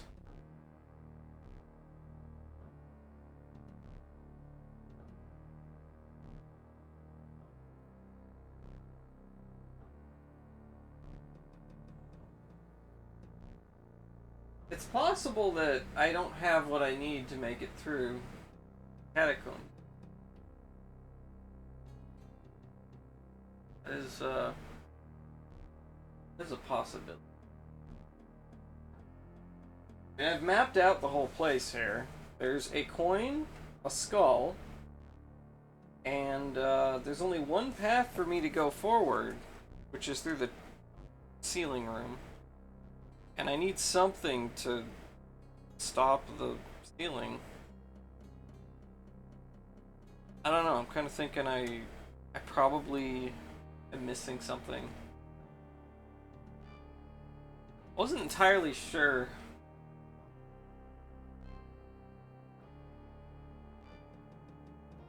about coming here in the first place anyway. They did give you time to, like, prepare. Okay. And I can't explore this cave without a lamp or something to light it with. So that's good. And we found the skull in might have a headless skeleton. Carefully down the long face. Whoa, wait a minute. Whoa, wait a minute.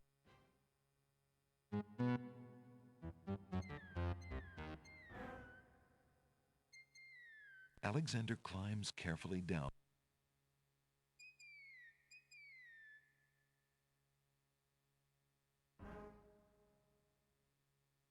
Oh. Yeah, I'll check. I don't. North twice, east twice, then north.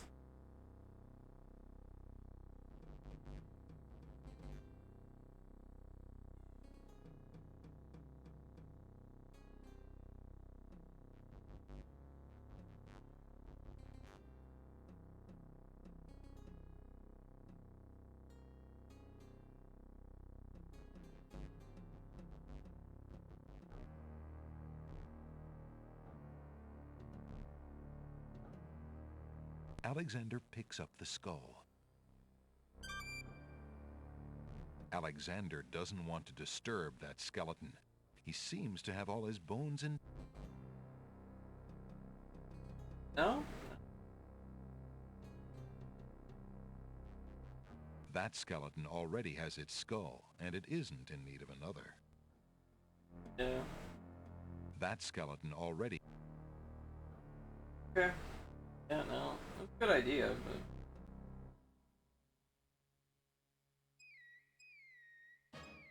I don't know. I think I need something else. Alexander pulls somewhere out else. his magic map. Probably.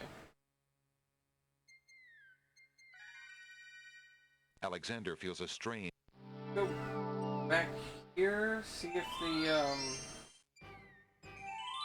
fellow I can talk to the fellow. The bookstore.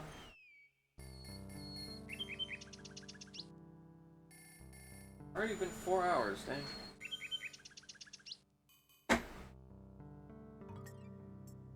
Alright, yeah, let's check out the bookshop.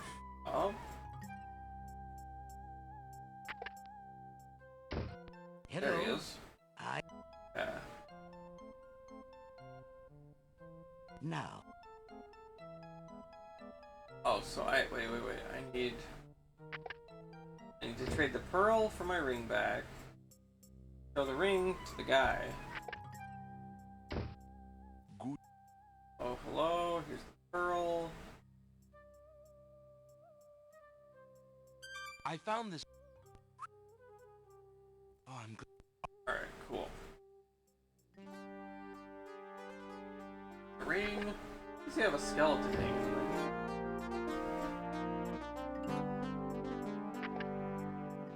Oh, no, the guy's gone. The guy's not there. Okay, maybe if I come back in. Oh. Screw it up. I don't know. Good. More King's Quest games would have made with this art style? Yeah, me too. That would have been nice. Good. Gosh. Did I just screw up and, like, miss my chance to talk to this guy? I may have. Alright. Alright, so let's do this again. Alexander. Go to the pawn shop first. Alexander feels a strain.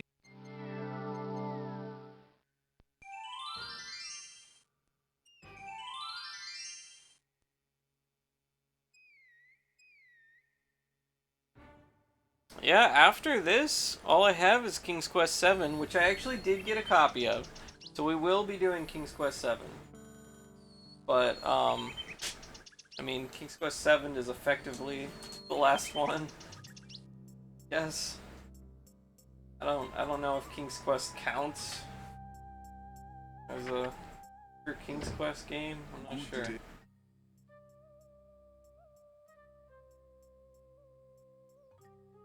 I have not played Grim Fandango. It's on my shelf though. Large pearl. I do have a copy of it. Oh, You can play that at some point.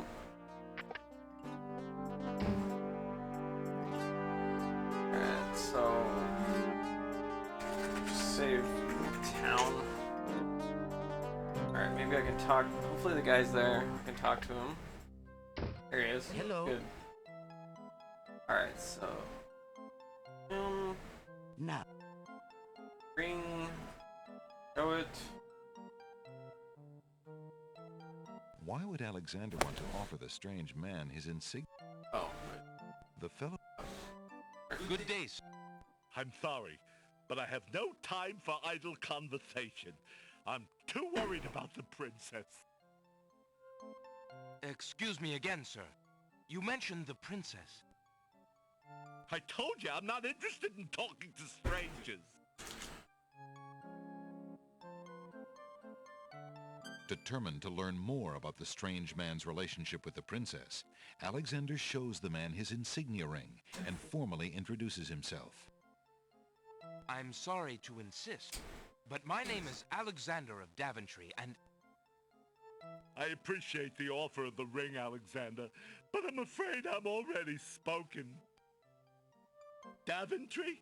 Where have I heard of Daventry? Flying flit mice. You must be Prince Alexander. Cosima told me about you when she arrived home. How came you here?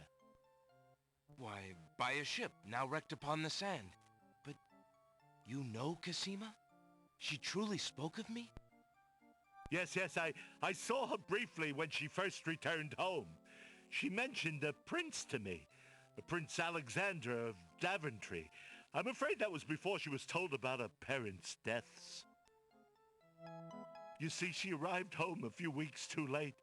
The king and queen thought they'd never see her again. It is said they died of heartbreak.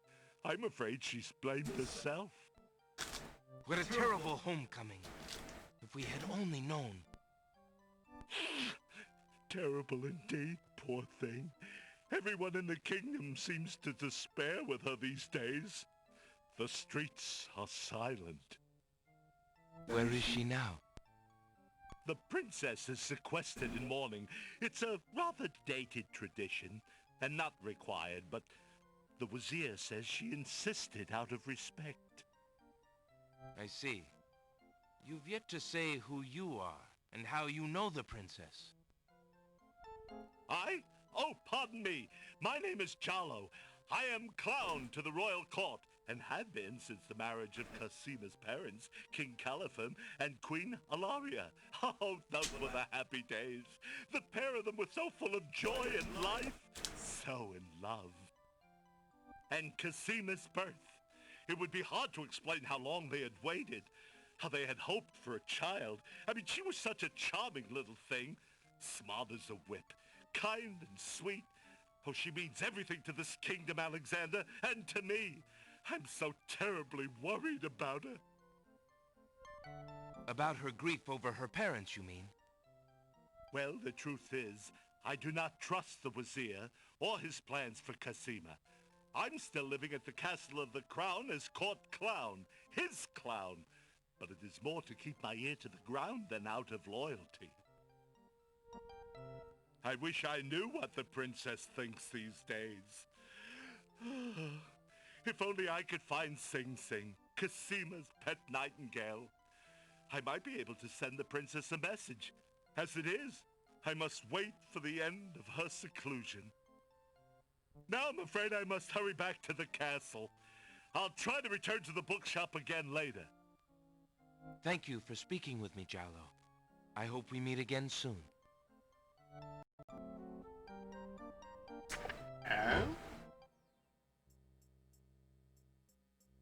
How fare you, merchant? Business could be better. Too many people are losing interest in reading these days. It is a sign of the times. Alexander would have to read the books to hear what they have to say. How fare you, merchant? Quite well, thank you. I just finished a wonderful book on geological rock. 7's great. My friend loved 7, but never beat it, so I got it for his birthday. He beat it under an hour and shrugged it off. $20 down the drain.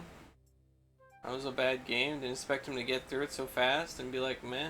Aw, that's unfortunate. Okay.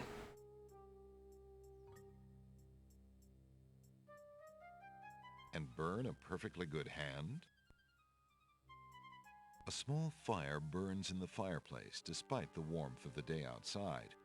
Perhaps the bookshop owner simply finds it comforting.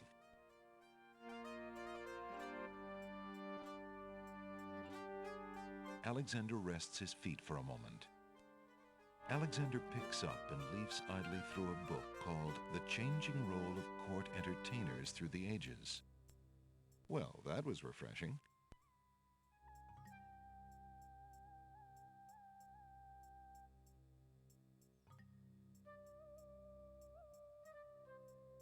I think I know what the rabbit's paw's for. I know.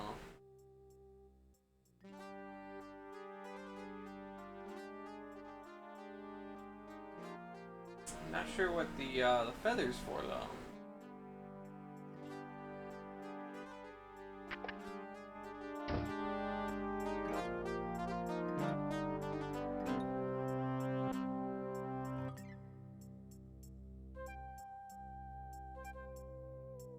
Really enjoy Grim Fandango. It's tough, but one of the best point and clicks. Yeah.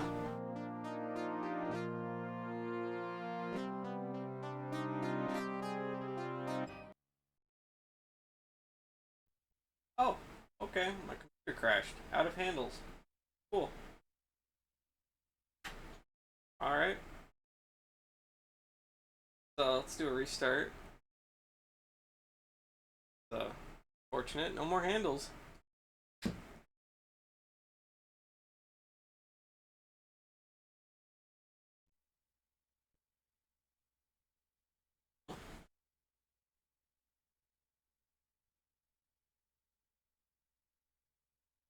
That happened right at the end of King's Quest V. I don't know.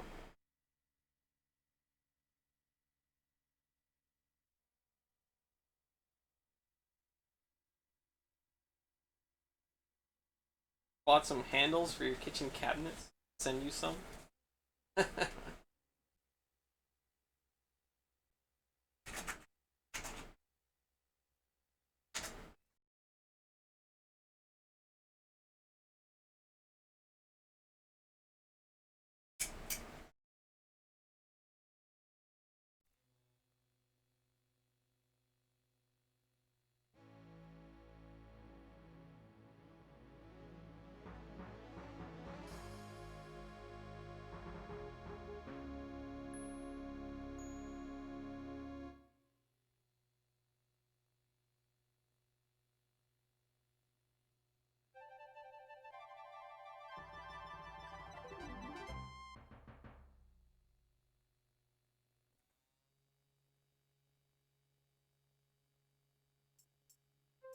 Alright. Back.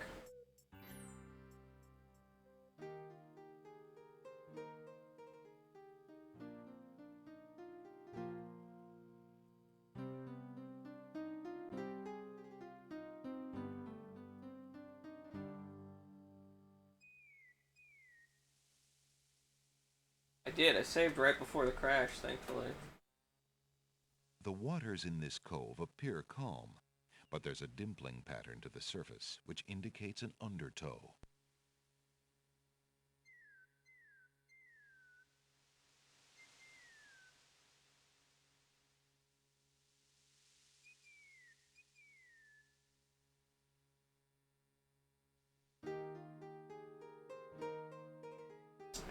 Thing over here. I'm gonna check near the castle again.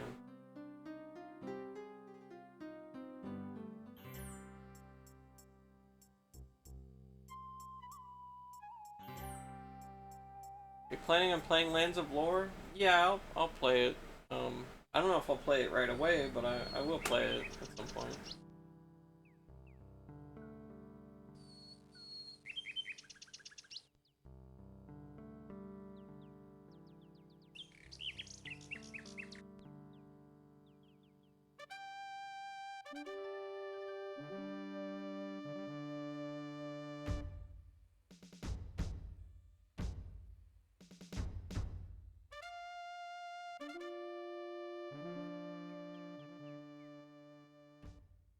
Back here? No.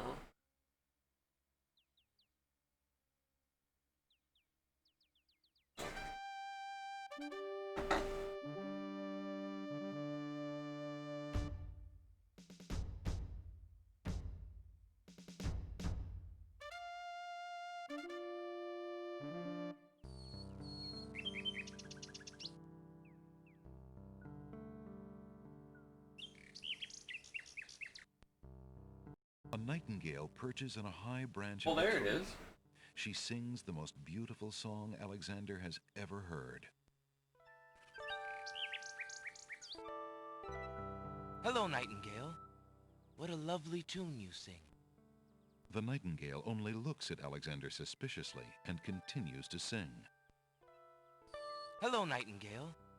What a lovely... The nightingale... Got a feather.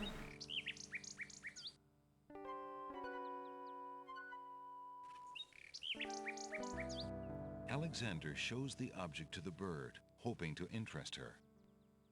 The nightingale just looks warily at Alexander and keeps her distance. A mint? You want a mint? Alexander shows the object to the bird, hoping to interest her.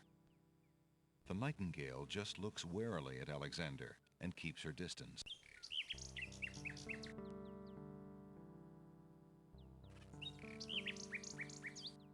Alexander shows the object to the bird, hoping to interest her. The nightingale just looks warily at Alexander and...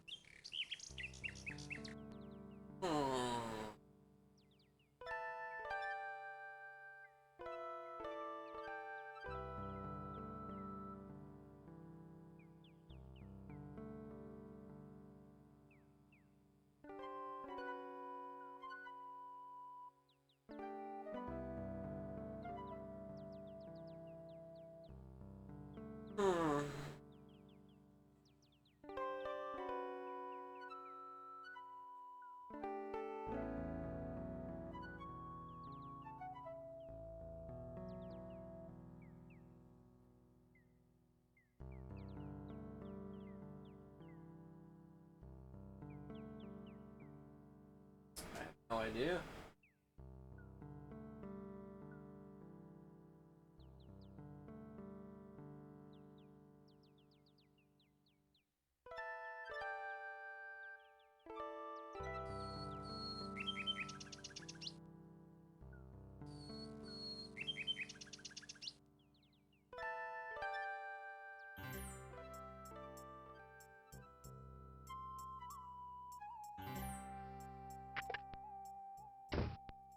Good day, Prince. Anything else? I don't know. How fare you, good merchant? I cannot complain. How fare you, good merchant? I am as content as the sands on the ocean shore, Prince Alex. Imagine being that content. Would you be interested in making a trade for this, merchant? A feather? I think not, Prince Alex, but it is a very nice feather.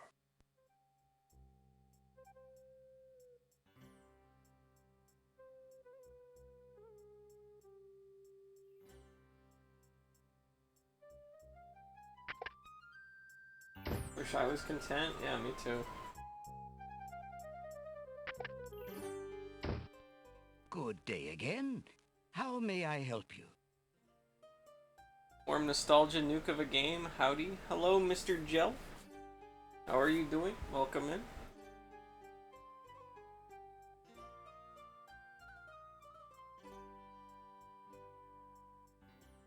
Merchant, would you be interested in this?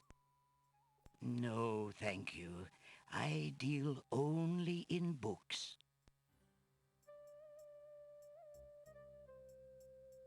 Might I return this? Please, I had a hard enough time getting rid of that book in the first place. I think he needs any.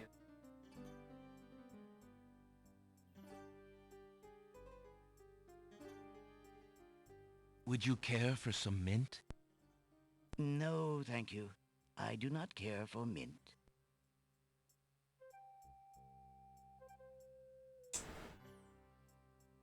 You a long-time fan of this game or the series? Alexander has no need to disturb the shutters.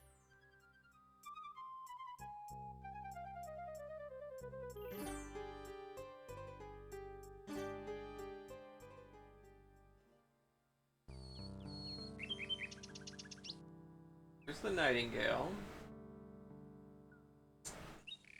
Oh, what did it though?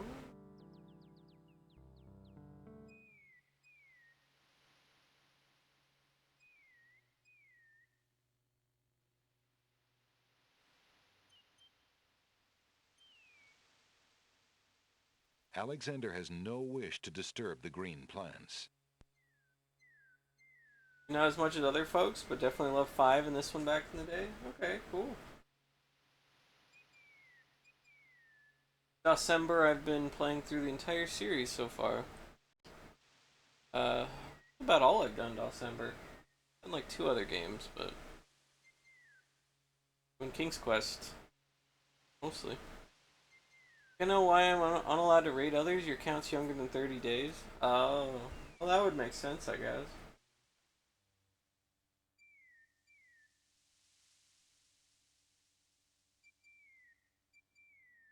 Alexander pulls out his magic map. Yeah, I also did the Buick discs. And I did the Hot Wheels Camaro disc. That too. Alexander feels a strange pulling sensation. I still have a couple Buick discs we didn't do.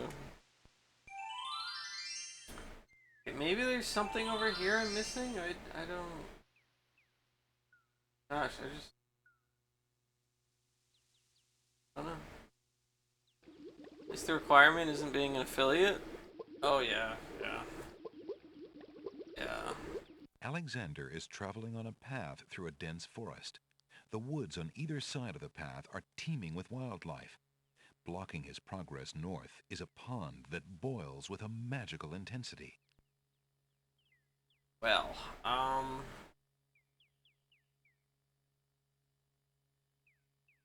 see how any of the items I'm carrying be useful here.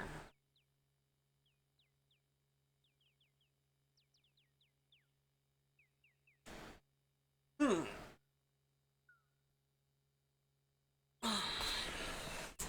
I can't interact with the mushrooms. What about the rock? Alexander has no need to carry around large rocks. No? I mean, large rock could be useful in the catacombs.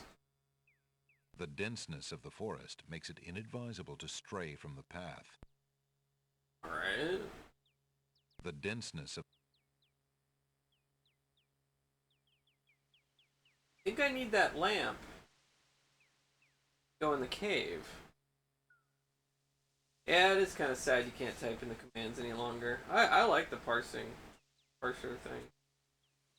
Alexander is standing at the edge of the sea on a heavily forested island.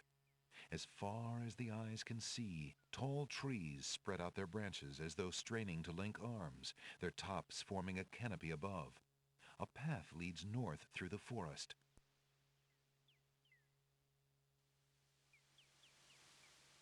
Suppose I can offer you a mint deer thing? Alexander doesn't want to do anything to disturb the local wildlife. Alright, alright. No disturbing the local wildlife. Gosh. Alexander pulls out his magic map. What do you say, parser? Yep. I miss the parser. Harsher was nice. Oh, the Sacred Mountain. Never feed deer mint. No?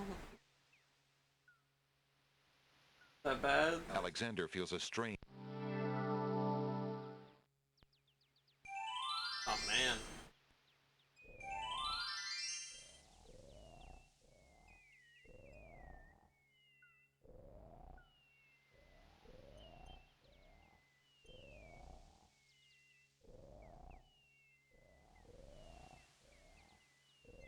Oh man.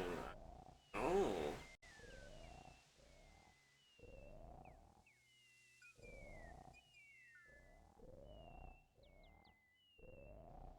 Have clams. Clams are all asleep. I need. If I go up, gnomes will attack.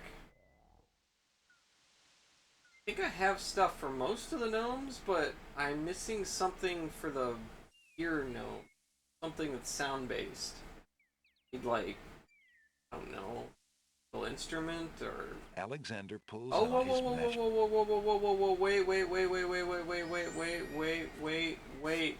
The magic map lays out. No. The magic. Okay. Right there, it's this thing right here. What is this? Yes. Alexander picks up the object floating in the water. It appears to be a string of letters. They say, "Where are you going?" Alexander decides to keep the odd sentence, even though it is incomplete. Okay, where? Alexander is carrying, oddly enough, a sentence. It says, "Where are you going?" Alright, that's... I have no idea what the hell to do with that, but okay. That's, the thing. Found a thing. Alexander pulls out his... Finding a thing is, good. Alexander feels a... I wonder if I can trade that sentence to, the pawn shop guy for anything. Maybe? Maybe. I don't know.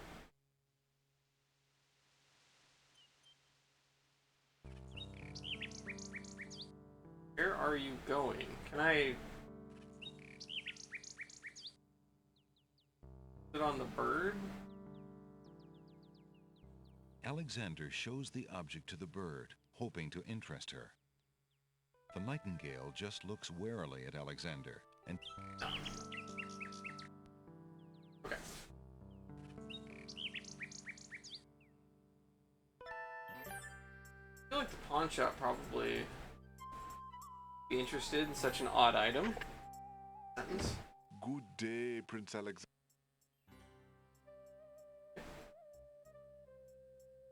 Would you be interested in making a trade for this, merchant?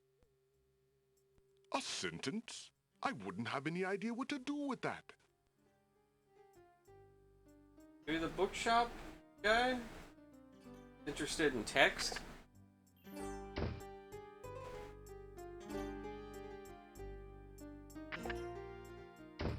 Hello. I will be right up. Now. There's no reason to use that. Merchant, would you be interested in this? No, thank you. I deal only in books. Only in books. Don't want a sentence. What the hell do I do with a sentence? Ah. So odd. So odd.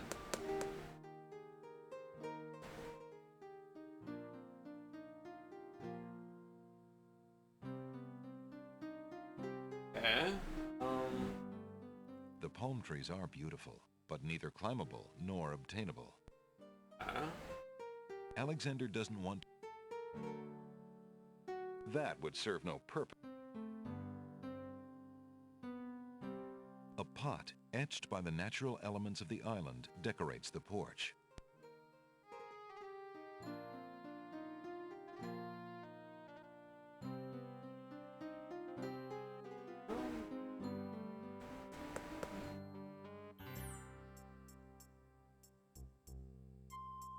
Okay, so no one wants a sentence.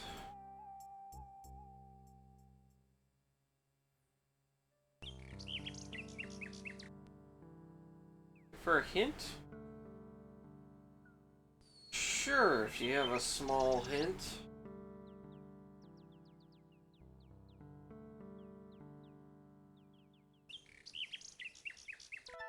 And a little bit of a nudge.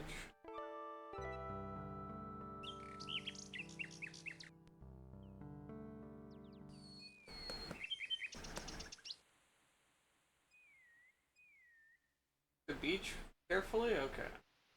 Guess I didn't check this all that carefully, did I? Alright. Alexander has no need. Oh. Alexander pushes the plank to one side. Oh? A box has been partially buried under sand. Alright. Alright. Alright. Oh, hello. There's nothing of interest in that part of the box. Oh, that... Alexander takes the coin and leaves the ruined box where it is. Oh. Dang, okay. We have a coin. Alexander is carrying a copper coin of Daventry. King Graham graces the front of the coin. Huh. Alexander has no use. Interesting. Alexander has... Without a ship, Alexander has no need for a ship's wheel. Ah. Alexander has no need. The ship is ruined. Okay, well that's certainly something. Trade that coin. I can trade the coin for something. I don't know.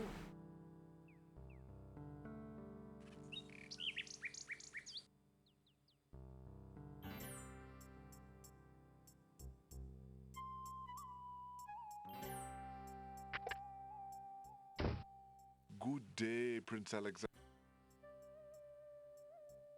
See here. I have this copper coin. Is it of any value to you at all? Most interesting. I have never seen a Daventry coin before, but it is copper genuine enough. I might even find a buyer who is interested in foreign currency.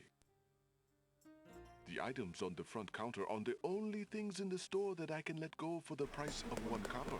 You may make your choice from there. Alexander looks at the items on the counter to make his selection. Oh. I see you have noticed my mechanical nightingale.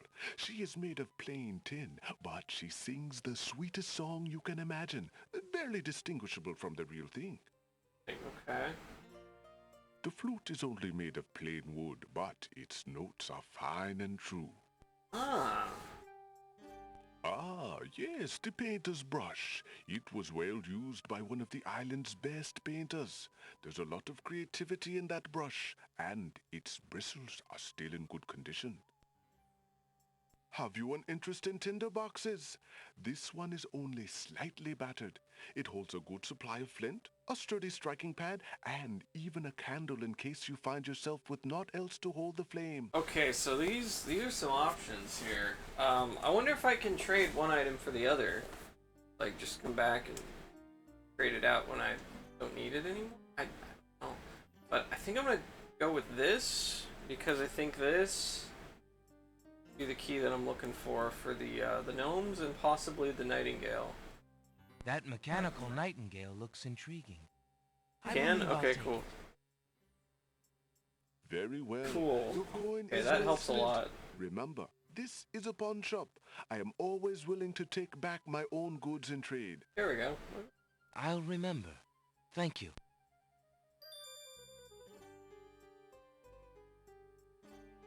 Alright, alright, alright. Hey, that feels like progress. Look at that. Sweet. Cool. Down. Alright, let's see if we can interest the nightingale. Hey. Fake nightingale.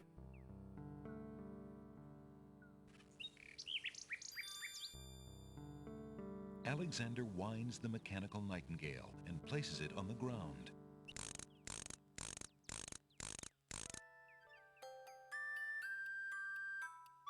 The mechanical nightingale sings a sweet, tinny tune. The real nightingale in the tree cocks her head and listens intently. The nightingale flies to a lower branch and looks at Alexander curiously, as if she were deciding that this human might not be so bad. I talk to you? Hello, little nightingale. Of what do you sing? The nightingale only looks at Alexander curiously and continues to sing. Although the nightingale seems interested in Alexander, she would never allow him close enough to grab her.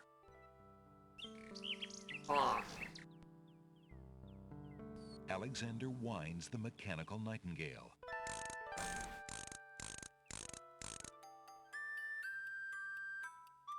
It plays its pleasant tinny tune. The living nightingale in the tree listens to the tune curiously. Although the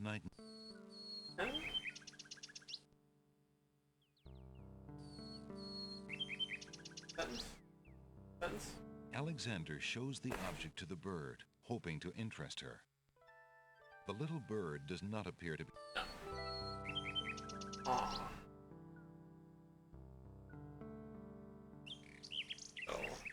Alexander shows the object. The little bird does not appear... Okay, well,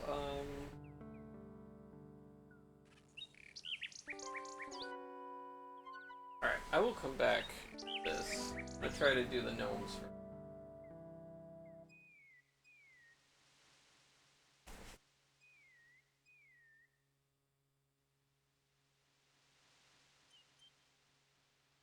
I think I have what I need for the gnome.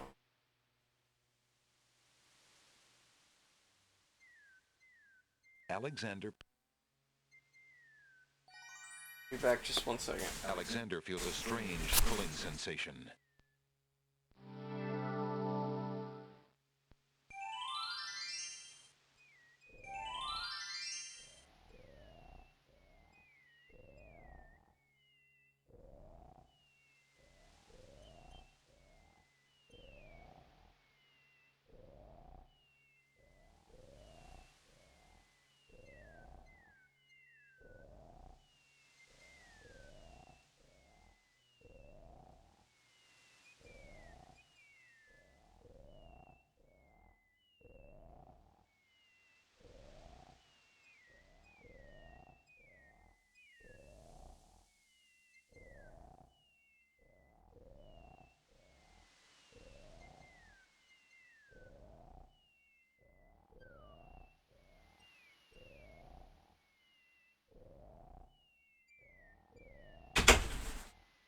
Alright.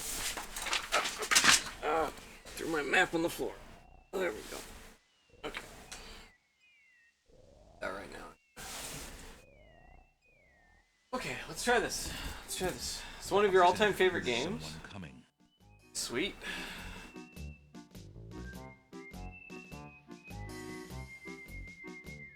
You want mine too?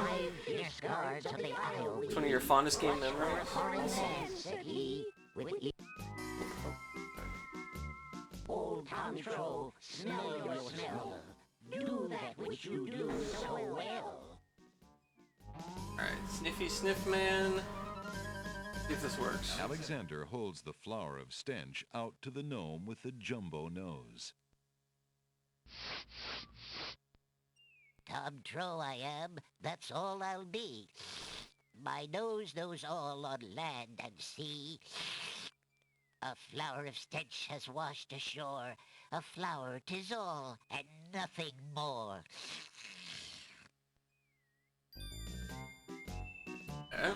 Listen, hark you, Grovenor. Do your duty as you swore. With your ears, please tell us more. Alright. See if the nightingale works. Alexander winds the tin nightingale and plays it for the gnome with the monumental ears.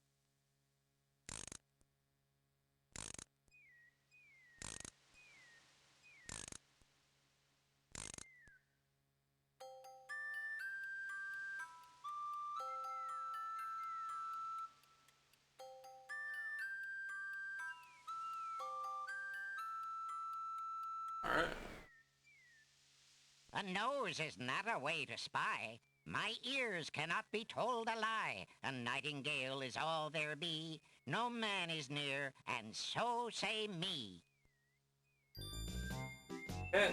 So this guy, the mint. Taste, Grump, that we might know whether friend or whether foe.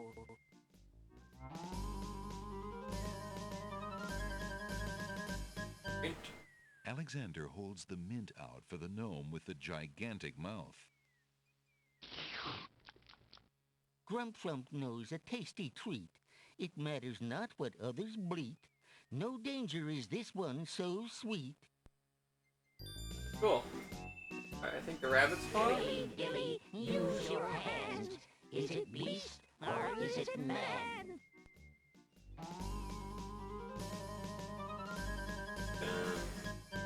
Alexander holds the rabbit foot out for the gnome with the huge hands. Be all you mad? What aileth thee? A bunny can't trill merrily. A hare does not at all taste sweet.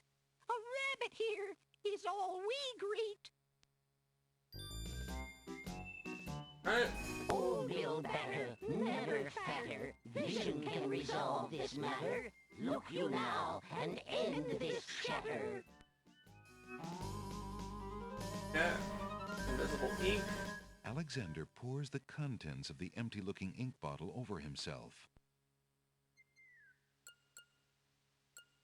By all that's beauteous, fair, and sightly, 4 morons do I sleep with nightly.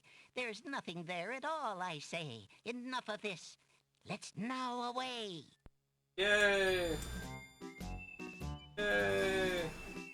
Got past the gnomes. Oh my goodness. Alexander did it! He's fooled the guards!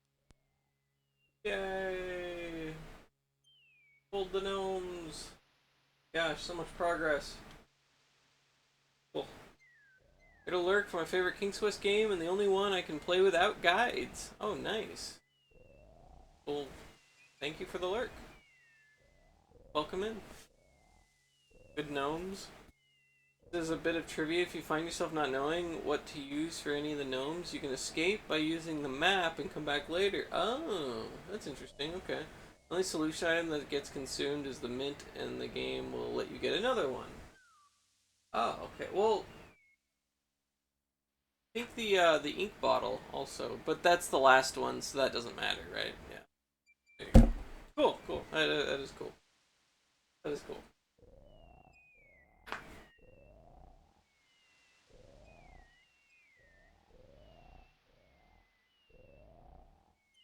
Alright, let's,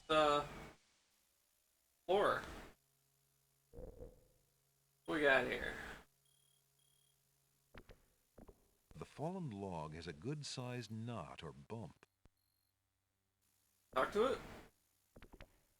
That bump on the log does not look particularly conversational to Alexander. Bump on the log? Sit on it? Alexander doesn't have time to sit around on the log. A mushy swamp lies just off the path. It doesn't look like very good swimming. Milkweed thrives near the mucky swamp. Small bottles filled with milk grow on it like fruit. A stick is stuck in the middle of the swamp. Stick in the mud? Bump on the log? Alexander takes a bottle of milk from the milkweed bush. Oh my god! Bark! Apparently, the dogwood tree doesn't like Alexander standing that close. Dogwood tree? A large tree stretches knotted limbs out over the swamp. Part of the tree's trunk is shaped like the face of a dog. I didn't even notice that. A dogwood tree. Until it started barking. The dogwood tree, its bark barks. Oh my gosh. It's like a pun island. Pretty good. What do I have? So I have milk now. The glass bottle is full of milk. How strange for a plant to produce not only milk, but a container to go with it. My dear tree, is it true that your bark is worse than your bite? Can I talk to the stick in the mud? Alexander sees no point in trying to talk to that stick in the swamp.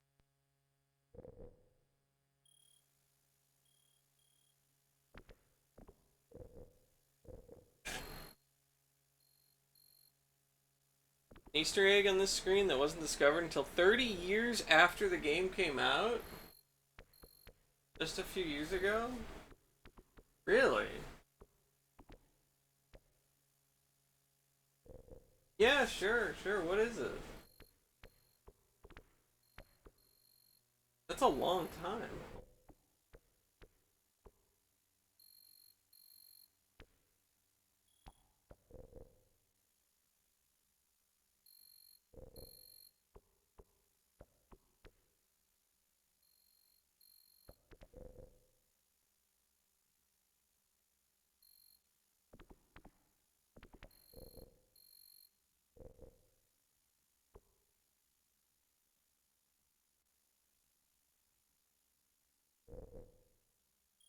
Milk bottle in your possession. Click hand on the milkweed bush 5 times and look at the dogwood tree 5 times. Okay. Alexander already has a bottle of milk. 1 is enough. 1, Alexander 2, Alexander 3, already. Alexander 4, already. Alexander already. 5. A large tree stretches knotted. 1. A large 2. tree stretches knotted. A large tree. A large 4. tree. Oh! Oh my gosh. The Isle of Wonder swamp oozes with the swamp ignored. This. The Isle of the Isle the Isle the Isle the mucky swamp is no place for extensive hands-on exploration. It? A forced animation plays of a frog hopping onto the path, and Alec walks onto it and squishes it. What the hell? The Isle of Wonder swamp oozes. Why? Why is that a thing? What? That's so weird. Dev's being silly? Oh my gosh. Huh, it's new to me? Wow, yeah. Unless Alexander is mistaken, those plants must be baby's tears. Those Cabbage Patch Kids? Look, I'm the one and only person who's uploaded an explanation of that egg to YouTube. And that it's only mentioned on the internet in one place. Wow. That's surprising. Hello. Aren't you a bunch of fine-looking young plants? Apparently, the baby's tears haven't learned to talk yet. Take them? Alexander doesn't want to pick the baby's tears. They may not be done growing.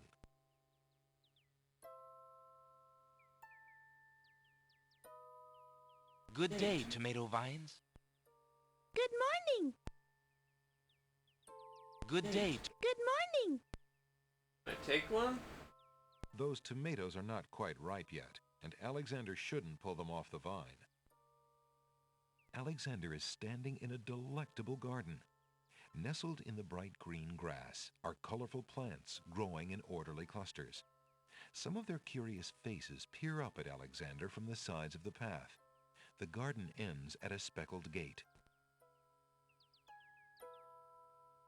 There appears to be a hole in the garden wall.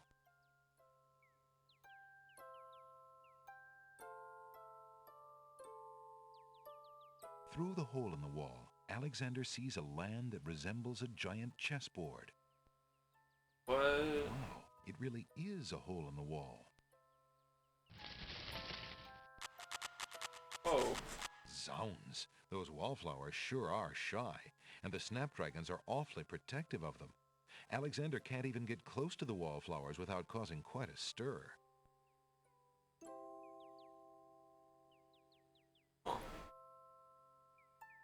colorful array of snapdragons stand guard to one side of the path. Not surprised that there might be long-time fans in here who have never seen it. It's really hard to discover because it uses no unique animations or sound effects. Another egg that was discovered around 2015 was reverse engineered from an animation found in the game files that never plays in the regular game. Well, it's harder to explain how to do it in text, but the result is Beauty's stepmother opening the door and mooning you for a few seconds. What? Alexander approaches the snapdragons. They're gonna kill me? God.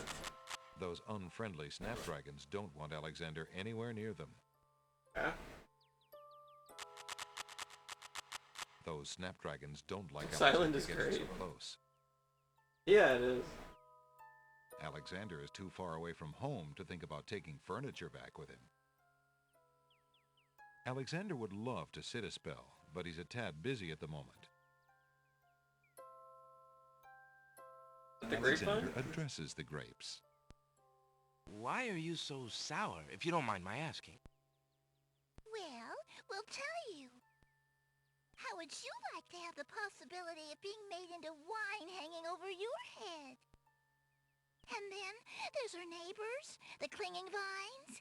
All they do all day is whine about the Ivy League social climbers that never call. It's really just no fun at all. That's too bad. Well, I hope things start looking up. Thanks a lot. Excuse me, lettuce. The lettuce just gives Alexander the cold shoulder. Alexander says to no one in particular. What a pleasant garden this is. The inhabitants smile shyly but do not reply. Good day, snapdragons. The snapdragons don't seem inclined to communicate with anyone. A lot of players go the whole game without noticing the clinging vines. You can talk to them too. But yeah, I figured. Probably. Greetings, ladies. How charming you look today. The wallflowers are too shy to talk to Alexander.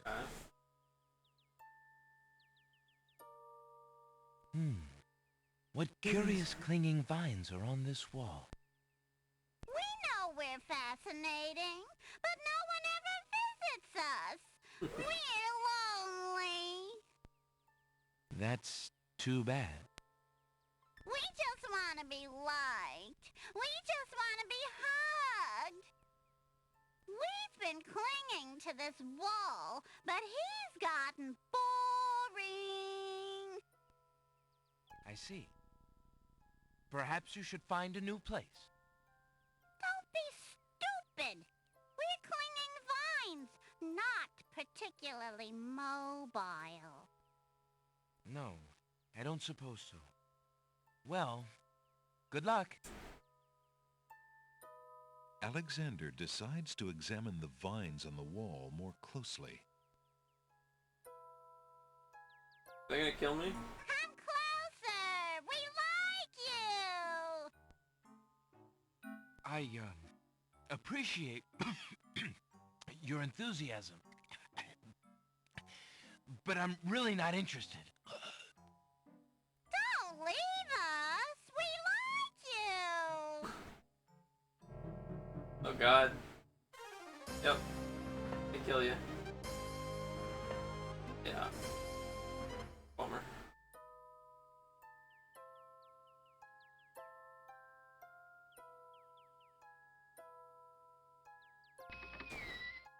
Okay. Well, this is different.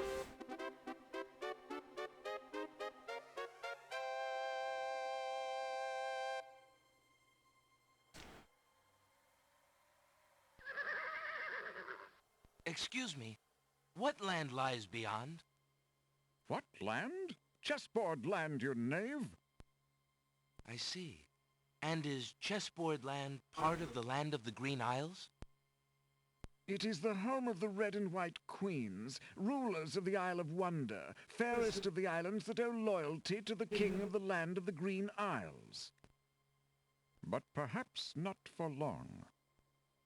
What do you mean? What is the purpose of unity with the great king and queen dead?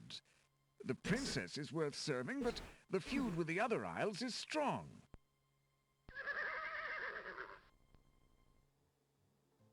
Oh, what are these? Pawns? No, they're the queens. Okay.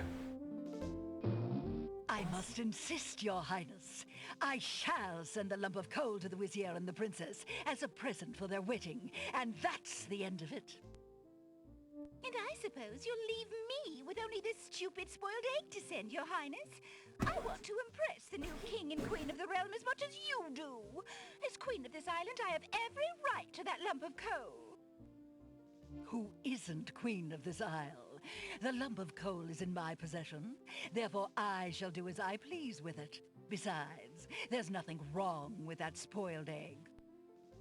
The egg, though delightfully spoiled, is not nearly so valuable as the lump of coal, and you know it. Your Highness always got to carry the singing stone. It's not fair that you get the coal, too. That doesn't count. The singing stone was stolen by that horrid beast.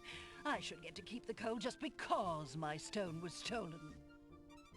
It wasn't your stone. It belonged to the Isle of Wonder treasury. Your Highness always thinks that everything is hers.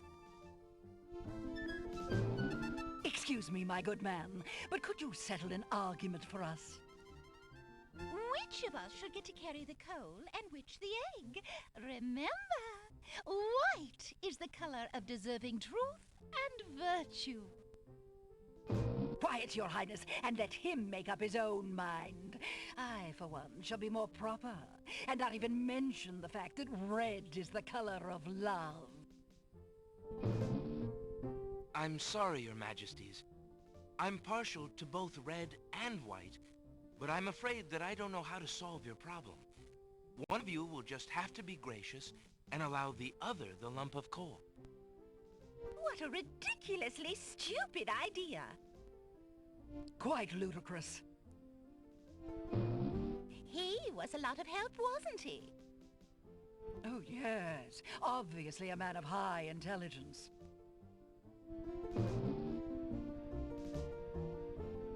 Okay. The lump of coal goes much better with my gown anyway.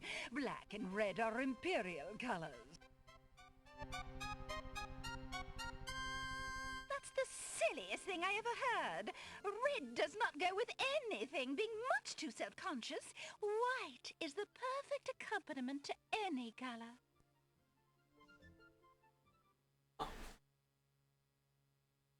Okay then. The Red Queen has dropped her scarf on the steps.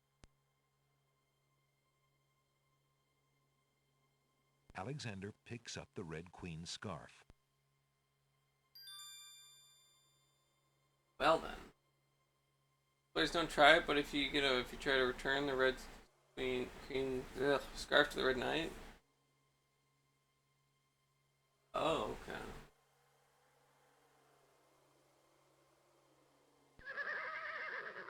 I found a red scarf.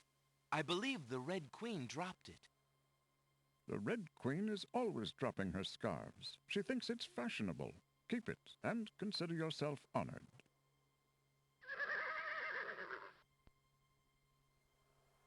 Well then.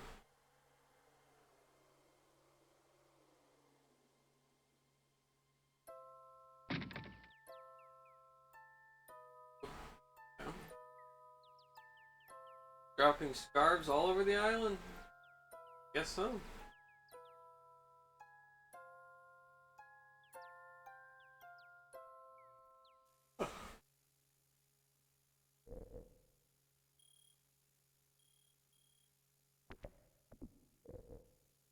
Well.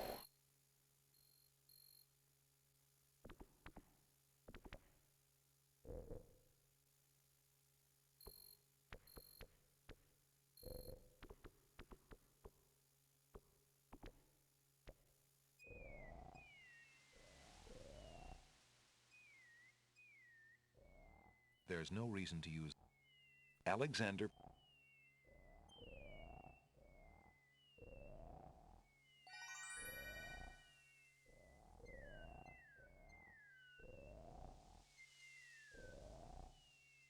Alexander feels a strain. Yeah, I think I'm gonna use the, get the tinderbox and go back to that cave. I think I'm gonna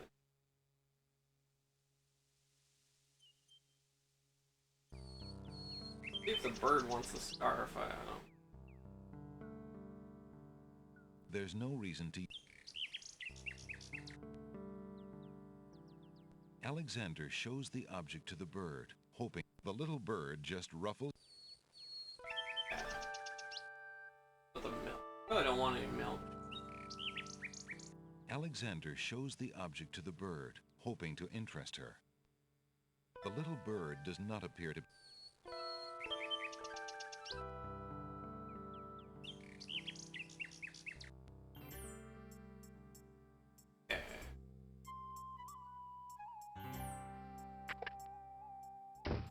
Oh, hello. Your candy dish is empty. I am sorry, sir, but I have no more mints. Somebody has eaten them all. Well, get some more then. I fear that is impossible. Without the ferry, I can no longer get imports from the other islands, and we do not grow mint extract on the Isle of the Crown. Oh, I hate not getting what I want. Alright then.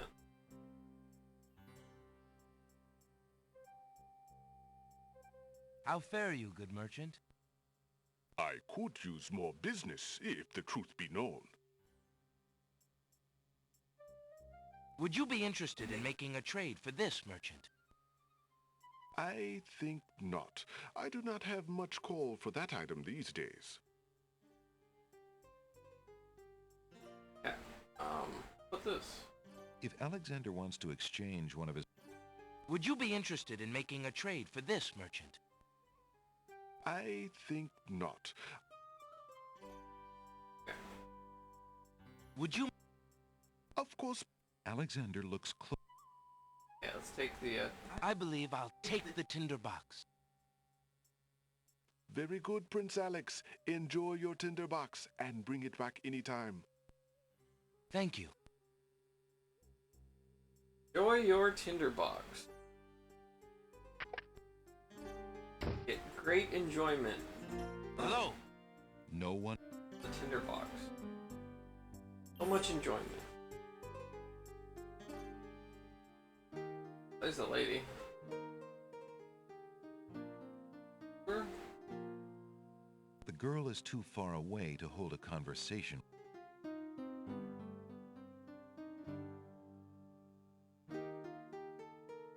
Go help my daughter. She needs something to fix her hair. Yes, stepmother. That would serve no. The young serving girl is too far away.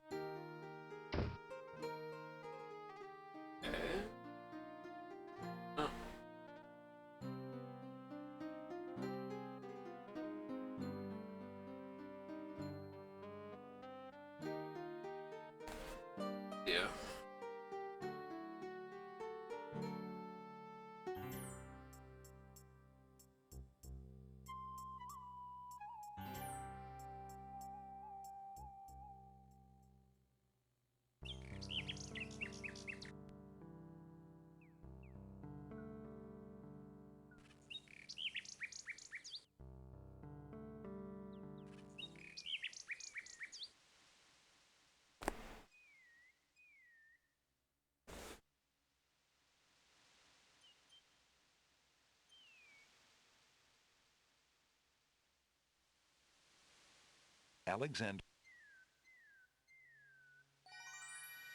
Alexander feels a strain.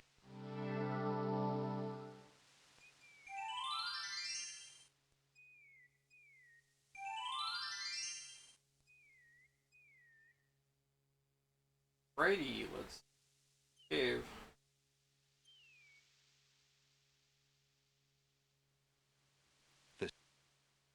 There's no.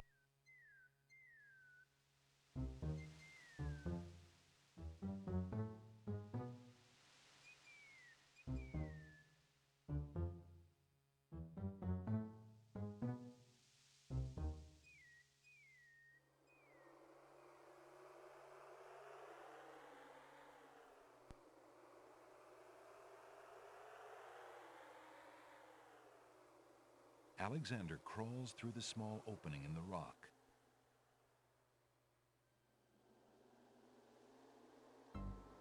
Alexander finds himself in a dark cave. Tinderbox. Alexander takes the candle from his tinderbox and uses the flint in the box to light it. Hey.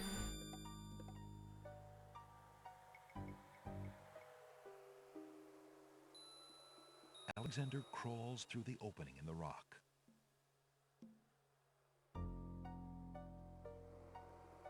The lighting in this part of the cave is better.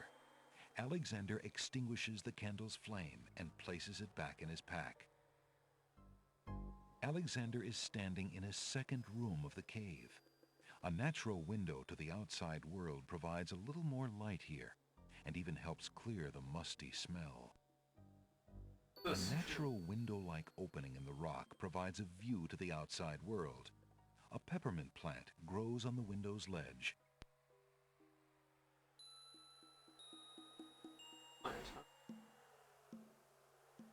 Okay. Alexander takes a few leaves from the plant.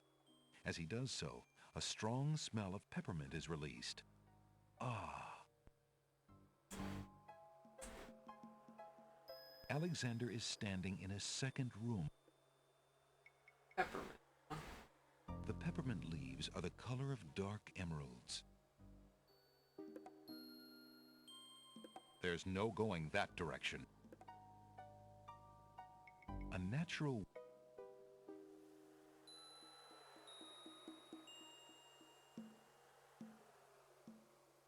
Okay. Alexander crawls... Alexander can't see a thing.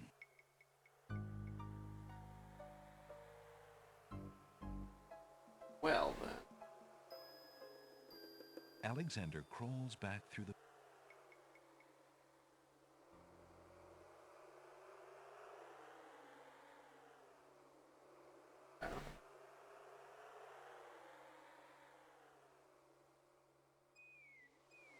Alexander climbs carefully down the long face of the logic cliffs.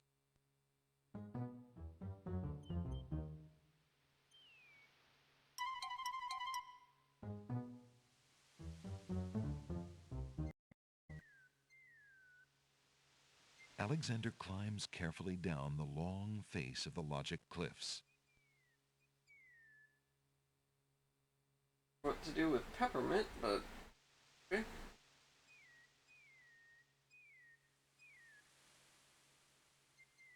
Alexander pulls out his magic map. Alexander feels a... Look at the island again, I don't know. Different.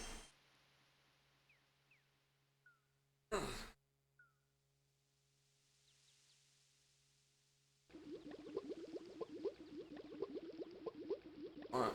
Peppermint? Alexander doesn't want to do anything to disturb the local wildlife.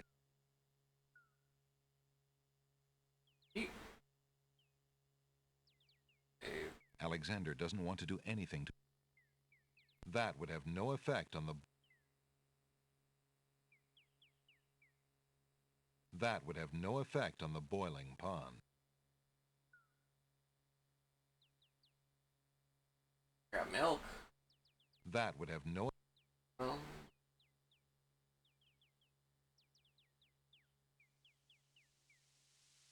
Okay. Alexander... So, he also has a flute, and... Alexander feels a strange... Paintbrush. What the paintbrush should be used for.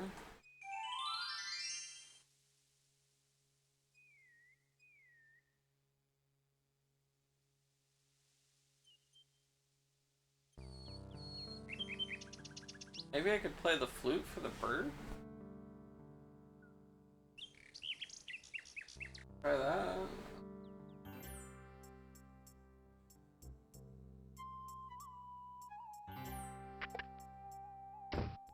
Good day, Prince Alexander.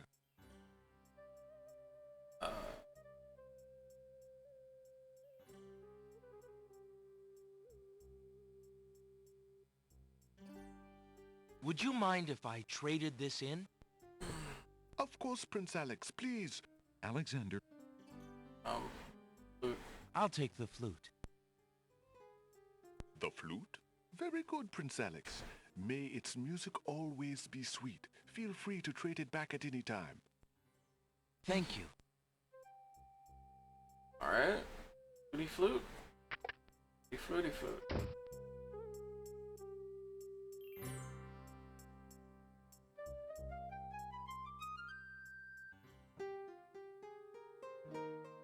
I don't really know what to do with the girl over here.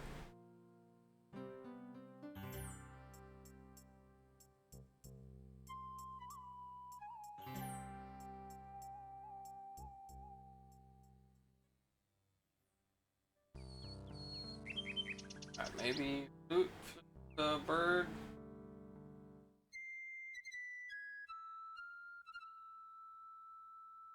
Alexander plays his flute. The nightingale just looks at him curiously.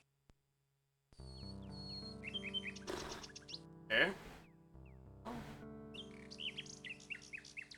Oh? You want this? Alexander shows the object to the bird, hoping to interest her. It seems that the nightingale is no lover of the taste of peppermint. Very well then. Bird's not gonna want milk. Alexander shows the object to the little bird does not appear to be. Okay. Yep.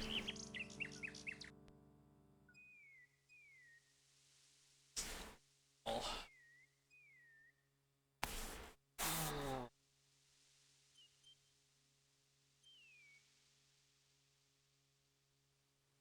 Alexander.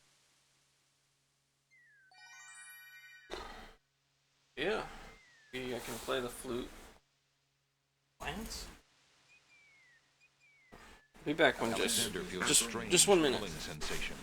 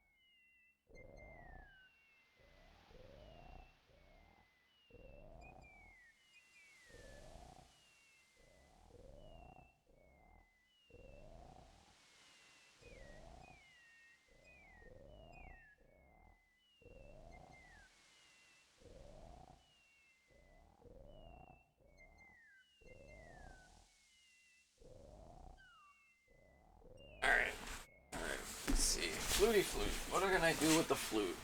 Let's play the flute for everything.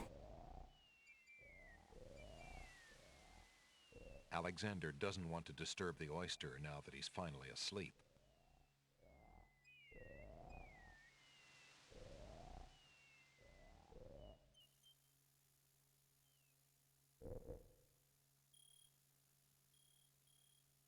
What would a dogwood tree do with that? Alexander sees no reason to use that on the bump on the log. There's no reason to use that on the milkweed bush. Thank you for the follow. I appreciate it. Why would Alexander want to throw that in the swamp? Why would Alexander want to throw... Why would Why would Alex? Why would Al? Why would? Why would Al? Alexander can't reach the stick in the swamp. The swamp ignores.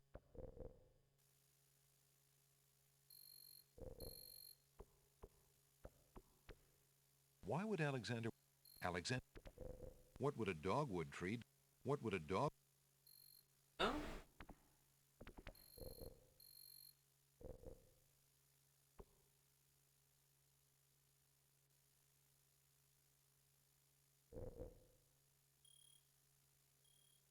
There's no reason to leave that lying about it.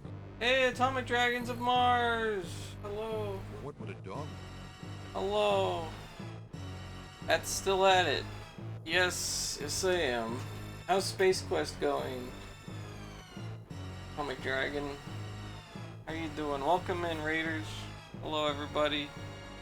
Moosey Fate. Hello, Moosey Fate. Your mom. How's everybody doing? Hello, Paru. Welcome back. How's it going? How's it going? Which Space Quest are you on? 5. Okay, you just beat number 5. Cool. That's awesome. Awesome. You got one left in the series?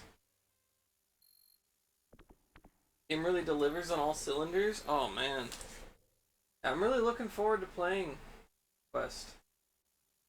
Or Space Quest, rather. I am playing King's Quest. Yeah, Space Quest looks fantastic. It looks like it'll be a ton of fun. But welcome in everybody. Playing some King's Quest 6, part of my King's Quest marathon. We've done 1 through 5 already this DOSEMBER. And yeah. Working on this a bit. Then after this, we'll be doing 7. And I may do 8 at some point, but probably after DOSEMBER.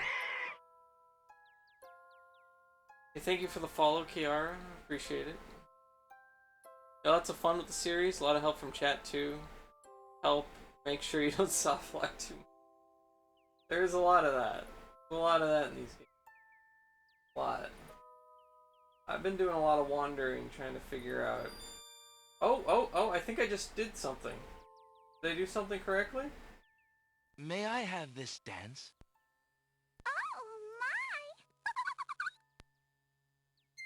Oh my goodness. I think I did something right. Oh.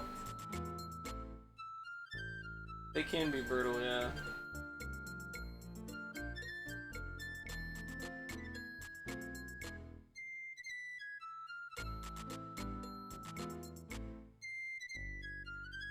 Okay, so the flute worked here.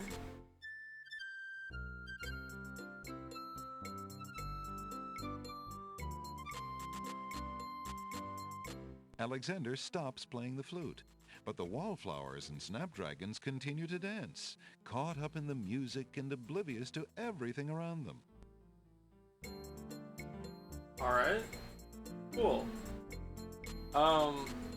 He's not just a king, he's a flutist. Love this. Heard great stuff about this King's Quest as well. Yeah, this one is really good. Yeah, it's really good. The dancing wallflowers are oblivious to Alexander.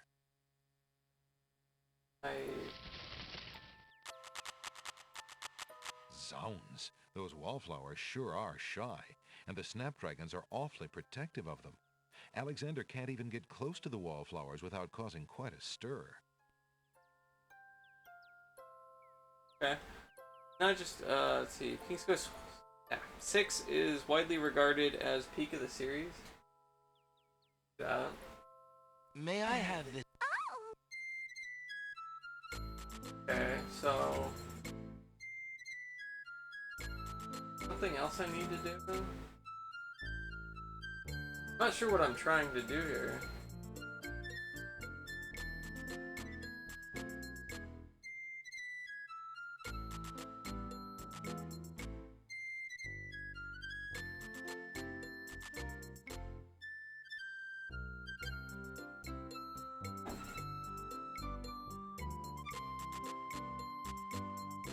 Alexander stops playing the flute, but the wallflowers and snapdragons continue to dance, caught up in the music and oblivious to everything around them.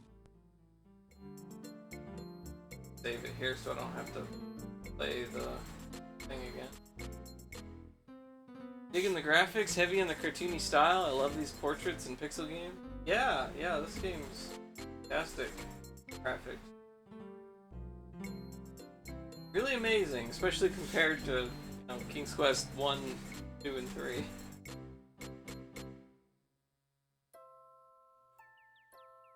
Okay, so we have like a little brief period of dancing there where I can do what? Would you ladies be at all interested in this? The wallflowers shyly decline. No. Alexander doesn't need... Would you ladies... The wallflowers shyly decline. What? I want... Would you ladies... The wallflowers shyly decline.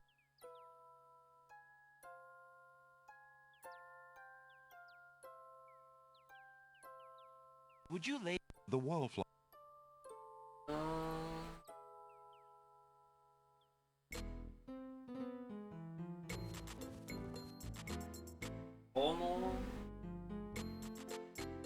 While the wallflowers dance, Alexander snatches the hole in the wall.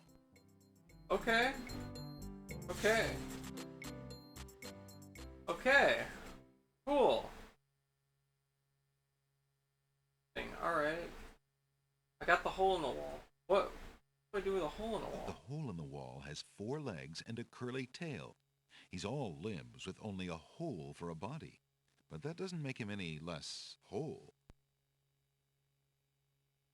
You rob them now that they're focused on dancing? Can rob them. Yeah. I took the hole in the wall. Okay, well that's interesting.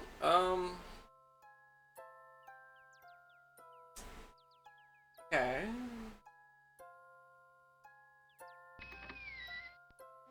Oh.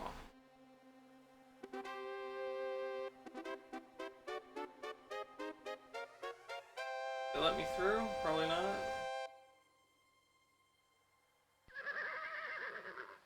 Checkmate! Only chess pieces allowed in chessboard land. That's right. Humans aren't allowed in and never will be. Stay out! Alright.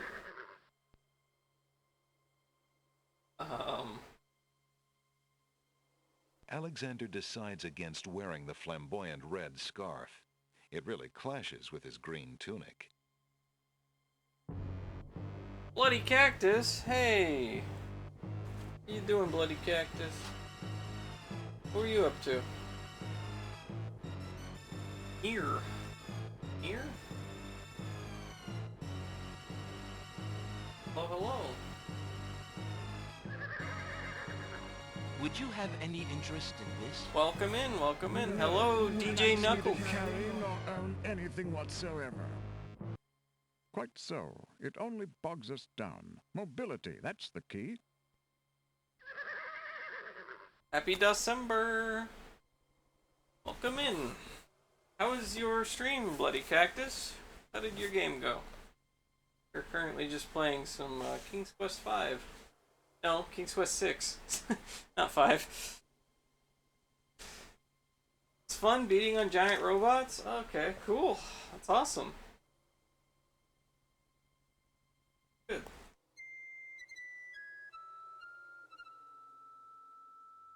Alexander plays a lovely little tune on the flute.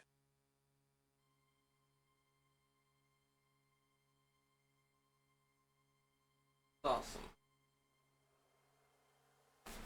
Oh, thank you for the raid. I appreciate it.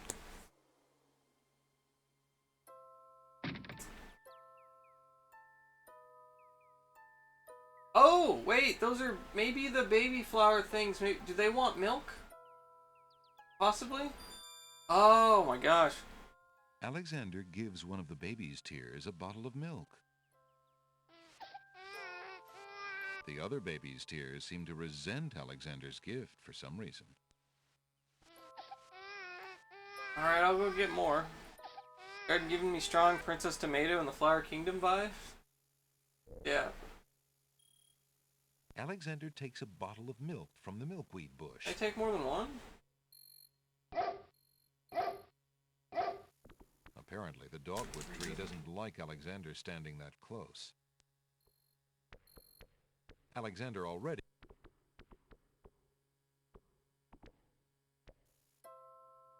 Oh, wait, I can only do one at a time?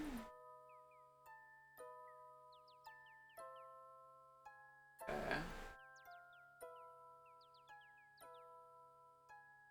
Huh.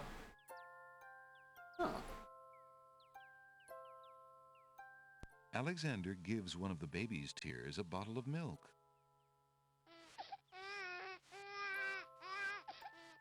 The other baby's tears seem to resent Alexander's gift for some reason. Okay, what am I supposed to do? As much as Alexander might wish to comfort the crying babies, he feels a little awkward about picking them up. He's rather new at this.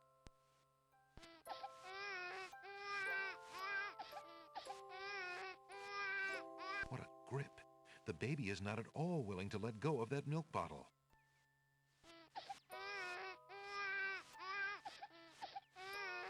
What?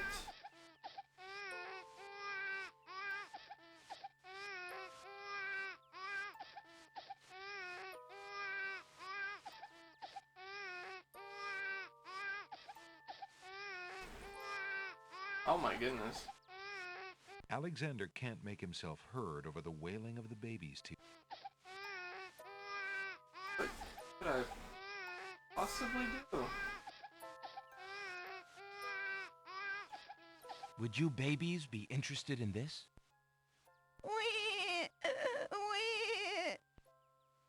The baby's tears apparently aren't interested in that Isn't this because game they continue to wail at the tops of their lungs. Go some wacky places, yeah. It really does. Would you babies? The baby. Would you? The baby.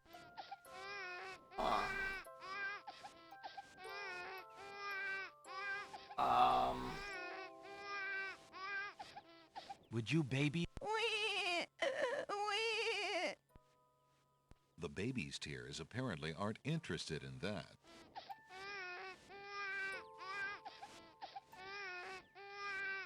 Good day, tomato vines. Good morning.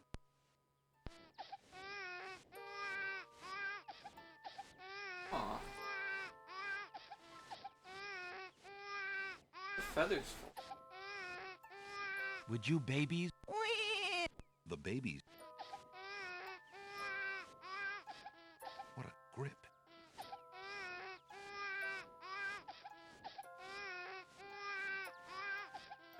Okay, so give them milk, but that too much. Alexander. Oh. Apparently, the dogwood tree doesn't like Alexander.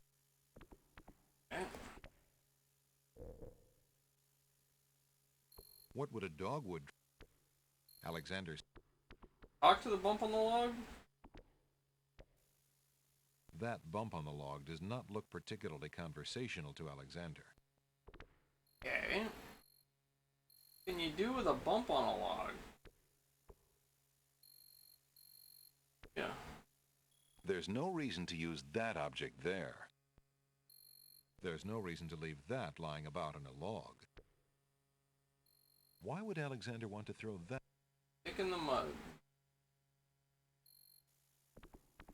Alexander sees no point in trying to talk to.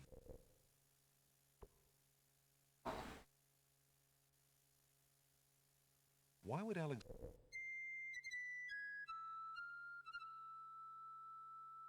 Alexander plays a lovely little tune on the flute. Why would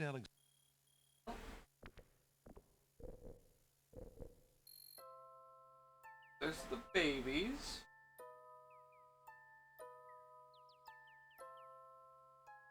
It wouldn't be necessary to do that to the milk bottle. The feather feels... It wouldn't be... The glass bottle is full of milk. How strange.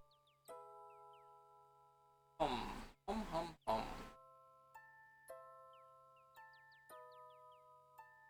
Matter which one I give it to? Alexander gives one of the baby's tears a bottle of milk.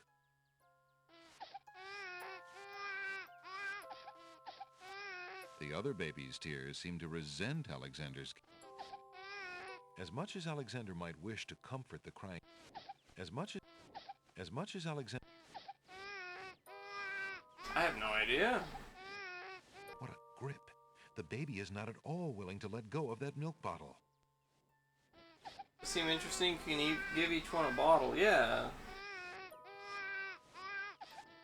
But I can only carry one bottle at a time. And if I leave and come back, then the bottle's gone. Alexander takes a bottle of milk from the milkweed bush.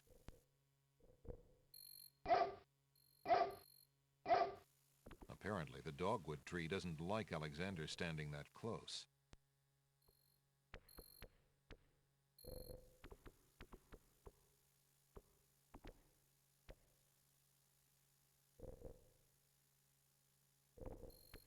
Okay, well I got the hole in the wall. I'm not sure.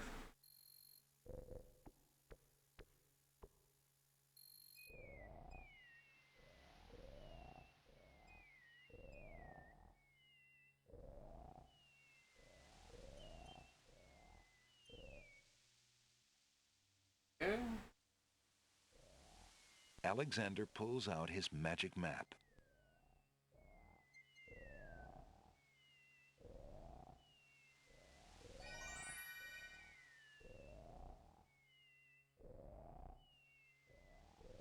Alexander feels a strange pulling sensation.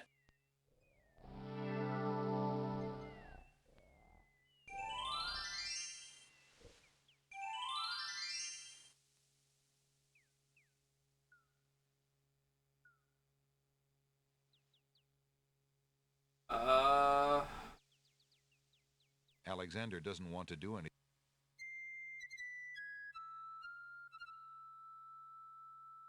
Alexander plays a lovely little tune on the flute. Gosh.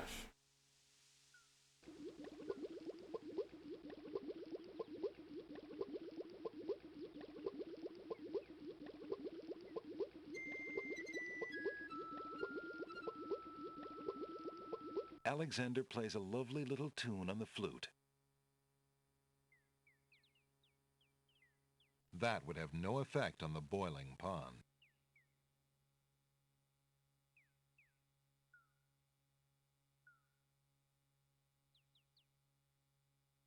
Looks like a dead end.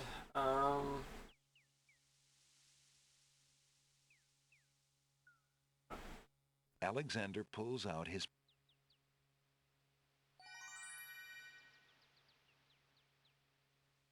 Alexander feels a strange pulling sensation.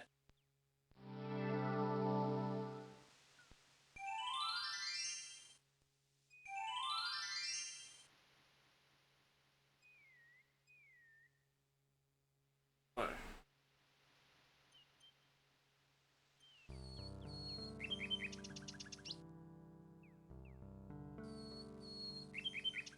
Just a bird. Bird's here.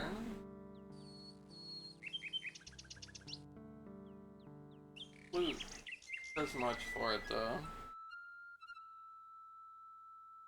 Alexander plays his flute. The nightingale just looks at him curiously. Can I use the hole in the wall in the castle?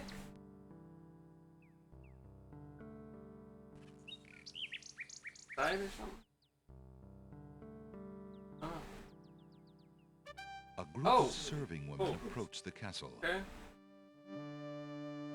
Ding. Hurry up, girls. There's plenty of work afoot today. No time to dawdle. Yes, Sergeant Gruff. Huh. Do they dress up like one of them? It's well that they're here, Wolf. Cook is about driven himself mad, I hear, worrying over the wedding preparation. Aye, whoop! What a celebration there will be today! Wine will flow like a river of red! Oh.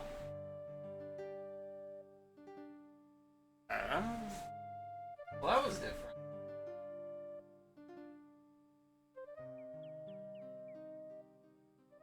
See if I can use the hole in the wall here.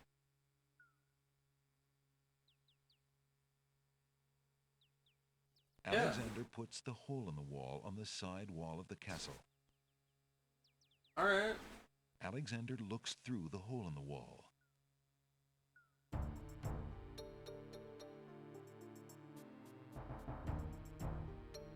Icky. Alexander can see what looks like a hallway in the basement of the castle. It must lie just on the other side of this wall.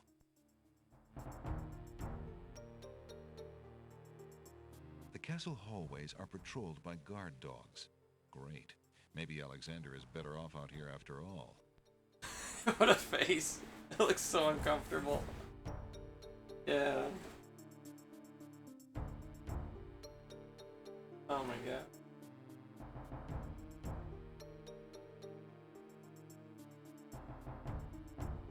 Supposed to like just watch and wait?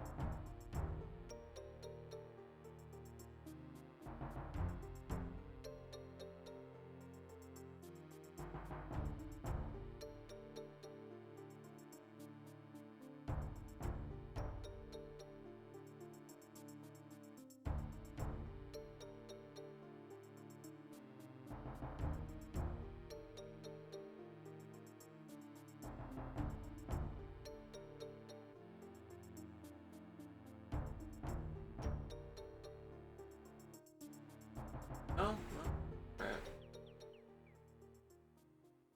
Alexander removes the hole in the wall from the wall. No, sir? The narrow path ends abruptly at a pile of boulders. Alright.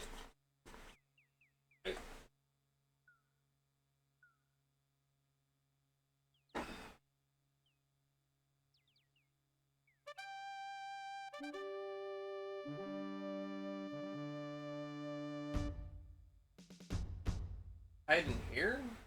I don't know what that does.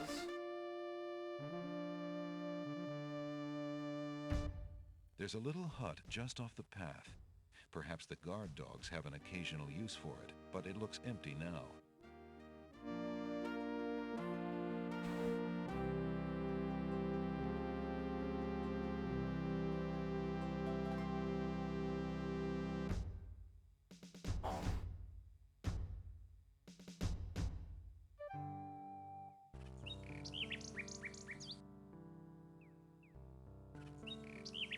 Anything that this bird would want?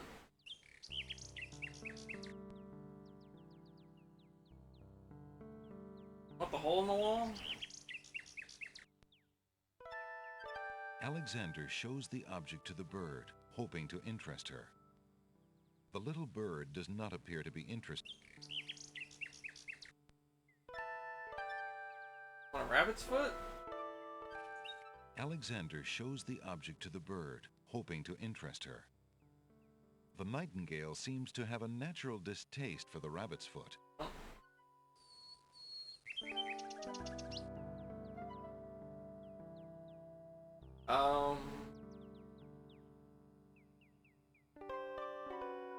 Ring? Alexander holds out his insignia ring to the Nightingale, hoping she perhaps is the Nightingale that Jallo spoke of, and that she might be able to take the ring to Cosima. The ring is the one thing he has that might alert Cosima to his presence in the Isles. The Nightingale swoops down and grabs the ring. She flies off towards the castle, perhaps to Cosima. Oh, hey, look at that. Sing Sing, what have you got in your mouth, my pretty? A gold ring? Sing Sing, where did you get this? Realm of Daventry. But this is Alexander's ring. Oh, my soul, he must be here. Sing Sing, I wish you could tell me what you've seen. Is he really here then, on this very island? Oh, if only I could leave this castle as easily as you. Take this ribbon, Sing Sing. If you know where he is, return it to him. Please be careful, Alexander. It is so dangerous, and yet I could not wish you away.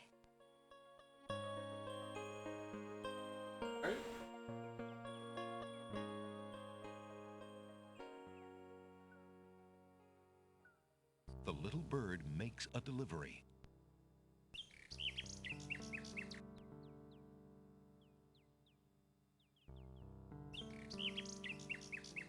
Give me. Oh, it's on the ground. It's a red velvet hair ribbon. Could it be? Could it possibly belong to Cosima herself? Or am I merely wishing it were so? Oh.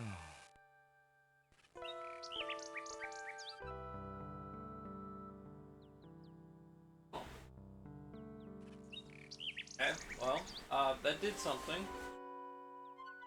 That's good.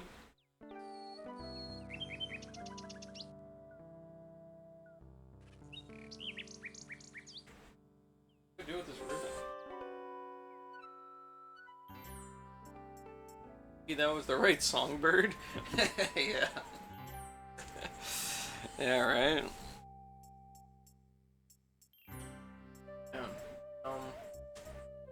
Check the bookshop, maybe? Maybe the guy's back? Oh, he is. Okay, I can talk to him. Jallo, how fare you? And what news have you from the castle?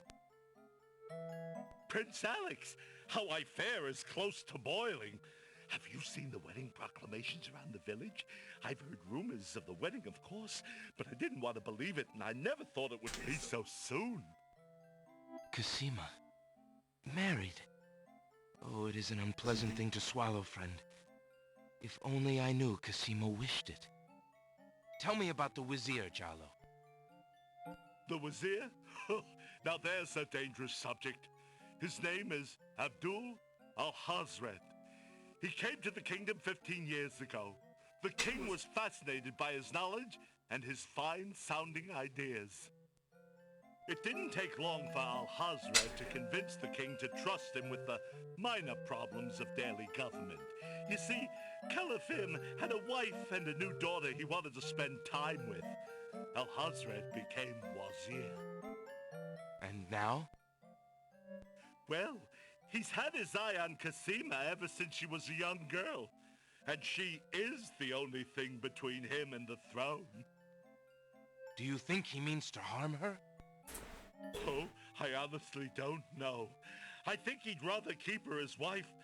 But whatever his plans for the princess, he will use her to his best advantage. That's his way. Perhaps he has charmed her. Perhaps she cares for him now. The Wazir is capable of anything. And Cosima must be vulnerable and lonely right now. Still, she has always instinctively distrusted him. Cosima has a good head on her shoulders. I'd be surprised if she's truly fallen for his words of love. I must return to the castle, Prince Alex, and you to your wanderings. May we both fare well. Okay, that looks like progress.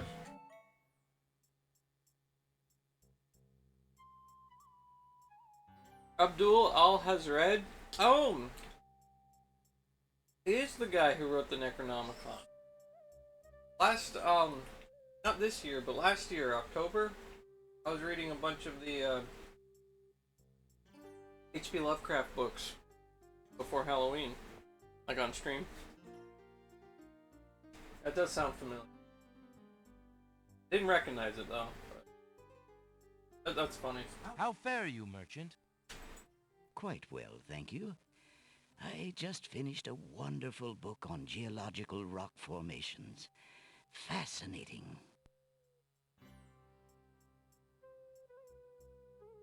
Really fascinating.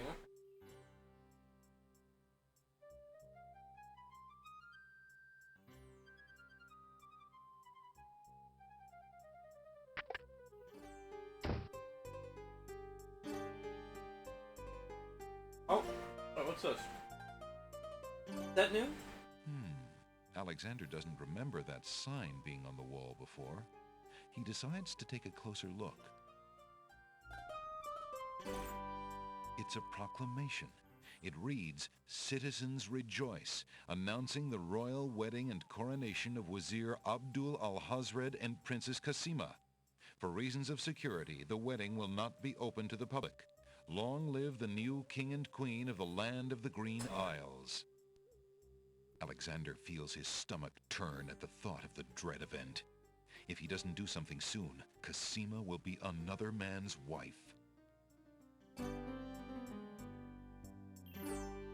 Used to read some H.P. Lovecraft, Robert E. Howard, Clark Ashton Smith on stream. Awesome. I love Robert E. Howard. My favorite. Alexander takes another look at the wedding. It's a... Got some of the gnome books, or gnome, what was it called? The 1950s Robert E. Howard publications. It was gnome books. Got The Coming of Conan the Barbarian, and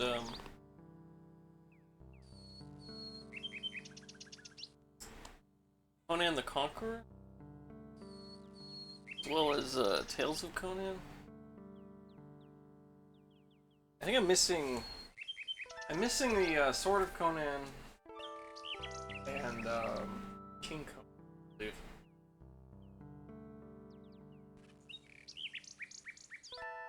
Yeah, I love Robert E. Howard. Fantastic. Really got into King Conan a few years ago.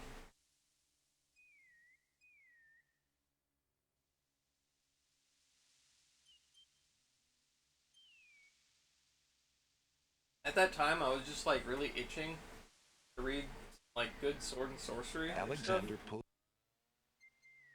And I was reading a little bit here and there of various things.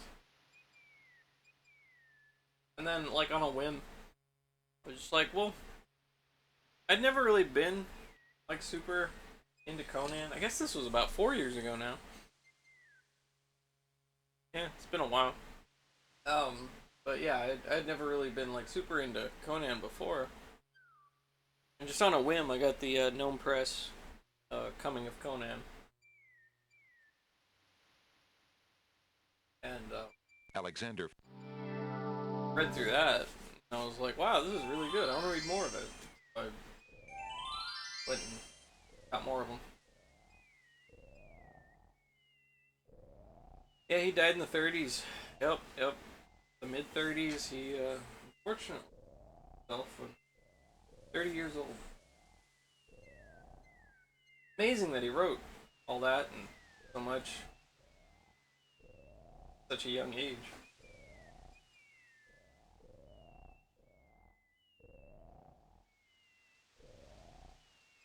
Shame he died so young.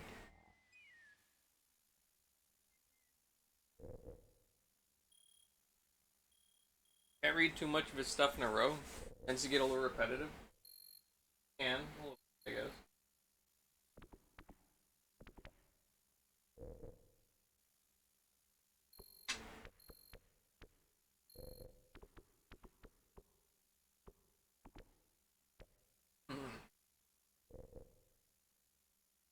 Gosh, I don't even know what I'm doing here.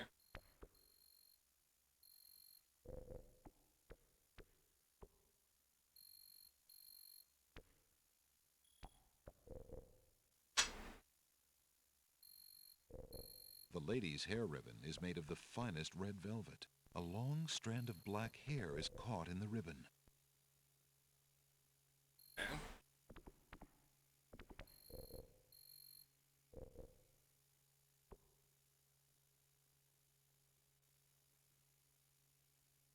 Alexander examines the red ribbon and finds a strand of long black hair. Okay. I got her hair. Cool. The strand of hair from the red ribbon is the color of midnight. Alexander can only hope that it belongs to his true love.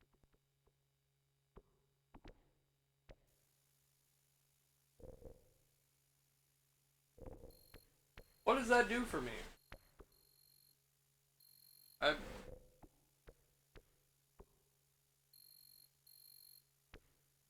got hair. Got a ribbon, I got hair.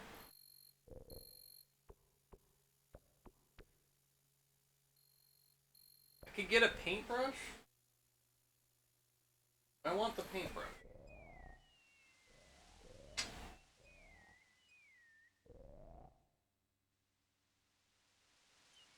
Alexander pulls out his magic map.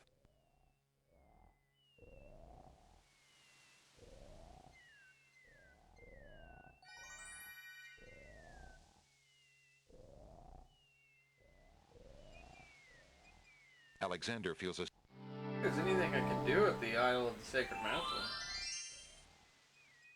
Until I get whatever I need for the catacomb.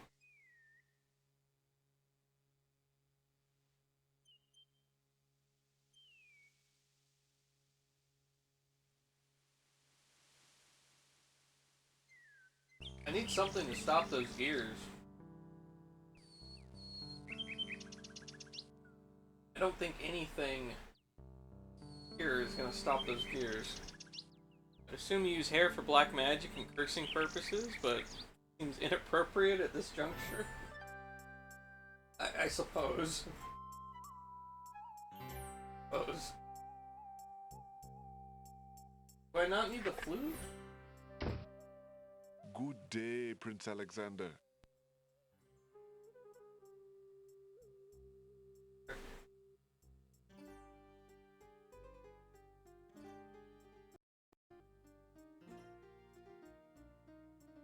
I could trade the flute for a paintbrush or something.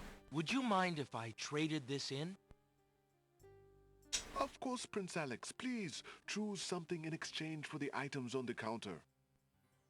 Alexander looks closely at the items on the counter to make his selection. Tinderbox.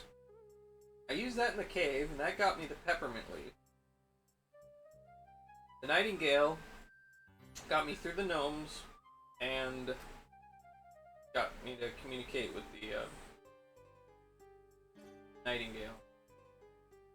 Flute got me the hole in the wall. It did anything else.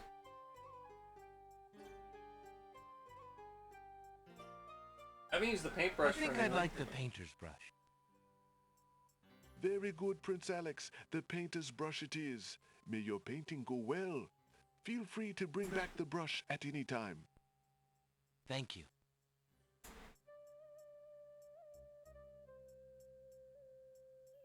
What did it do with the painter's brush?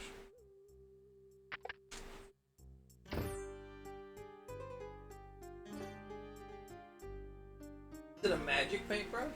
Alexander is carrying a clean but well-used painter's brush.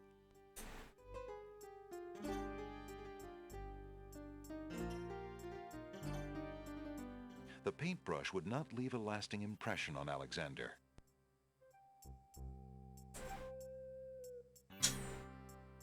Do I need to go graffiti on the castle? I don't know what to do.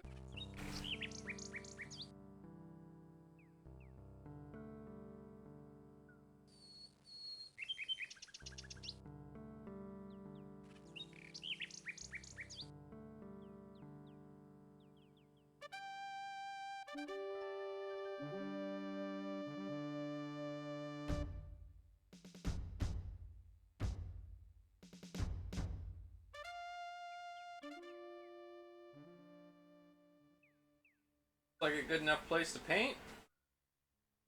Romans go home. Alexander might have a paintbrush, but he does not have any paint. Oh. Yeah, I guess you would need some paint, wouldn't you? Oh my gosh. I feel like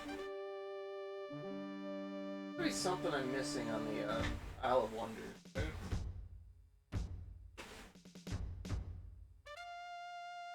Just so much going on there. Okay, but can you conjugate Romans go home? Correct declension.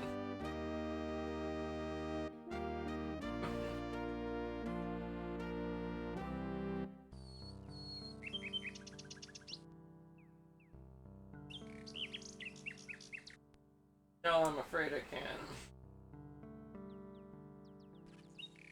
Forgotten a lot of my Latin.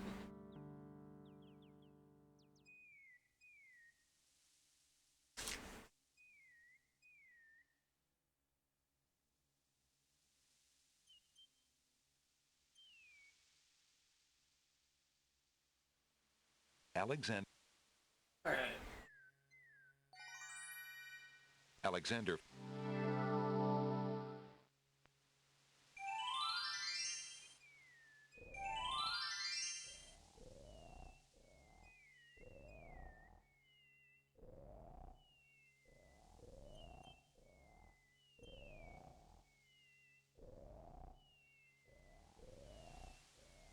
Is there anything over here that I missed? Like, can I go right?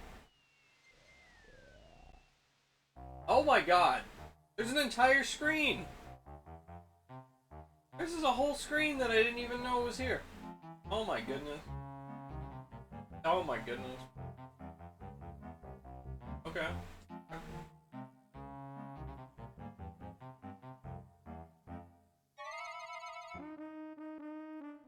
Wow. Hiya, gorgeous. Oh, what a luscious-looking hunk of flesh you are. Thank you, I guess. Who are you? How charming of you to pretend not to know. I'm Black Widow, of course.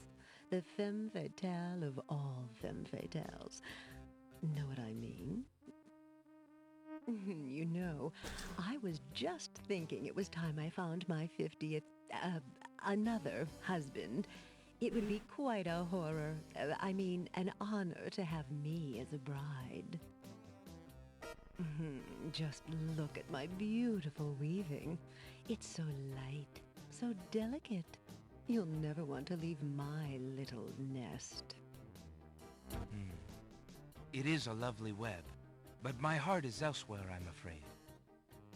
Oh, drat! I mean, the loss is yours. I'm sure you'll change your mind once you consider the advantages.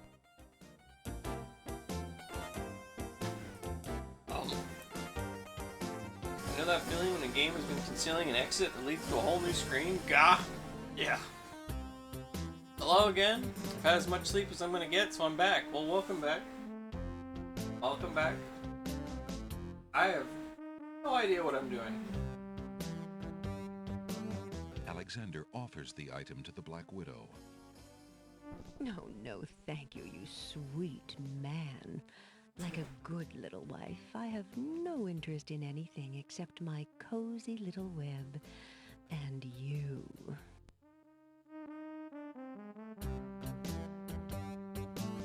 Being hit on by a Black Widow. Alexander offers the...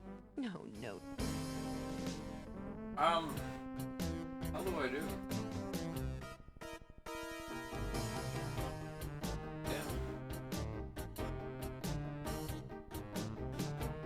Alexander reaches out to touch the silver. Kill me, isn't it? Ah, how sweet the matrimony. I knew you'd change your mind. Alexander feels the sharp prick of the Black Widow's teeth. Oh. Then, a strange burning sensation.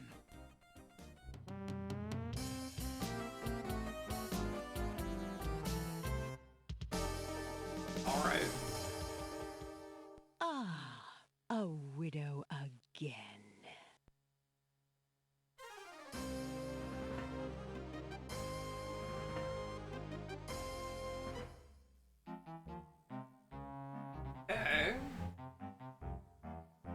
check out the rest of it.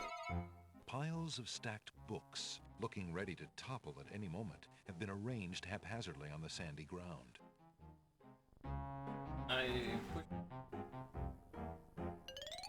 Oh! Hello. Hey, hands off the goods there, son. Oh, sorry.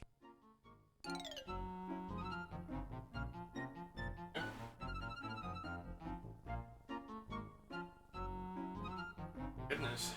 Burning sensation? Better get a penicillin shot. A little late for that. The tail end of this island is a riotous scramble of books, sand, and a spider's web.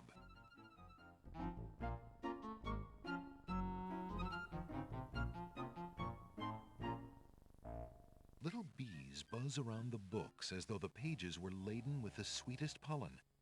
Maybe they're spelling bees. Spelling bees. Maybe they want my sentence. There's no reason to use that object there. Alexander sees no use for that item there. That would serve no purpose. Alexander, that would there's no Alexander. Oh. There's no reason to use that. There's no. Oh my gosh.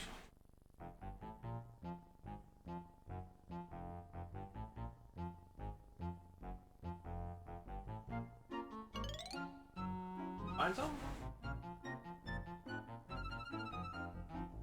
Hey, hands off the goods there, son. Oh, sorry. Hey. Bookworm. Does not want to give me any. Alexander sees nothing of interest there. Okay, well, Black Widow. An intricately detailed spider's web has been spun between a pile of books and a small tree.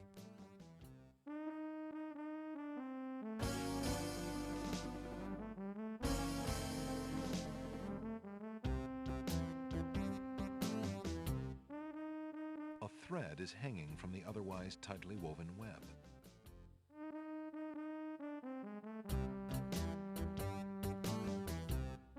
Pull the thread? Hey, don't touch that thread! Oh! Yeah. Some people like to ask for trouble. What does that do?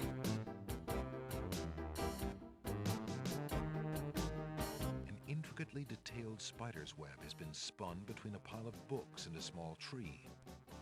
That scrap of paper blew into my web from those books over there.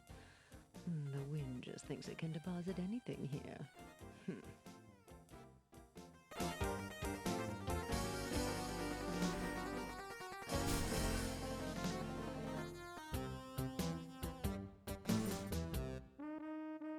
An intricately detailed spider. An intricately detailed. An intricate. Alexander reaches out. After my goods are... Alexander feels the sharp. No.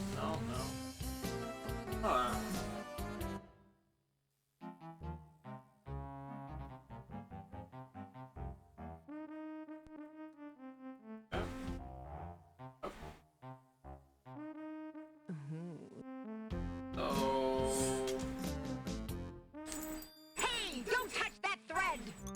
The thread, it goes down. Alexander snatches the scrap of parchment, curious to see what's written on it. Ah.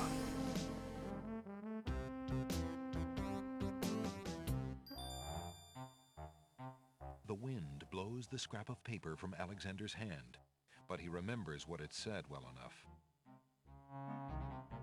Alexander investigates the intricate... The spider who... Alexander...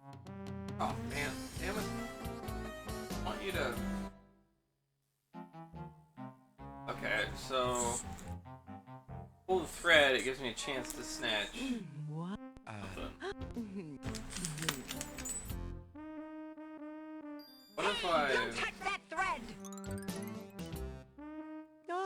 Alexander feels the sharp. Oh, no. Did I do that wrong? Oh my gosh.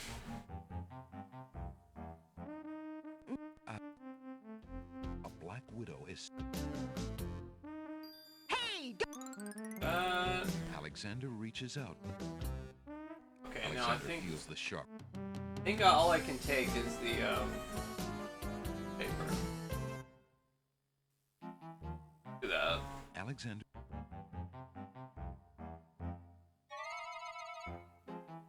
Oh, what? Reached in. Oh my god. Look at it. Then I can...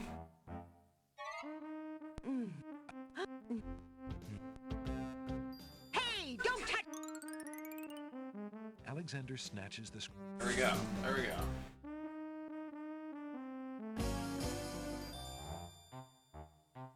The wind blows the scrap of paper from Alexander's hand, but he remembers what it said well enough.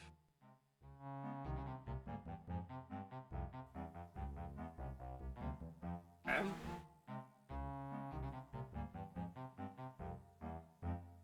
Is the scrap of paper? Gone?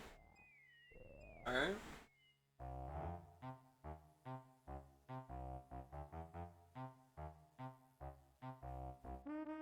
Oh, so there you are, handsome. What can I do for you now?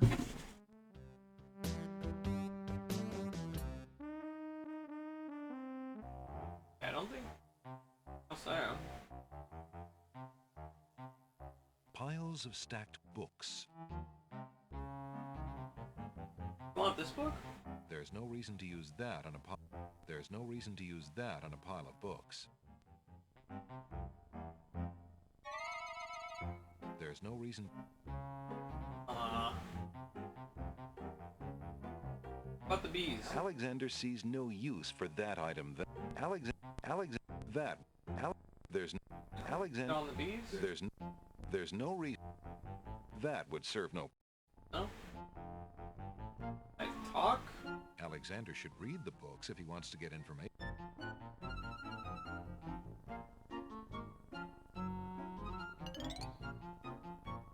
Hey. Oh, sorry. Talk to him? Hello? Is anyone there in the books? No, there's no one here.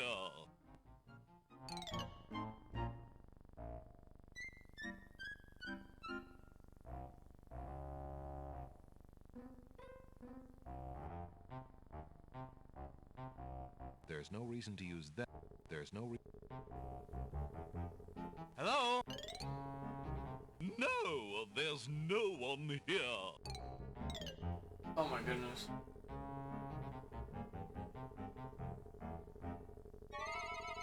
There's no There's no Alexander sees no use for. There's nothing to do. There's nothing to do there. The bees, although spelling, can sting and cause swelling. That would serve. That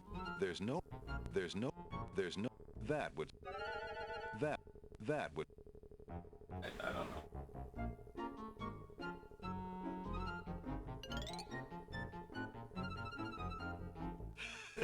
Oh.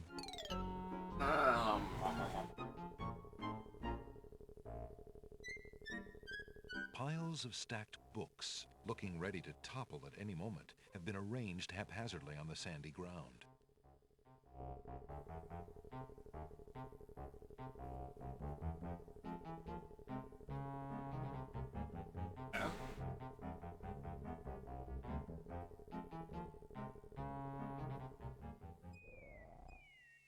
I don't know what to do here.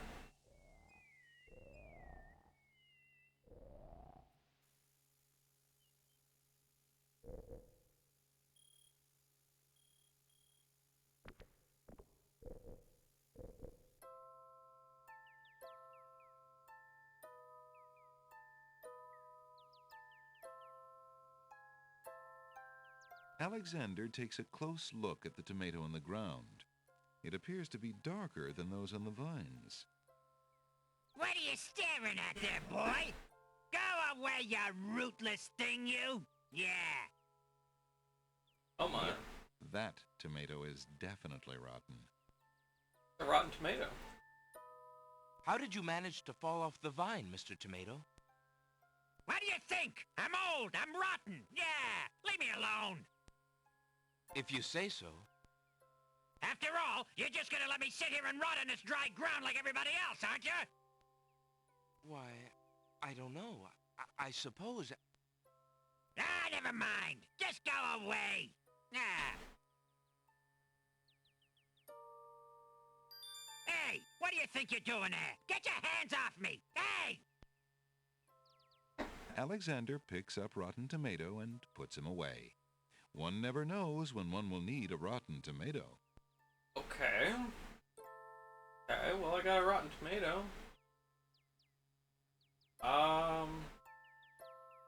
Gosh, there's a whole lot of...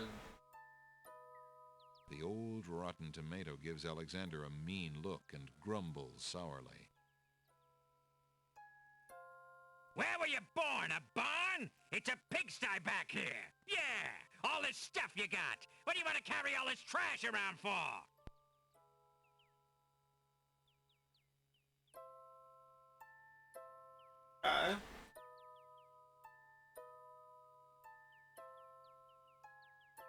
Good day, tomato vines. Good morning.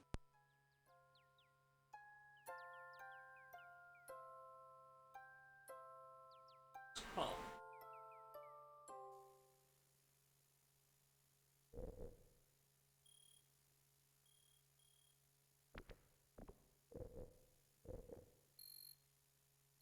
$74? Anything with this? What would a dogwood tree do with that? That would serve no purpose. There's no reason to use that on the... Alexander doesn't even like to eat plain tomatoes, much less that rotten one.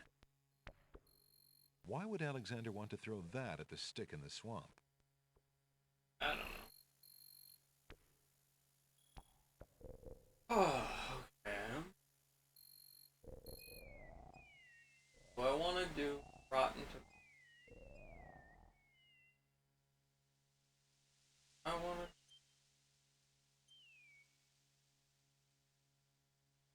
have all these very odd items that I do not...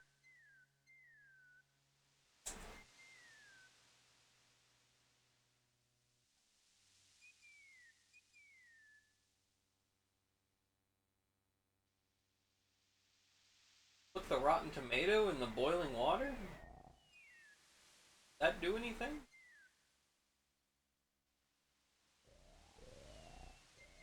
Alexander... No clue.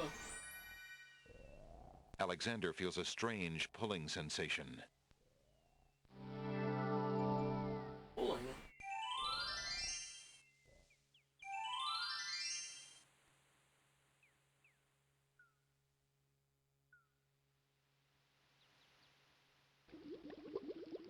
Alright, tomato. Put you in there? What are you, nuts? Don't put me in that soup bowl of a pond, you crazy human! Okay. To do anything with the lamp, Alexander must first... Alexander doesn't want to do any...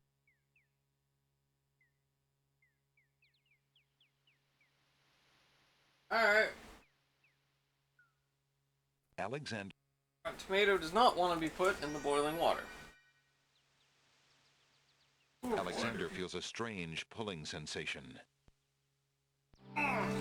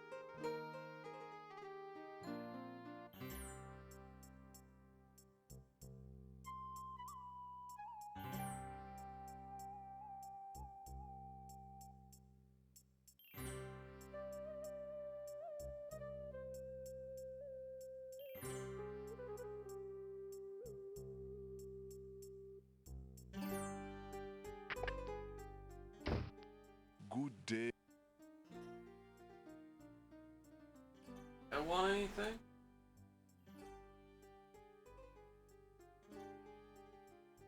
The little hole in the wall might not appreciate being traded in like some ordinary old object.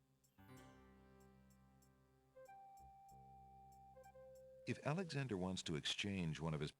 Rotten tomato wouldn't appreciate being traded into a pawn shop. Huh?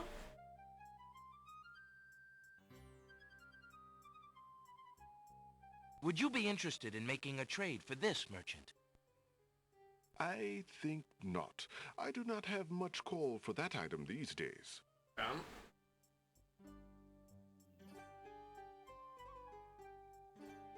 Alexander doesn't want to trade in the red ribbon. It might be from Cosima.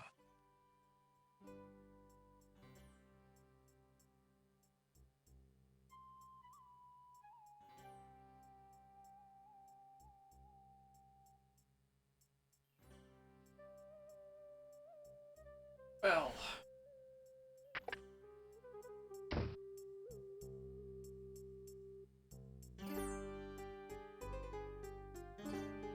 I don't know.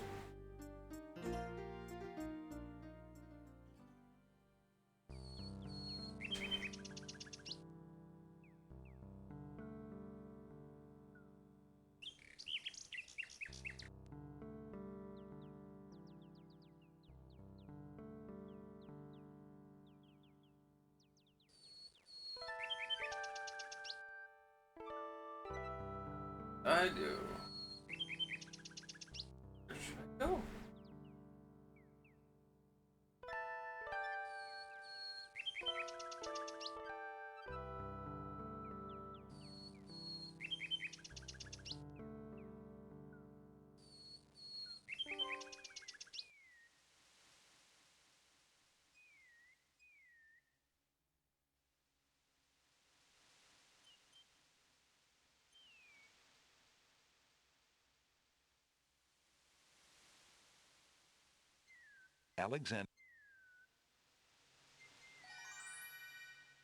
Alexander feels... Else, like... Seems like the Isle of Wonder has a lot of stuff. I haven't been able to figure out the books at all. But... what was the point of that piece of paper?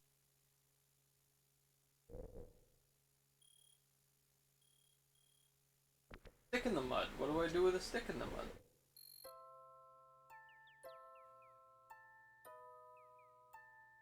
You got the babies, you can give them the milk bottle and then they cry. What the point of that is. Got the thing. Hole in the wall.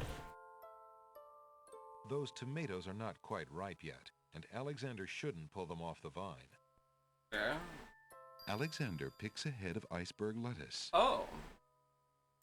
Okay. Ye gads! Is that cold? Oh. Hey, I have an idea. So, old lettuce. Maybe I can throw that into the boiling pond. We'll make a stew. We'll throw in the lettuce. Maybe the tomato if it's colder. I don't know. Maybe it'll cool it down. I don't know. Alexander pulls out his magic map.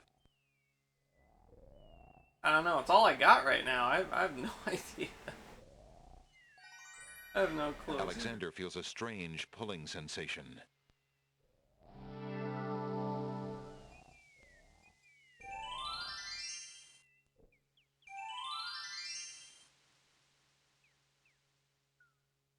Right.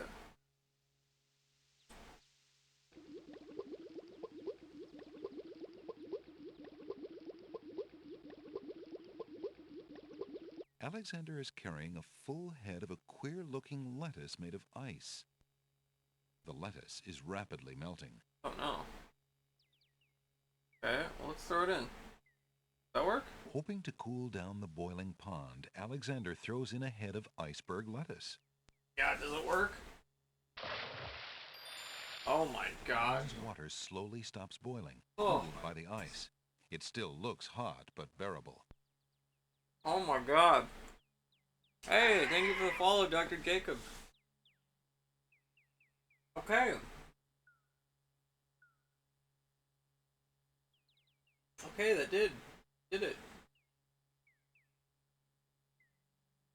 Can I cross now? Alexander decides to brave the steaming pond. Ow!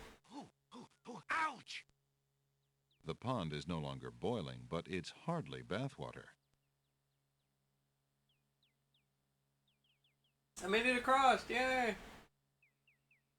Alexander takes the old hunter's lamp from the tree. Alright. Alright. Hey, that's progress. Hunter's lamp. Hunter's lamp?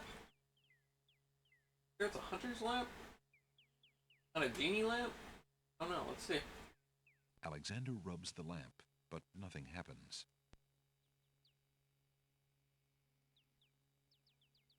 Well, I can trade that to the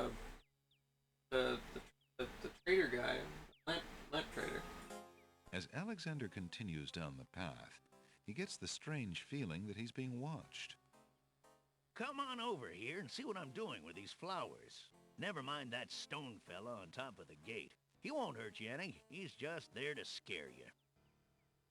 I don't know if I trust him. A stone archer sits atop the lintel of the gate like a silent guardian. His stone bow is tightly drawn and fitted with a single stone arrow. Okay.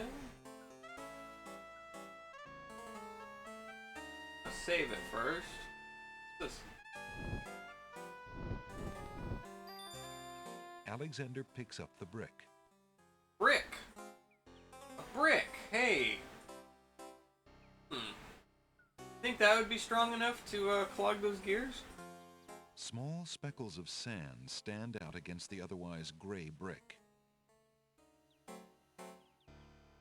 I wonder. Oh! Oh wow. The archer is turning. Oh my gosh.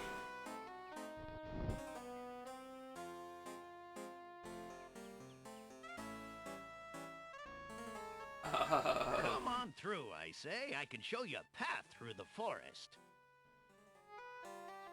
Yeah, okay. I don't know if I trust you.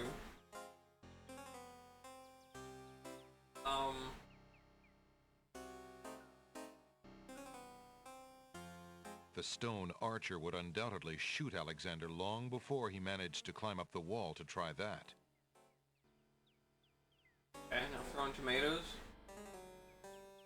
The stone archer would... Using that on the wall would not help any... Can I use the hole in the wall? Using that on the wall... No. I don't trust this guy. He's gonna shoot me. Shoot me. I don't know what I can do. The stone archer would undoubtedly... Using that on the... Look here, Archer. Do you mind if I pass? The archer retains his stony silence.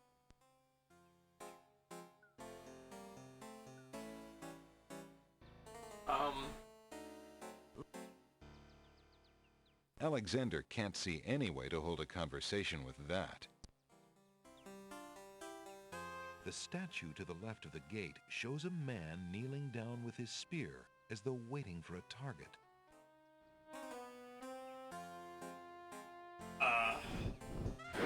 Oh! Yep. Gotcha this time. Yeah. I knew that was gonna happen. Do it. Come on through. Do it. Dick. Yeah. It sucks. Gosh. What do I do? Can I do anything? I don't know. A A stone archer sits atop the lintel of the gate like a silent guardian. His stone bow is tightly drawn. Oh my gosh. Oh, what if I have the shield? Shield from the catacombs? You aren't gonna listen to me, are you? Well, we'll just see about that. That's odd. The gardener just disappeared. Okay.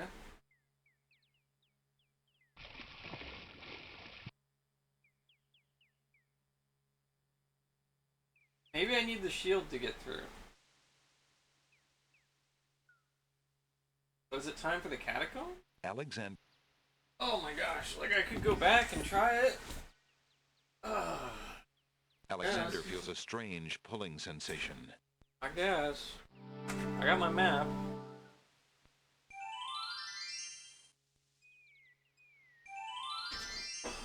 Oh yeah, I gotta talk to them.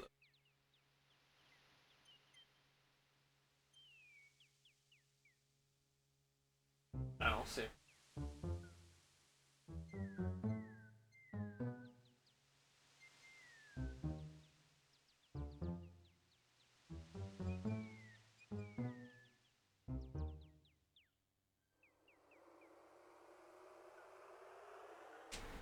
Alexander arrives at the top of the cliffs, somewhat winded after his long but uneventful climb.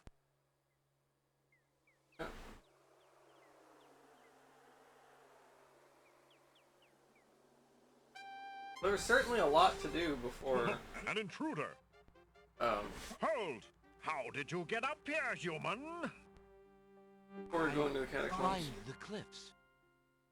That is not possible. No one has solved the cliffs of logic in several centuries. And if the cliffs were to be solved, it would certainly not be by a human. I didn't mean to trespass. I only wanted to visit this beautiful island. No visitors have been welcome on the Isle of the Sacred Mountain in years. Not since the Red and White Queens had spies in the guise of friendly visitors steal our island's sacred golden fleece. But we will not display such foolish trust again. You will have to answer to Lord Azure. The Red and White Ariel. Queen stole some They will stuff. determine what will be done with you. I can assure you, it will not be pleasant.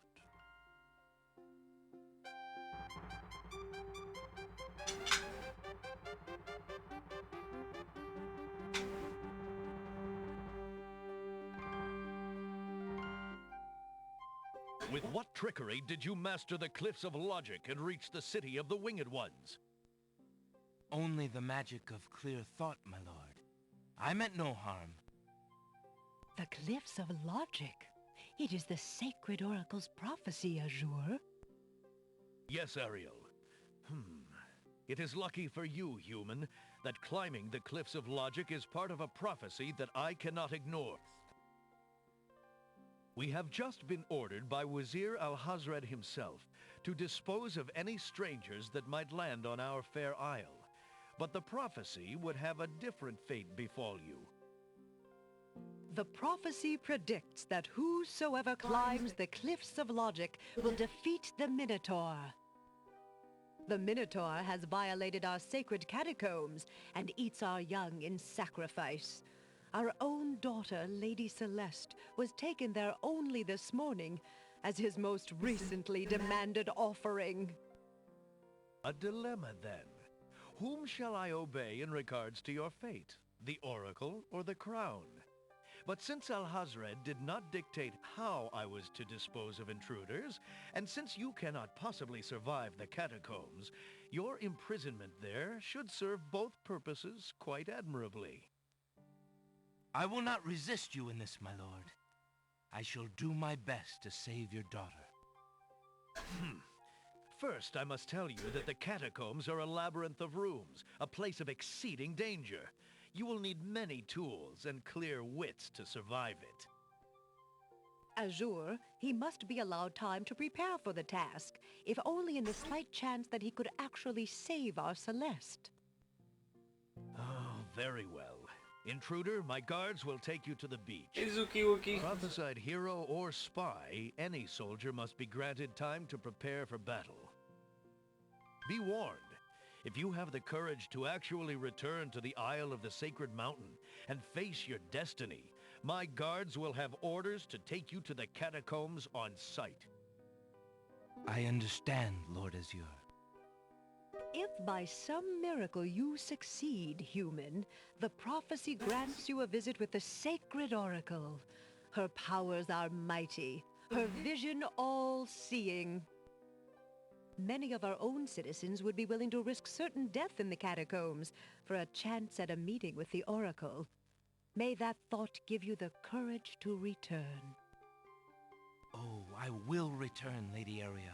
You have my word. Saw you from across the island and really like your vibe.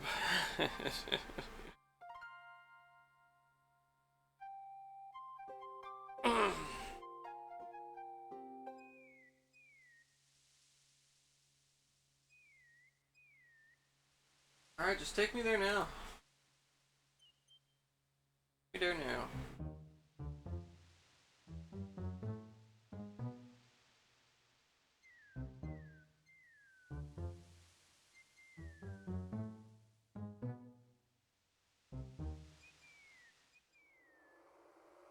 Take me to the catacombs.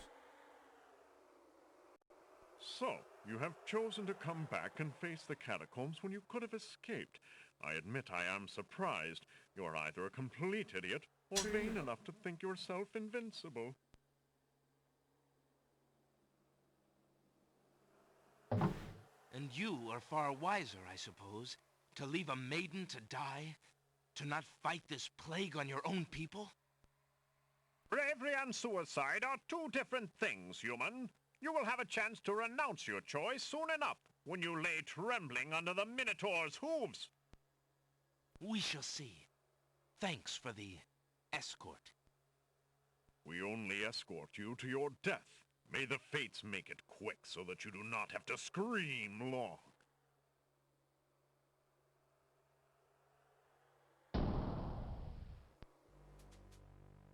Alright. Save under catacombs. And I shall follow the map that I made earlier. The catacombs entrance, it seems. Let's go north twice. And east. North.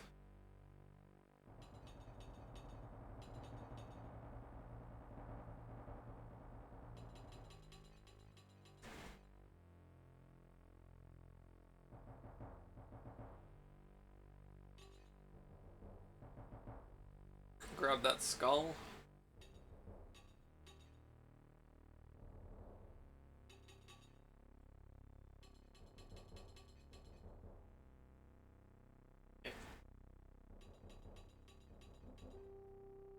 Alexander picks up the skull. Alexander picks up this skull. Amazing skull it is. A fantastic skull. Very skull shaped. Oh.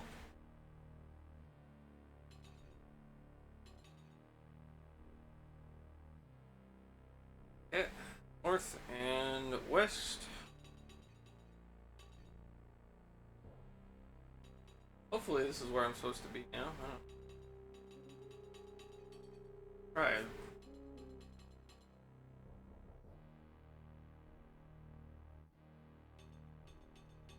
If I have everything.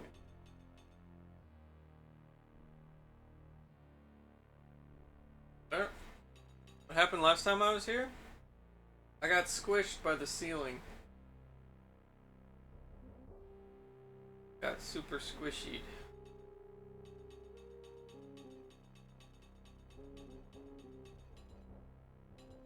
Didn't have any way to stop it. That was too close. You were almost a Jill sandwich. Yeah, I became a Jill sandwich. Oh yeah, I forgot to write down the shield. Shield was in this room. Guess it doesn't matter, it's on the way. Alexander takes the shield from the wall. Forgot to put the shield on my map. Well, that's fine, at least it wasn't out of the way. think I'm gonna need that shield for the archer. That's my guess.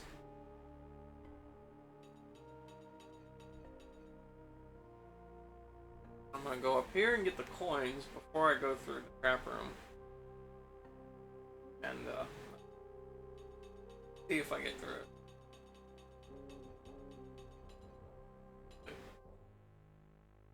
A brick's a lot sturdier than a skull. I don't know what else I would do it. Alexander finds 2 coins on the skeleton's eyes. He takes the old coins.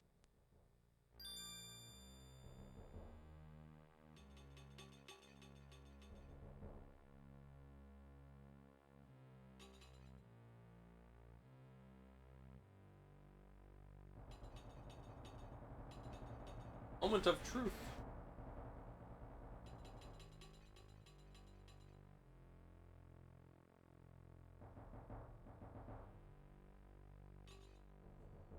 Here we go.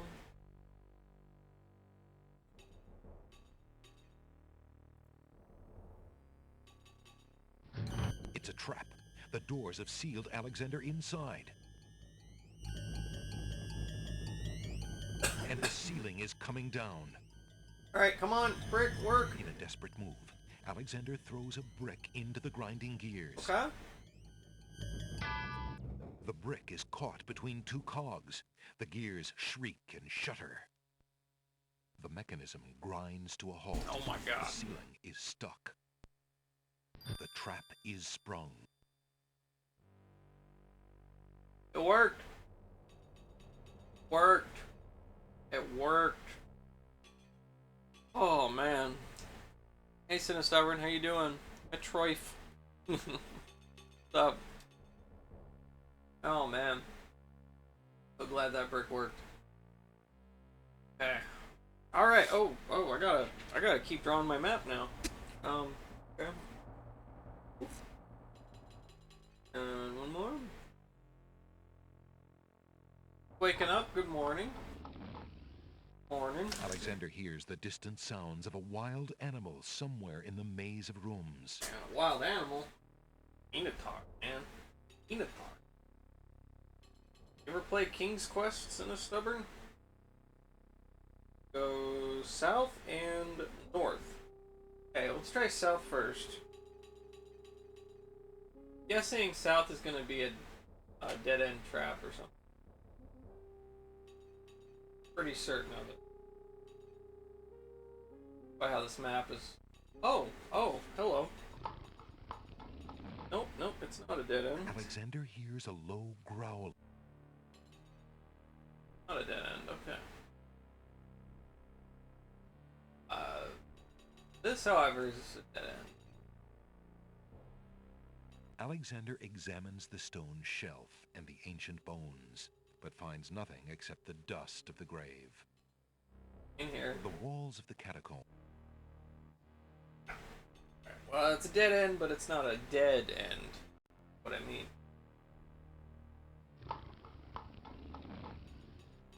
Alexander examines the stone shelf and the ancient bones, but finds...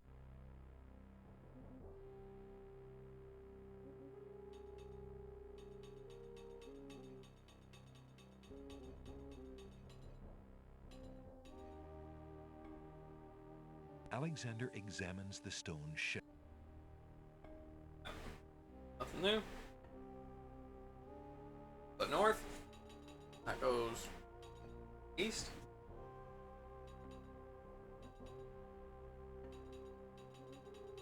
Alexander examines the stone shelf and the... Seem to be anything on these.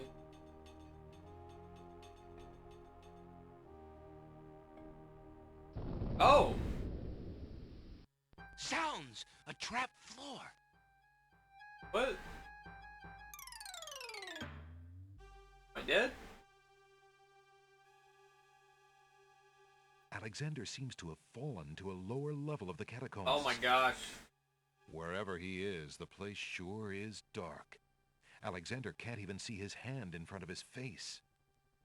I need my tinderbox, don't I? I need my tinderbox.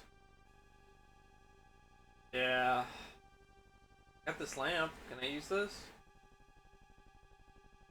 Alexander rubs the lamp. No? Aw, oh, man. Alexander can't use that in the dark. Probably nothing I can do then, yeah?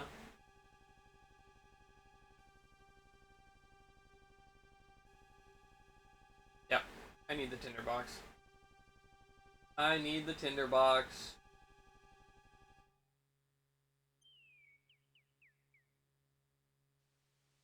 Okay. Okay. So... do all of that over again. And I want to go to the Isle of the Crown. I guess I can see if the trader is there. The lamp guy. Lamp trader.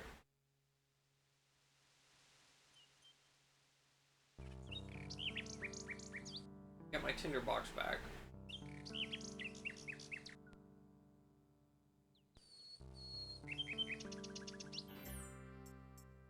To the lamp trader. Could get my tinderbox. Good day. Hey, brush. Would you mind if I traded this in? Of course. Alexander. Yeah, tinderbox. I believe... Very good, Prince. Thank you.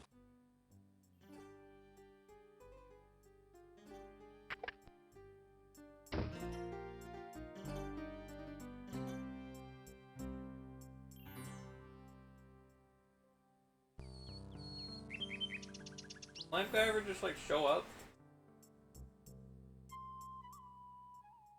Been gone for a while.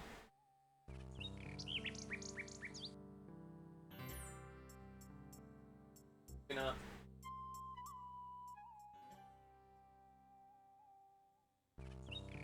Maybe it's like an event trigger or something. Rather than RNG.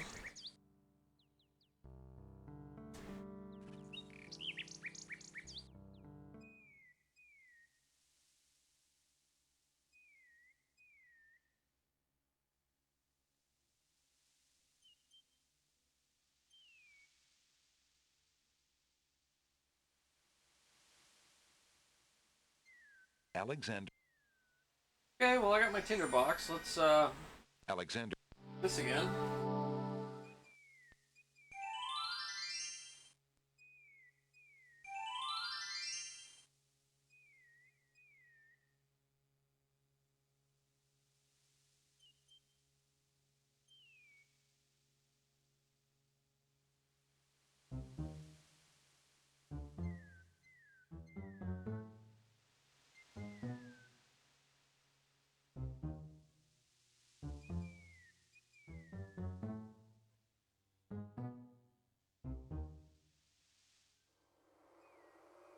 Alright.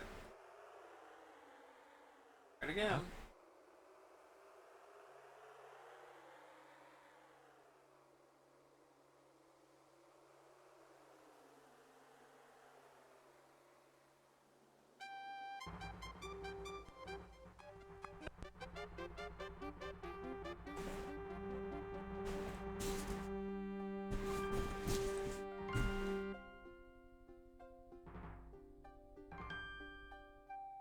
With what? Yeah, we...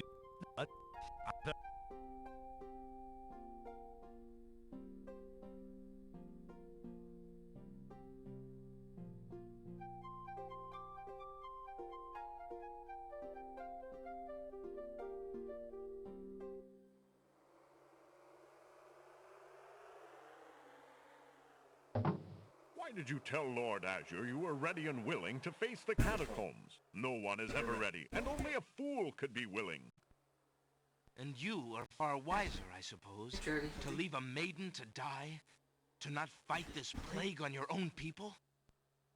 Bravery and suicide are two different things, human. You will have a chance to renounce your choice soon enough, when you lay trembling under the Minotaur's hooves. We shall see. He's a bulldog. Escort. He's no pug, he's a We'll bulldog. escort you to your death. May the fates make it quick so that you do not have to scream long. Yes, I saw that. Is that because I clicked through it really fast?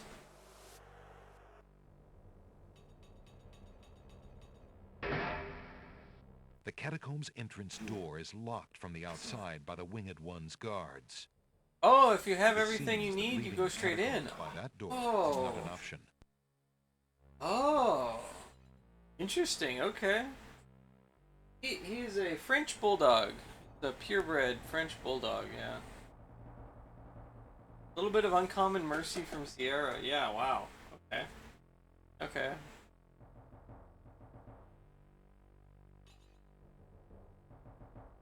He does have a puggish face, though.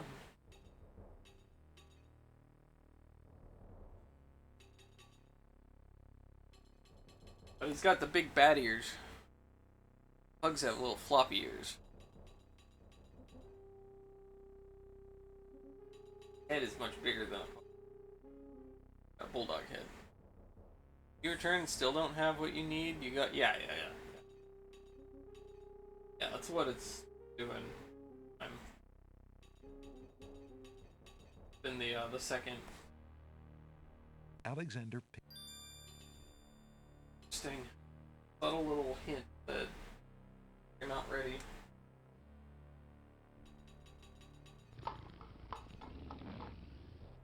Alexander hears that Too quiet to be a pug. That's true.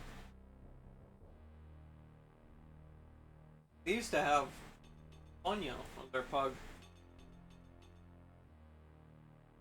He would bark all the time.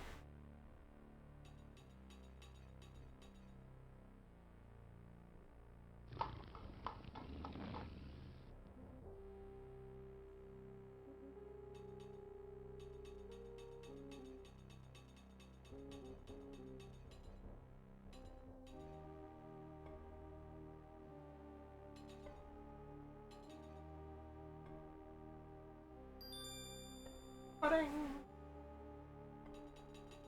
Got the shield. Coins.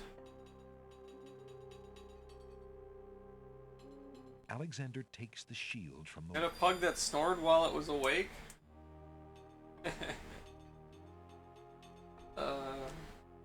Yeah, they often have bad breathing problems.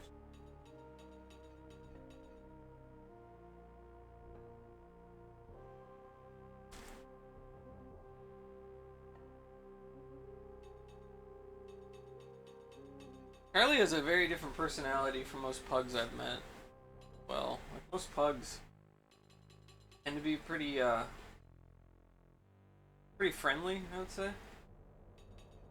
Charlie definitely has one of those, like, bulldog qualities of being, like, real aggressive. Alexander finds 2 coins on Really aggressive, really guardy, possessive of things.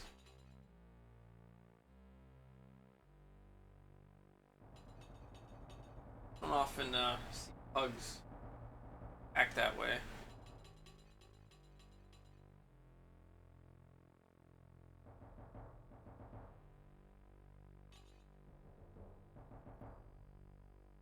Oh.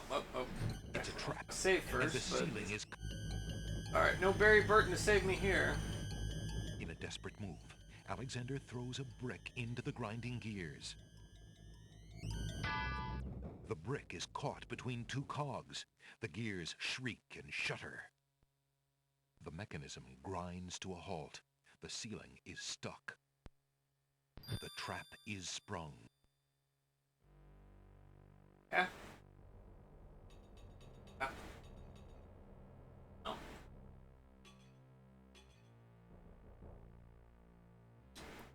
Volume could be a little louder.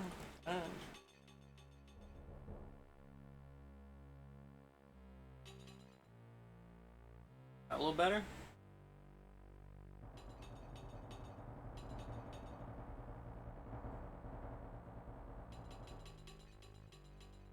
Up. Problem.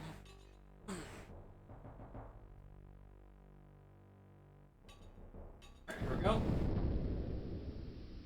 Sounds! A trap floor!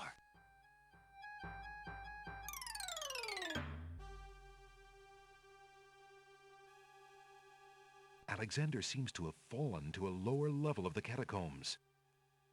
Wherever he is, the place sure is dark. Alexander can't even see his hand in front of his face. He can search the bones, but he doesn't find anything. Looks for something. Yeah, this game doesn't have like in the Space Quest where it's got like you can smell stuff and taste stuff, whatever. It has like a whole bunch of different options. Look at, touch, talk to, really. That's it. Hey, Purple Tentacle. How you doing? How are you? Hey, there we go. Alexander takes the candle from his tinderbox and uses the flint in the box to light it. Aha! So that's why it's dark in here. A torch is out.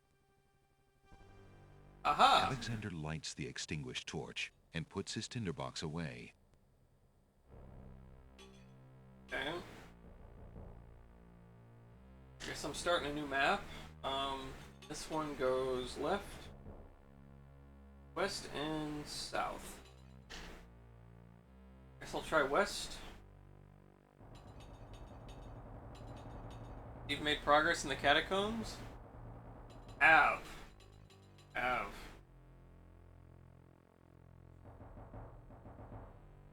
Catacombs being progressed. Straight line. Oh my gosh. Okay. North. Alexander hears a South. low growling, West. so faint as to seem born of his fired imagination rather than of any living creature. Alright, I'm just gonna keep going west until I die here. Oh, wait, maybe I should just play save. I saved it down here.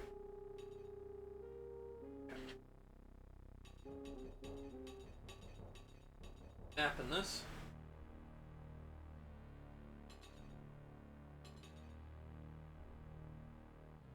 Alright.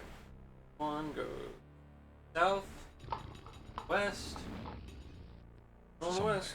far off into the catacombs, the sounds of hooves faint. Yeah. Ooh, this one goes north. West again. How far west is this gonna go?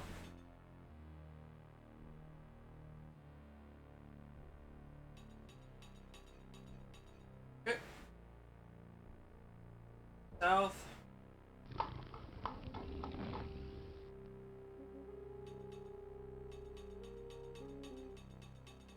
South again.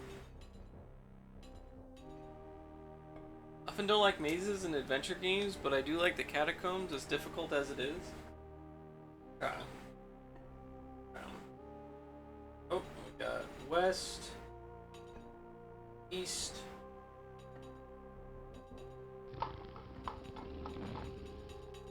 Alexander hears the distant sounds of a wild animal somewhere West in the maze anymore, of it's gonna run ruins. into my other map. Okay.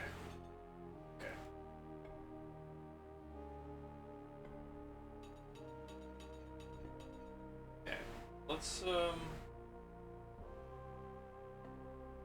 south.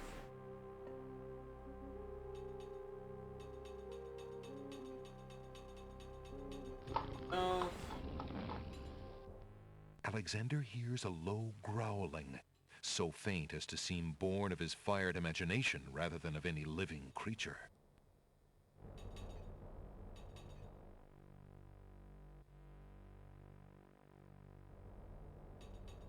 Yes.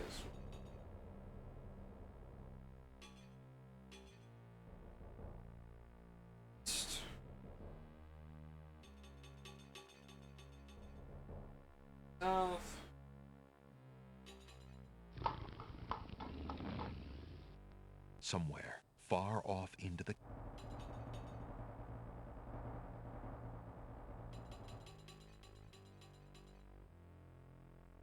Then we'll go east.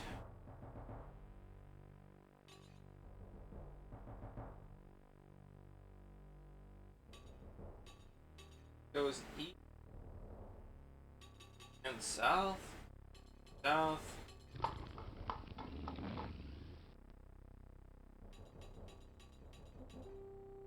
That leads nowhere.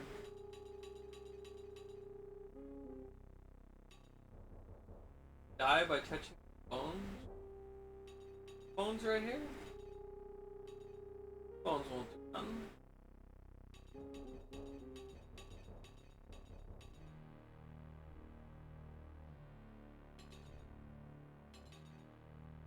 Alexander examines the stone shelf and the ancient bones, but finds nothing except the dust of the grave.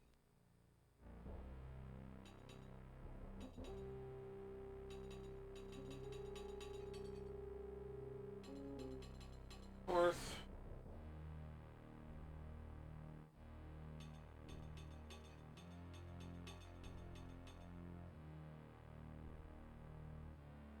East.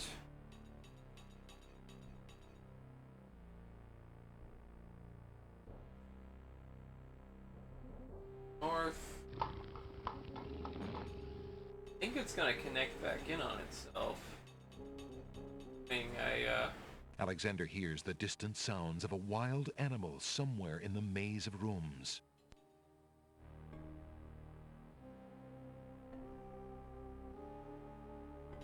Okay. Yeah, I think that was about even enough. Yeah. So it should connect back in itself if I go north. East. Go. And south. Alexander hears a low growling, so faint as to seem born of his fired imagination rather than of any living creature. Bet this is gonna make weird shape.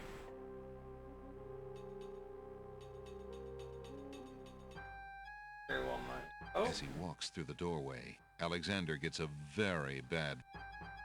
No? Bye. Okay, so that's a... Tickets! Oh. Dead. Out of handles. Okay. Cool, let's restart my computer.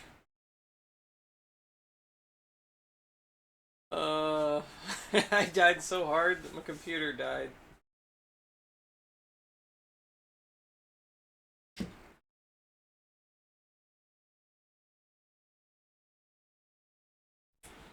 Dang.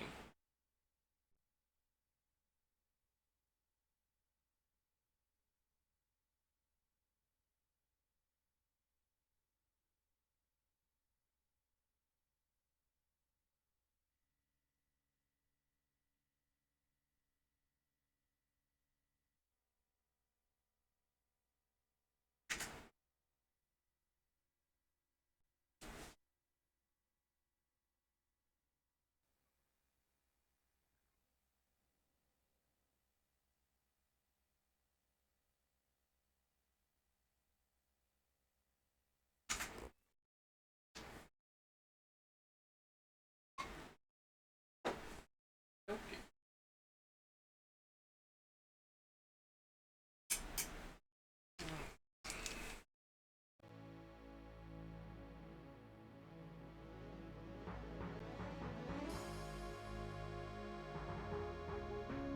Oh, boy. Okay.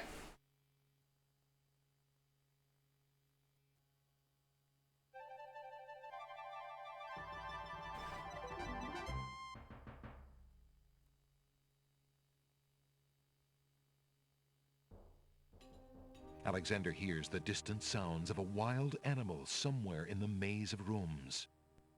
Alright, wait, was that? Go east.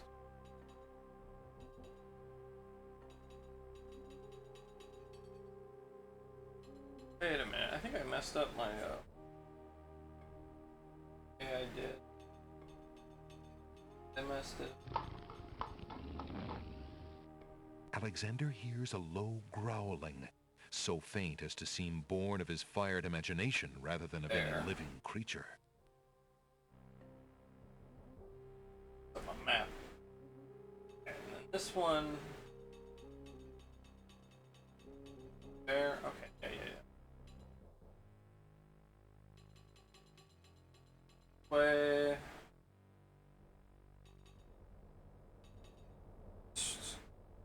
Guessing this just goes straight up, bro. North, straight north. Yeah, and that'll lead me back to the entrance, likely. Start level.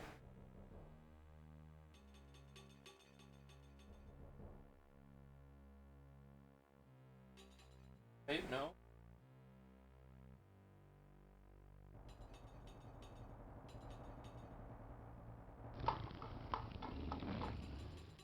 Somewhere, far off into the catacombs, the sounds of hooves faintly echo. Good paper.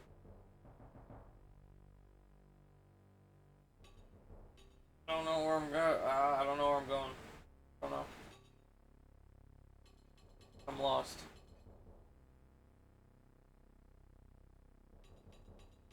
Huh.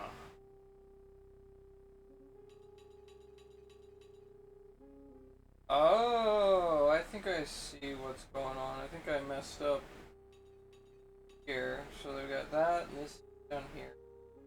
Down here. And my vertical alignment off. This. That's that. God, my map's gotten messed up. My map got messed up. Oh, I'm dead. I'm dead. I don't want to go in there anyway. Alright, cool. Flat. Tickets up. Next. Don't just wander, Alexander. Let your conscience be your guide. Alexander hears the distant sounds of a wild animal somewhere in the maze of rooms. This should take me back up here.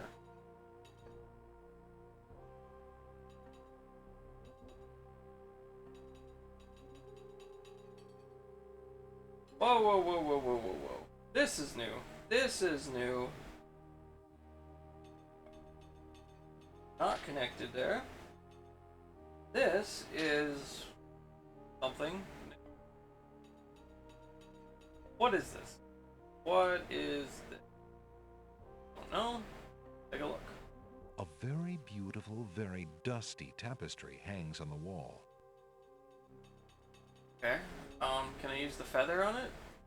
There's no reason to use that on the tapestry. Zelda, a little green guy in a dungeon? Yeah. Could be. Alright, I don't know.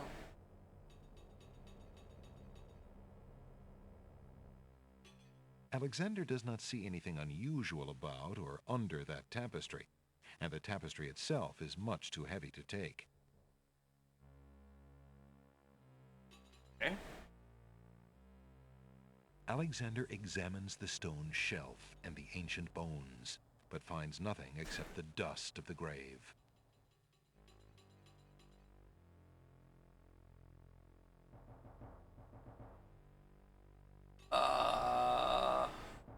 Okay.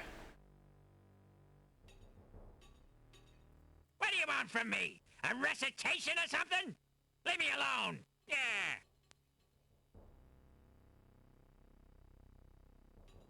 There's no reason to... Alexander does not see anything unusual.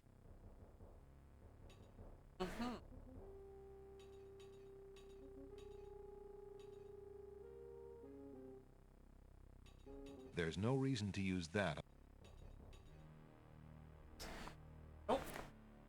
No idea. See what that is. Let's try the other way.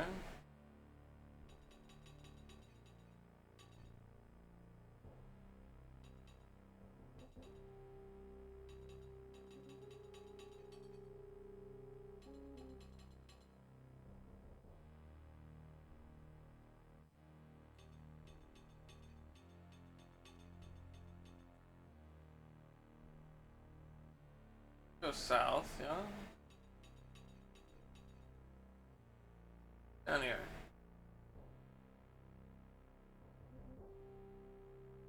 Then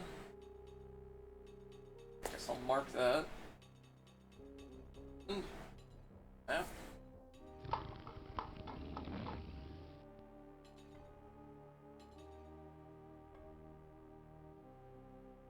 North.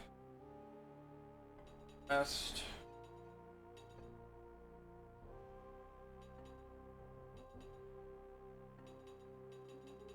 North. And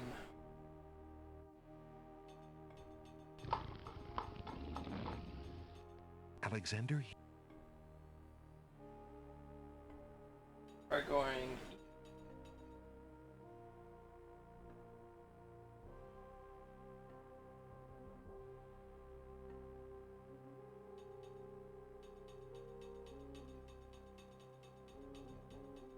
death? No, no. Right.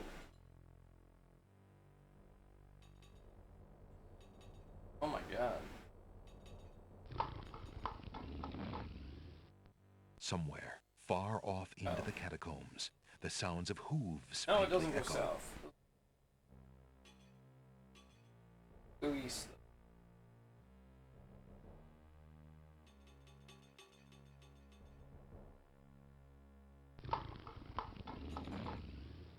Alexander hears the sound of a wild beast again.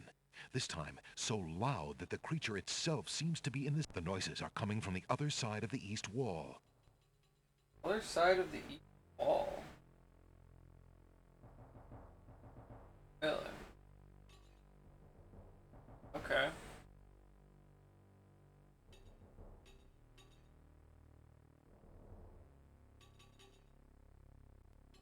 Minotaur's over there.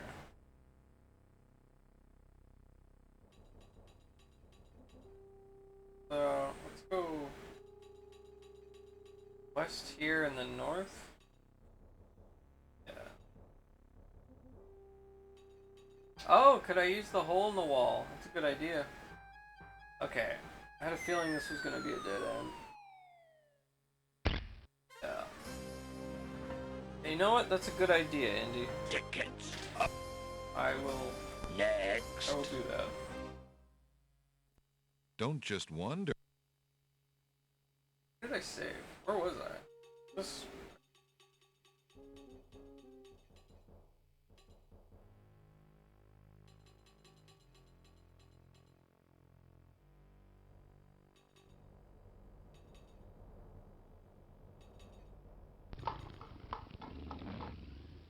Yeah, here, I think. Alexander hears the sound of a wild beast again. This time, so loud that the creature itself seems to be in the same room with him. The noises are coming from the other side of the east wall. Oh.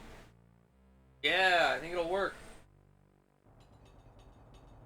Alexander puts the hole in the wall on the east wall.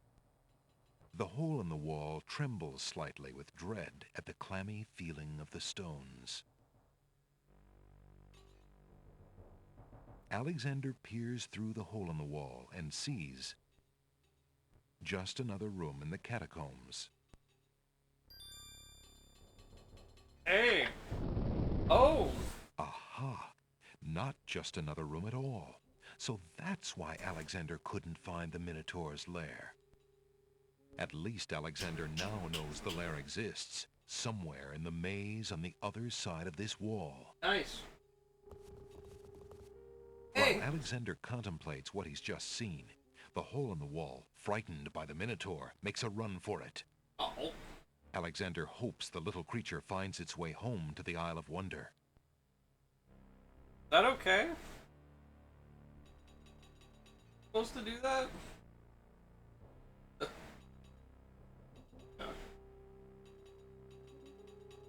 Why hole in the wall?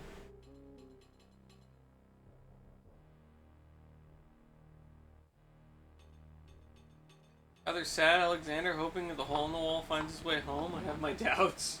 Somewhere, far off into the catacombs, the sounds of hooves faintly echo. Yeah, that's normal? Okay.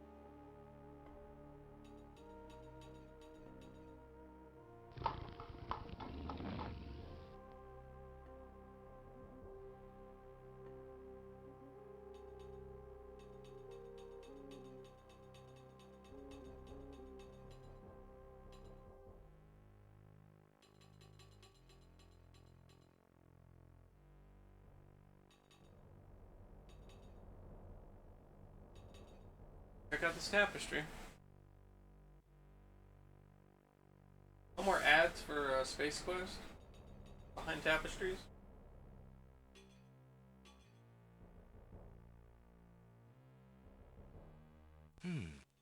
This tapestry looks familiar. Now let's see. I don't feel anything. Aha! A hidden latch. Alexander triggers the little latch. A secret door rolls open. Alright. Got progress.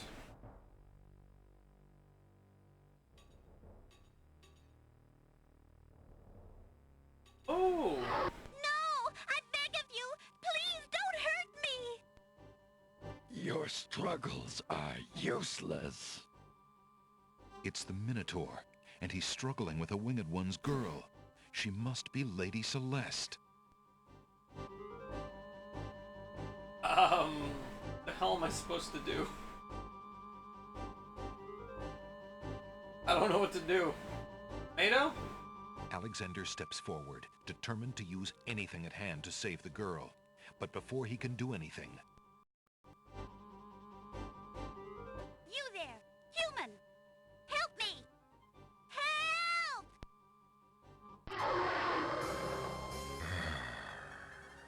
Who dares enter my lair? I ask you to release your captive or suffer the consequences.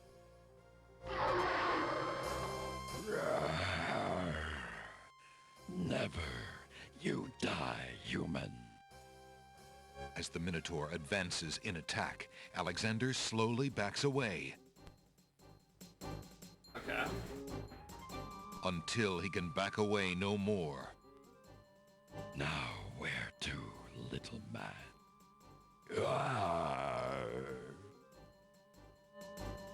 That would have little effect on the rampaging Minotaur.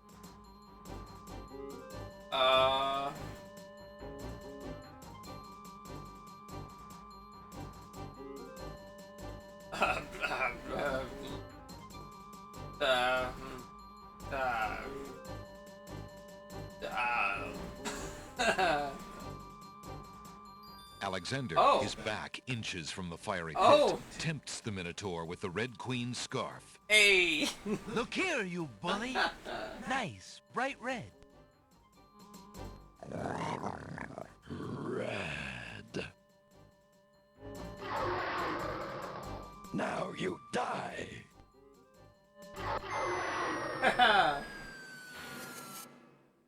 The Minotaur Minotaur drops from sight amidst the consuming flames. Slowly, his scream fades as well.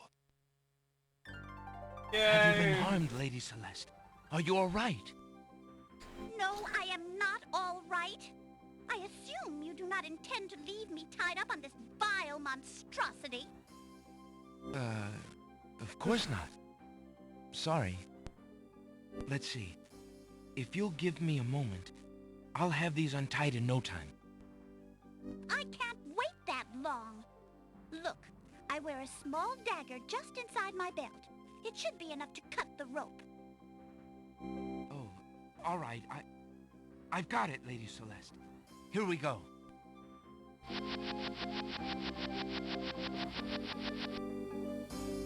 Thank you. You may keep the dagger as a gift for saving my life. That's very generous. Forget it. Do you mind if we just get out of here now?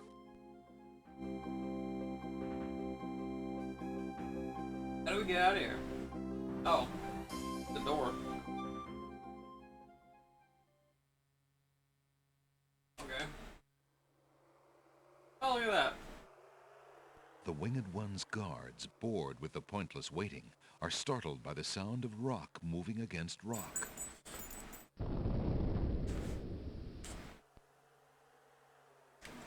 Lady Celeste, quite thee well? I'm quite well, thanks to the bravery of a mere human. So much for your superior intellects. Yes, milady. Now bring him along. I'm going home. Alrighty, fine. A mere human, yeah. Kind of like a meerkat. I see you have proven yourself the hero of the prophecy.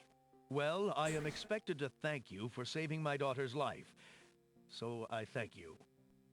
I am obliged to thank you for the restoration of our sacred catacombs. It means much to our people. We have already begun the process of clearing the deadly traps from its rooms. It is also my duty to grant you a visit with the Oracle, so this I do. I will grant you the freedom to leave here unharmed, despite my orders to the contrary from the Crown. But there, my obligations to you end.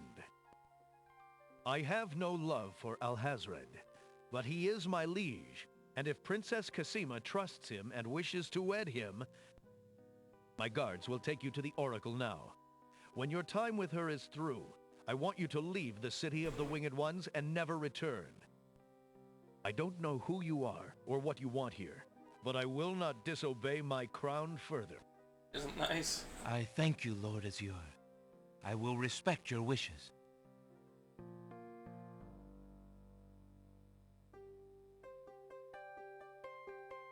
Alright, to the Oracle.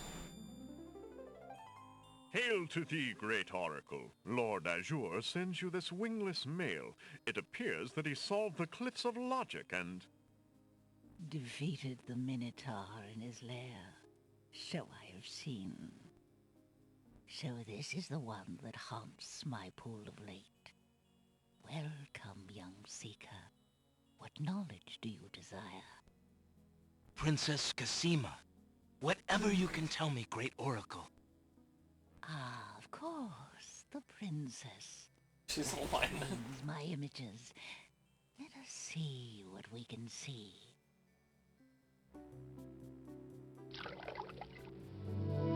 I see a maiden, lovely and pure, but surrounded by evil. She is a rose set amidst bitter thorns. It is her fate to be the pawn of dark powers, and yours to try to redeem her. How? How do I redeem her? Fate is not like the cut of a blade, young one, but rather like the myriad of paths formed when a hammer cracks ice. I will tell you what I can, but what will actually come to pass is up to you. I see that any attempt to reach the girl will force you into battle, a struggle against a dark force. If you lose, Your life will be forfeit. Who must I fight? A great darkness surrounds your adversary, preventing me from seeing clearly. I can only make out the shape of a black cloak. But before this final struggle, I see an infiltration, a dangerous game of hide-and-seek in corridors filled with enemies. The risks are high, but it is the only way to reach the one you seek. There is more than one way into this place. Your choice will dictate much. What else do you see, mighty Oracle? Oh, such pain. I see two restless spirits crying out for revenge. These shades could help you destroy the dark force if they were to be brought back from their spiritual form. Yet this is only one possible path to your destiny. I'm afraid this is getting beyond me. I know very little about the afterlife. I can only advise getting counsel from the druids. Be warned. The druids are reclusive and dangerous. They might aid you, or they might destroy you. Like their island, the druid's nature is hidden in the mists. There is nothing more I can do for you, except to give you this. It is water from the sacred pool. That and my blessing go with you. Thank you, great Oracle. Right? Oh.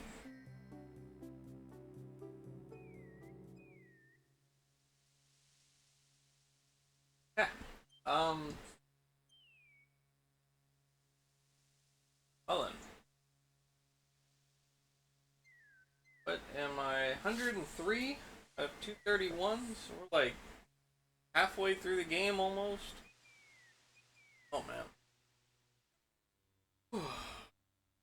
Okay. Knife. The small dagger is a gift from Lady Celeste. Its handle is decorated with precious gems set in a delicate feminine style.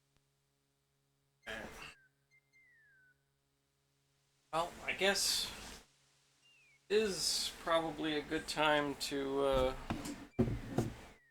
end things for today.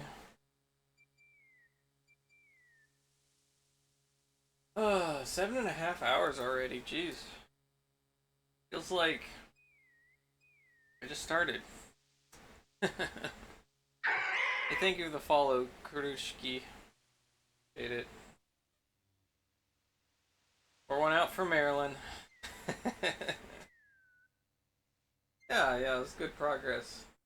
I feel like even if I do another like 2.5 hours, probably not gonna reach the end of the game, and I don't want to be up till like 6 in the morning.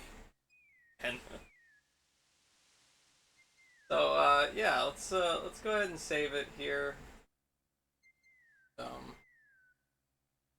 Continue this the next time, which I don't know, maybe tomorrow. More than 2? Okay, yeah, I thought it would be. Oh, let's see who's on.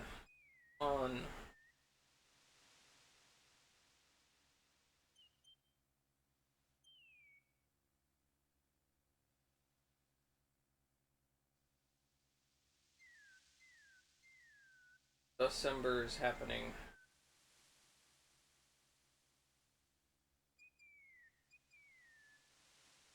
Oh, hey, Renegade Retro is doing 3 Skulls of the Toltecs.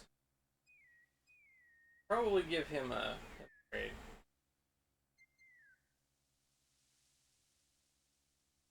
I don't even know what 3 Skulls of the Toltecs is, but it's the DOS game. Cool. Alright, well, thank you everybody for hanging out. Retro. Yeah, DOS. And, yeah, thanks for hanging out and chatting and helping me out a little bit.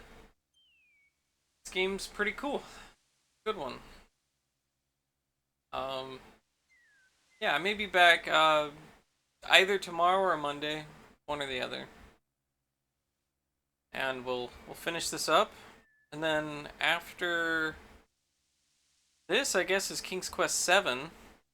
Then after that, I've got Gateway. Frederick Pohl's Gateway playthrough. So that should be neat. All right. Yeah. Have a good night, everybody. I'll see y'all later. Bye bye.